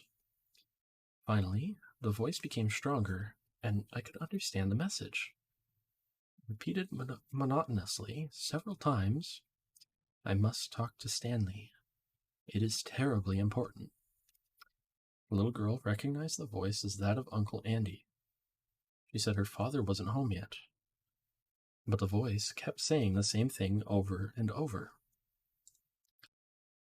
Ida called her grandmother to the phone. She heard her grandmother say, Andy, are you ill? I'll ask Stanley to call you the moment he comes in. Then the call was cut off. Ida's grandmother protested angrily to the operator, who insisted there had not been a call on the line in the past hour. Stanley and Connie returned a half hour later, and Ida told them that Uncle Andy had called. They looked very upset and tried to send her to bed. But her grandmother backed her up. She's not mistaken, Stanley, she said. I like Andy too. I think you had better call him. He sounded as though he were ill. Ida says she's never forgotten how shaken her father's voice sounded when he replied. Mom, he said, Andy is dead. He hanged himself 3 days ago. Wouldn't it be hung himself 3 days ago? Not hanged.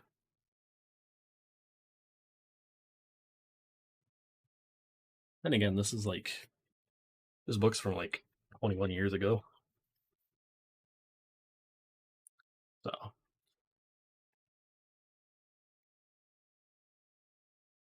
let's see. We'll get a couple more stories in this. I forgot about that. Let's see if we can find some more on here too. I keep looking, but like I can't find like anything else that like piques my interest to read. But eventually I'm gonna have to start taking like when anybody suggests a book, I will write them down, put them on a list so I remember them.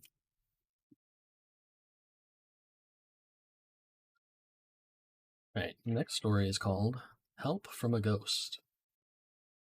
Donald Campbell was a famous Australian race driver. He was the son of another famed driver, Sir Malcolm Campbell. After his father's death, Donald went on to establish his own fame. But for a long time, he missed the elder Campbell's advice and encouragement. In 1964, he was driving a race car on Lake Erie, a dry salt lake in Australia. He was seeking a new world speed record. In one of the first 2 miles runs, he almost crashed. He still had the other run to go. The salt track was breaking up, and he knew that the second run would be even more difficult and dangerous than the first. His crew was changing the car's tires. Sick.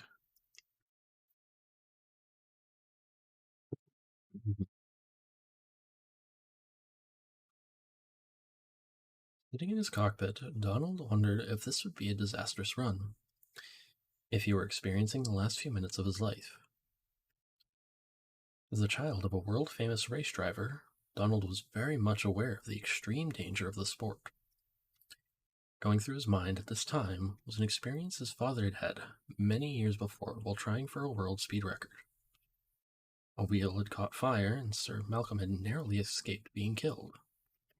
Donald had often wondered how his father had felt in the face of imminent death. Now, waiting for his second and final run, this memory was uppermost in his mind.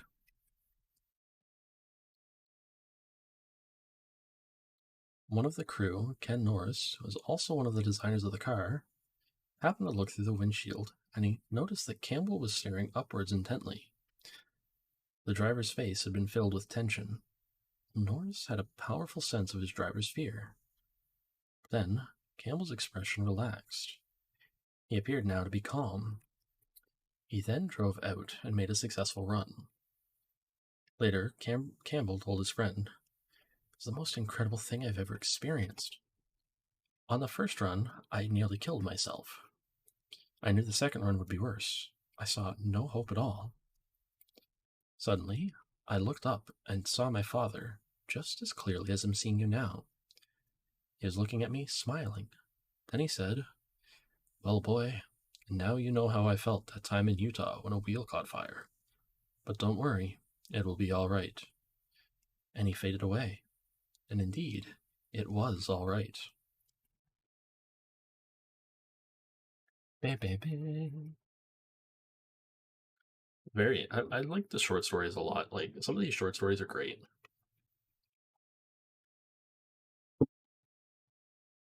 Comfy, relaxing, somewhat creepy.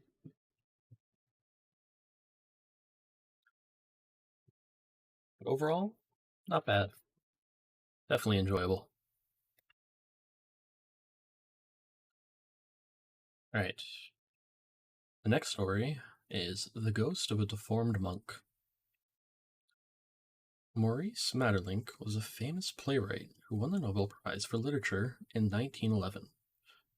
At the time, he was living in France, in a centuries-old building called St. Wandrille Abbey.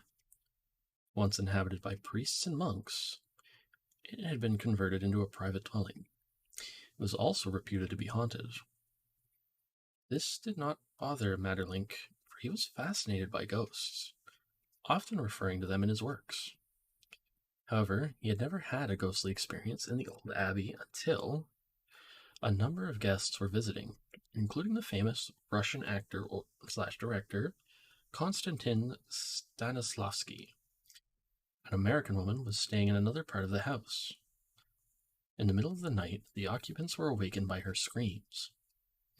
As the others gathered, she stammered that she had seen the apparition of a deformed monk.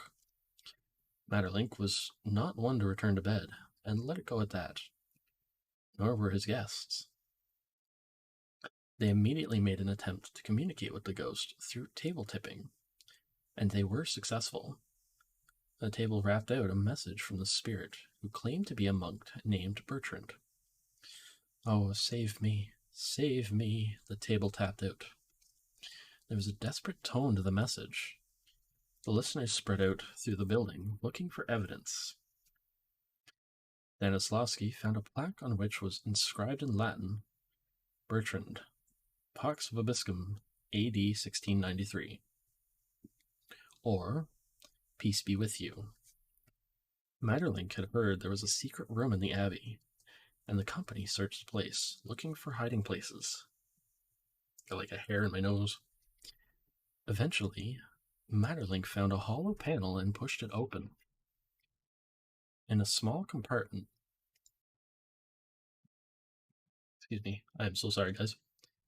In a small compartment, they found the bones of a man who had been terribly deformed in life, and who had apparently died there, where he had been walled in. That's interesting. I mean, that's how they were back in like certain time periods, which is unfortunate.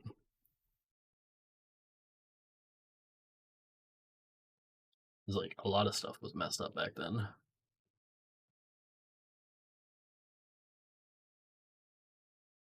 Let's see. Because we read the comics.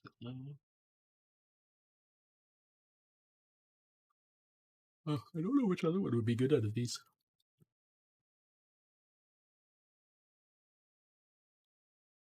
I really don't. So the next little story is A Terrifying Visitor. The two young military officers sat in a small apartment, completely unaware of the unusual visitor they were about to have. Let's drink a bit more water.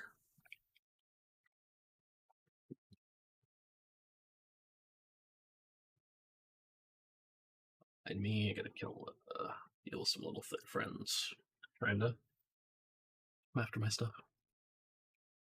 They were drinking tea, relaxing from their duties. The apartment was part of a British Army barracks in Sydney, Nova Scotia. It was the afternoon of October 15th, 1785. They were Lieutenant George Wynyard and Captain John Sherbrooke. Suddenly, Sherbrooke looked up and gasped. Wynyard followed his friend's gaze and dropped the cup from which he had been sipping. Just my headset, too. But the two officers saw a young man, about 20, standing at the door. The youth looked very ill. He was dressed in lightweight clothing, despite the cold Nova Scotia weather. The young man entered the room and walked by the two seated men. Sherbrooke later described the figure as having the appearance of a corpse. The young man glanced sadly at Wynyard, and then, as the officers watched, spellbound, went through the door into Wynyard's bedroom. Wynyard leaped to his feet. "Great heavens!" he cried. "That's my brother!" They rushed into the bedroom, but no one was there. Communications were slow in those days.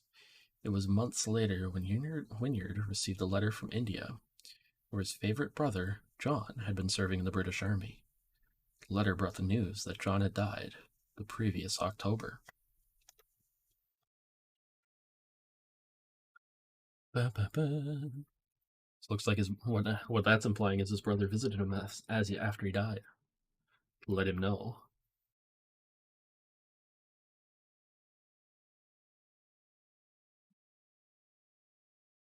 Oh. Hey, we're gonna do this last one, and then we're gonna try and finish up for the night. I think I need a rest.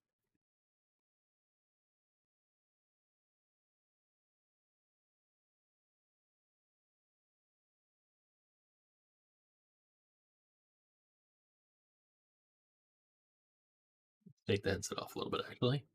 That might help. Right. The next little story is Monkeys in the Closet. Beatrice Straight, a prize-winning stage and film actress, lived in New York City, but often spent weekends at a house that had belonged to her late parents in Old Westbury, Long Island. It was a spooky old place, with many oriental ornaments that had been collected by her father, Willard Straight. He had been a U.S. consul in Manchuria, a region of China. He had also created a Chinese garden on the little estate. Beatrice's thoughts were running to ghosts at this time, for she had recently appeared on Broadway in a scary play called The Innocents. It was based on Turn of the Screw, a famous ghost story by the writer Henry James. The story had been adapted for the stage by playwright William Archibald, who was also very interested in ghosts. I think I'm getting hungry, actually, is what it is. One weekend, Beatrice and her husband, Peter Cookson, brought a group of friends out from New York City, including William Archibald, to spend a country weekend. That evening, Archibald suggested that they do some table tipping, Beatrice recalls. Bill told us what to do. The table would tip and tap out letters on the floor. For example, one tap equaled on A, 5 taps meant E, and so on through the alphabet. We went up to a bedroom my father had used and sat around a small table with our hands on top. It suddenly started to go like mad, tipping and all. Said it was a spirit from the Gobi Desert. Sometimes the table would raise up and above our heads, shaking and then crashing. We broke 2 tables that way. But before the second table broke, it spelled out, "Monkeys in the closet." I went to the closet in the room, and I'd never looked that. Wait. I went to the closet in the room that I'd never looked in before. It was full of books that had been put there way back when. The table kept spelling out, "Monkeys in the closet." I started pulling books out, and there at the back of the closet was an ivory statue with 12 monkeys on it. It was an ivory tree, and the monkeys were going up the tree. By this time, everybody was getting pretty nervous. So when the table tapped out, "Bury me in the garden," they thought that was a very good idea. They were eager to get the statue out of the house and out of sight. So the whole group took it out and buried it in the Chinese garden. Half an hour later, Archibald went to his bedroom and came out to say somebody must be kidding him, for on his pillow he had found one of the little ivory monkeys. But then everybody realized the monkeys were not detachable. The statue was a solid block of ivory. The next morning they found another ivory monkey on the steps of the front door. When The Innocents had first been produced, famous psychic Eileen Garrett had been engaged as a consultant. Beatrice now went to her and told her what had happened. She said, "Go back and dig up the statue," Beatrice relates. She said, "Don't do these things unless you're with somebody who really knows what it is all about. There are spirits who are naughty and can cause trouble." The next weekend, Beatrice and her husband went to the Chinese garden to dig up the statue, and there was no statue there. Bam, bam, bam. Where could the statue have gone? Who knows? We don't know, and we'll never find out. The next time we'll be doing Part 5, Poltergeists, or something else.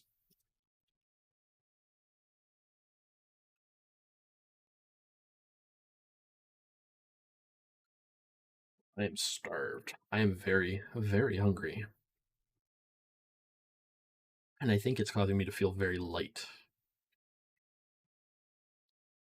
Which is unfortunate because I actually ate just before we started. And I really didn't want to, I wanted to keep going for a little while longer, but just getting light in that is not good.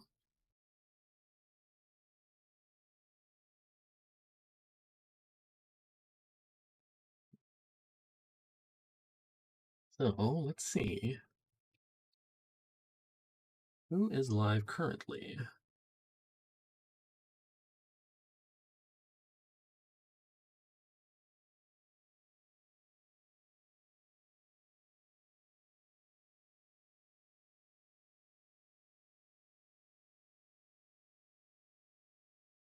Hmm. Let me take a peek. I do want to keep reading more, but no matter what, I need to eat.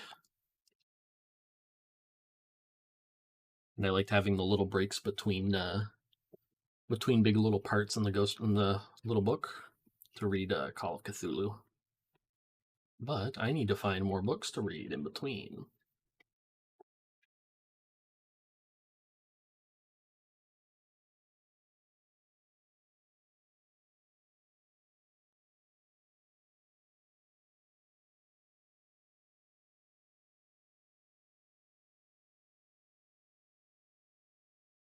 Let's see. Let me see.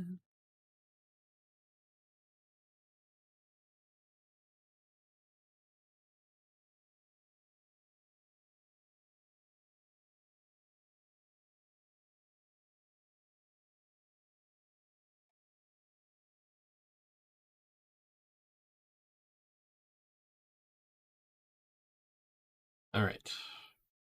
This was very enjoyable, though, everybody. I think we have one person we can potentially raid. Might have more than that.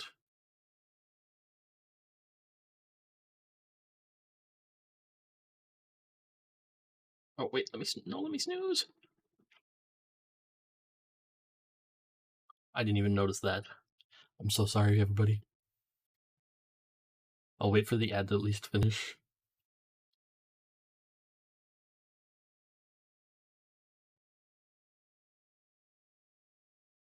We're gonna hop over to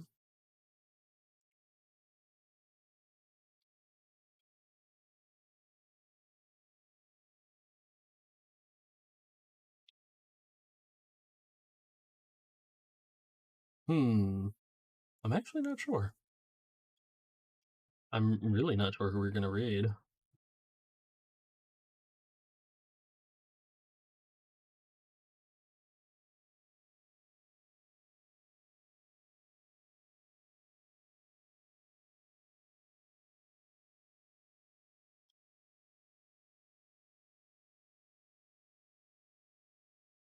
Let's see.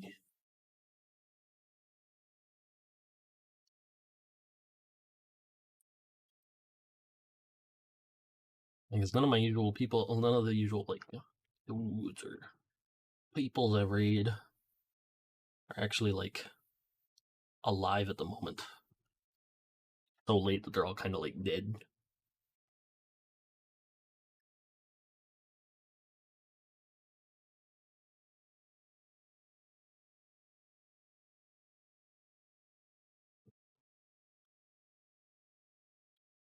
I need to eat really bad. We gotta find somebody. Does anybody have a suggestion? I am open to suggestions right now for a raid.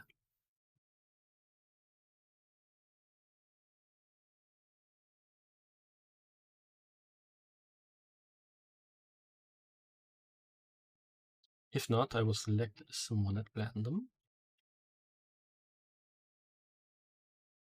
I'm just trying to like scroll through to see who all like who would be the best to raid on mine.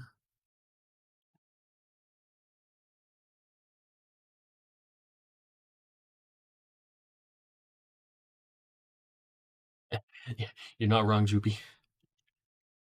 Everyone asleep. Everyone sleep. That's okay. That's alright though. I'll find someone. I have a couple people that are alive at the moment.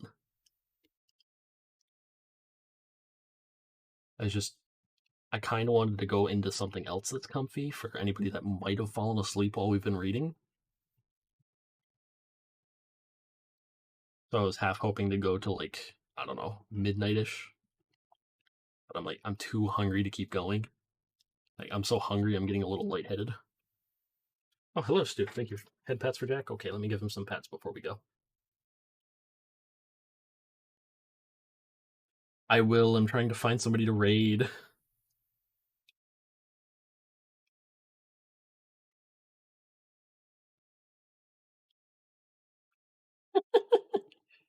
I crazy? What do you mean I crazy? I don't know what you're talking about. I've just been reading for 4 hours.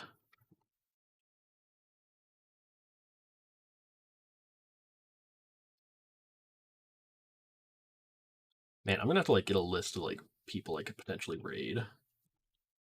You know?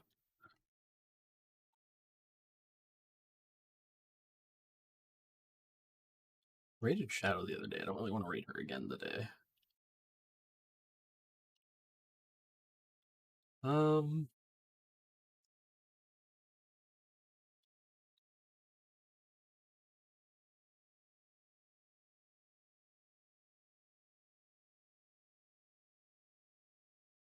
you know what? We'll raid the Echan. He's a potato.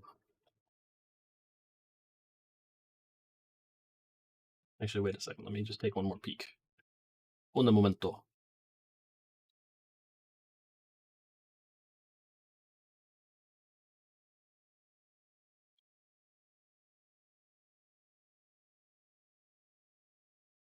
This is what happens when like you're trying to figure out raid stuff and then your brain like derps in the middle of it. You know what? Envy's going. She's a fellow Canadian. She's playing Dead by Daylight. We're actually gonna raid her really quick.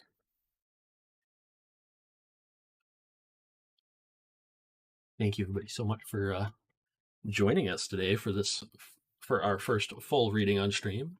We will be back next Friday with more spooky stories. I will be back on Tuesday though with video game stuff. I gotta figure out with you, Stu, and everybody what's going on for our stuff with our little group there. But thank you everybody so much for joining me. I hope you all enjoyed this reading. And if you've fallen asleep, I hope you have a wonderful rest. I will see you all on Uj. If you are awake, you are welcome to use our raid message. Let me just copy the first one there because for some reason it breaks. I will see you all guys. I will see all you guys next time. Take care. Good night. And the cafe is closed for the night. Goodbye, everyone, and I'll see you all next time.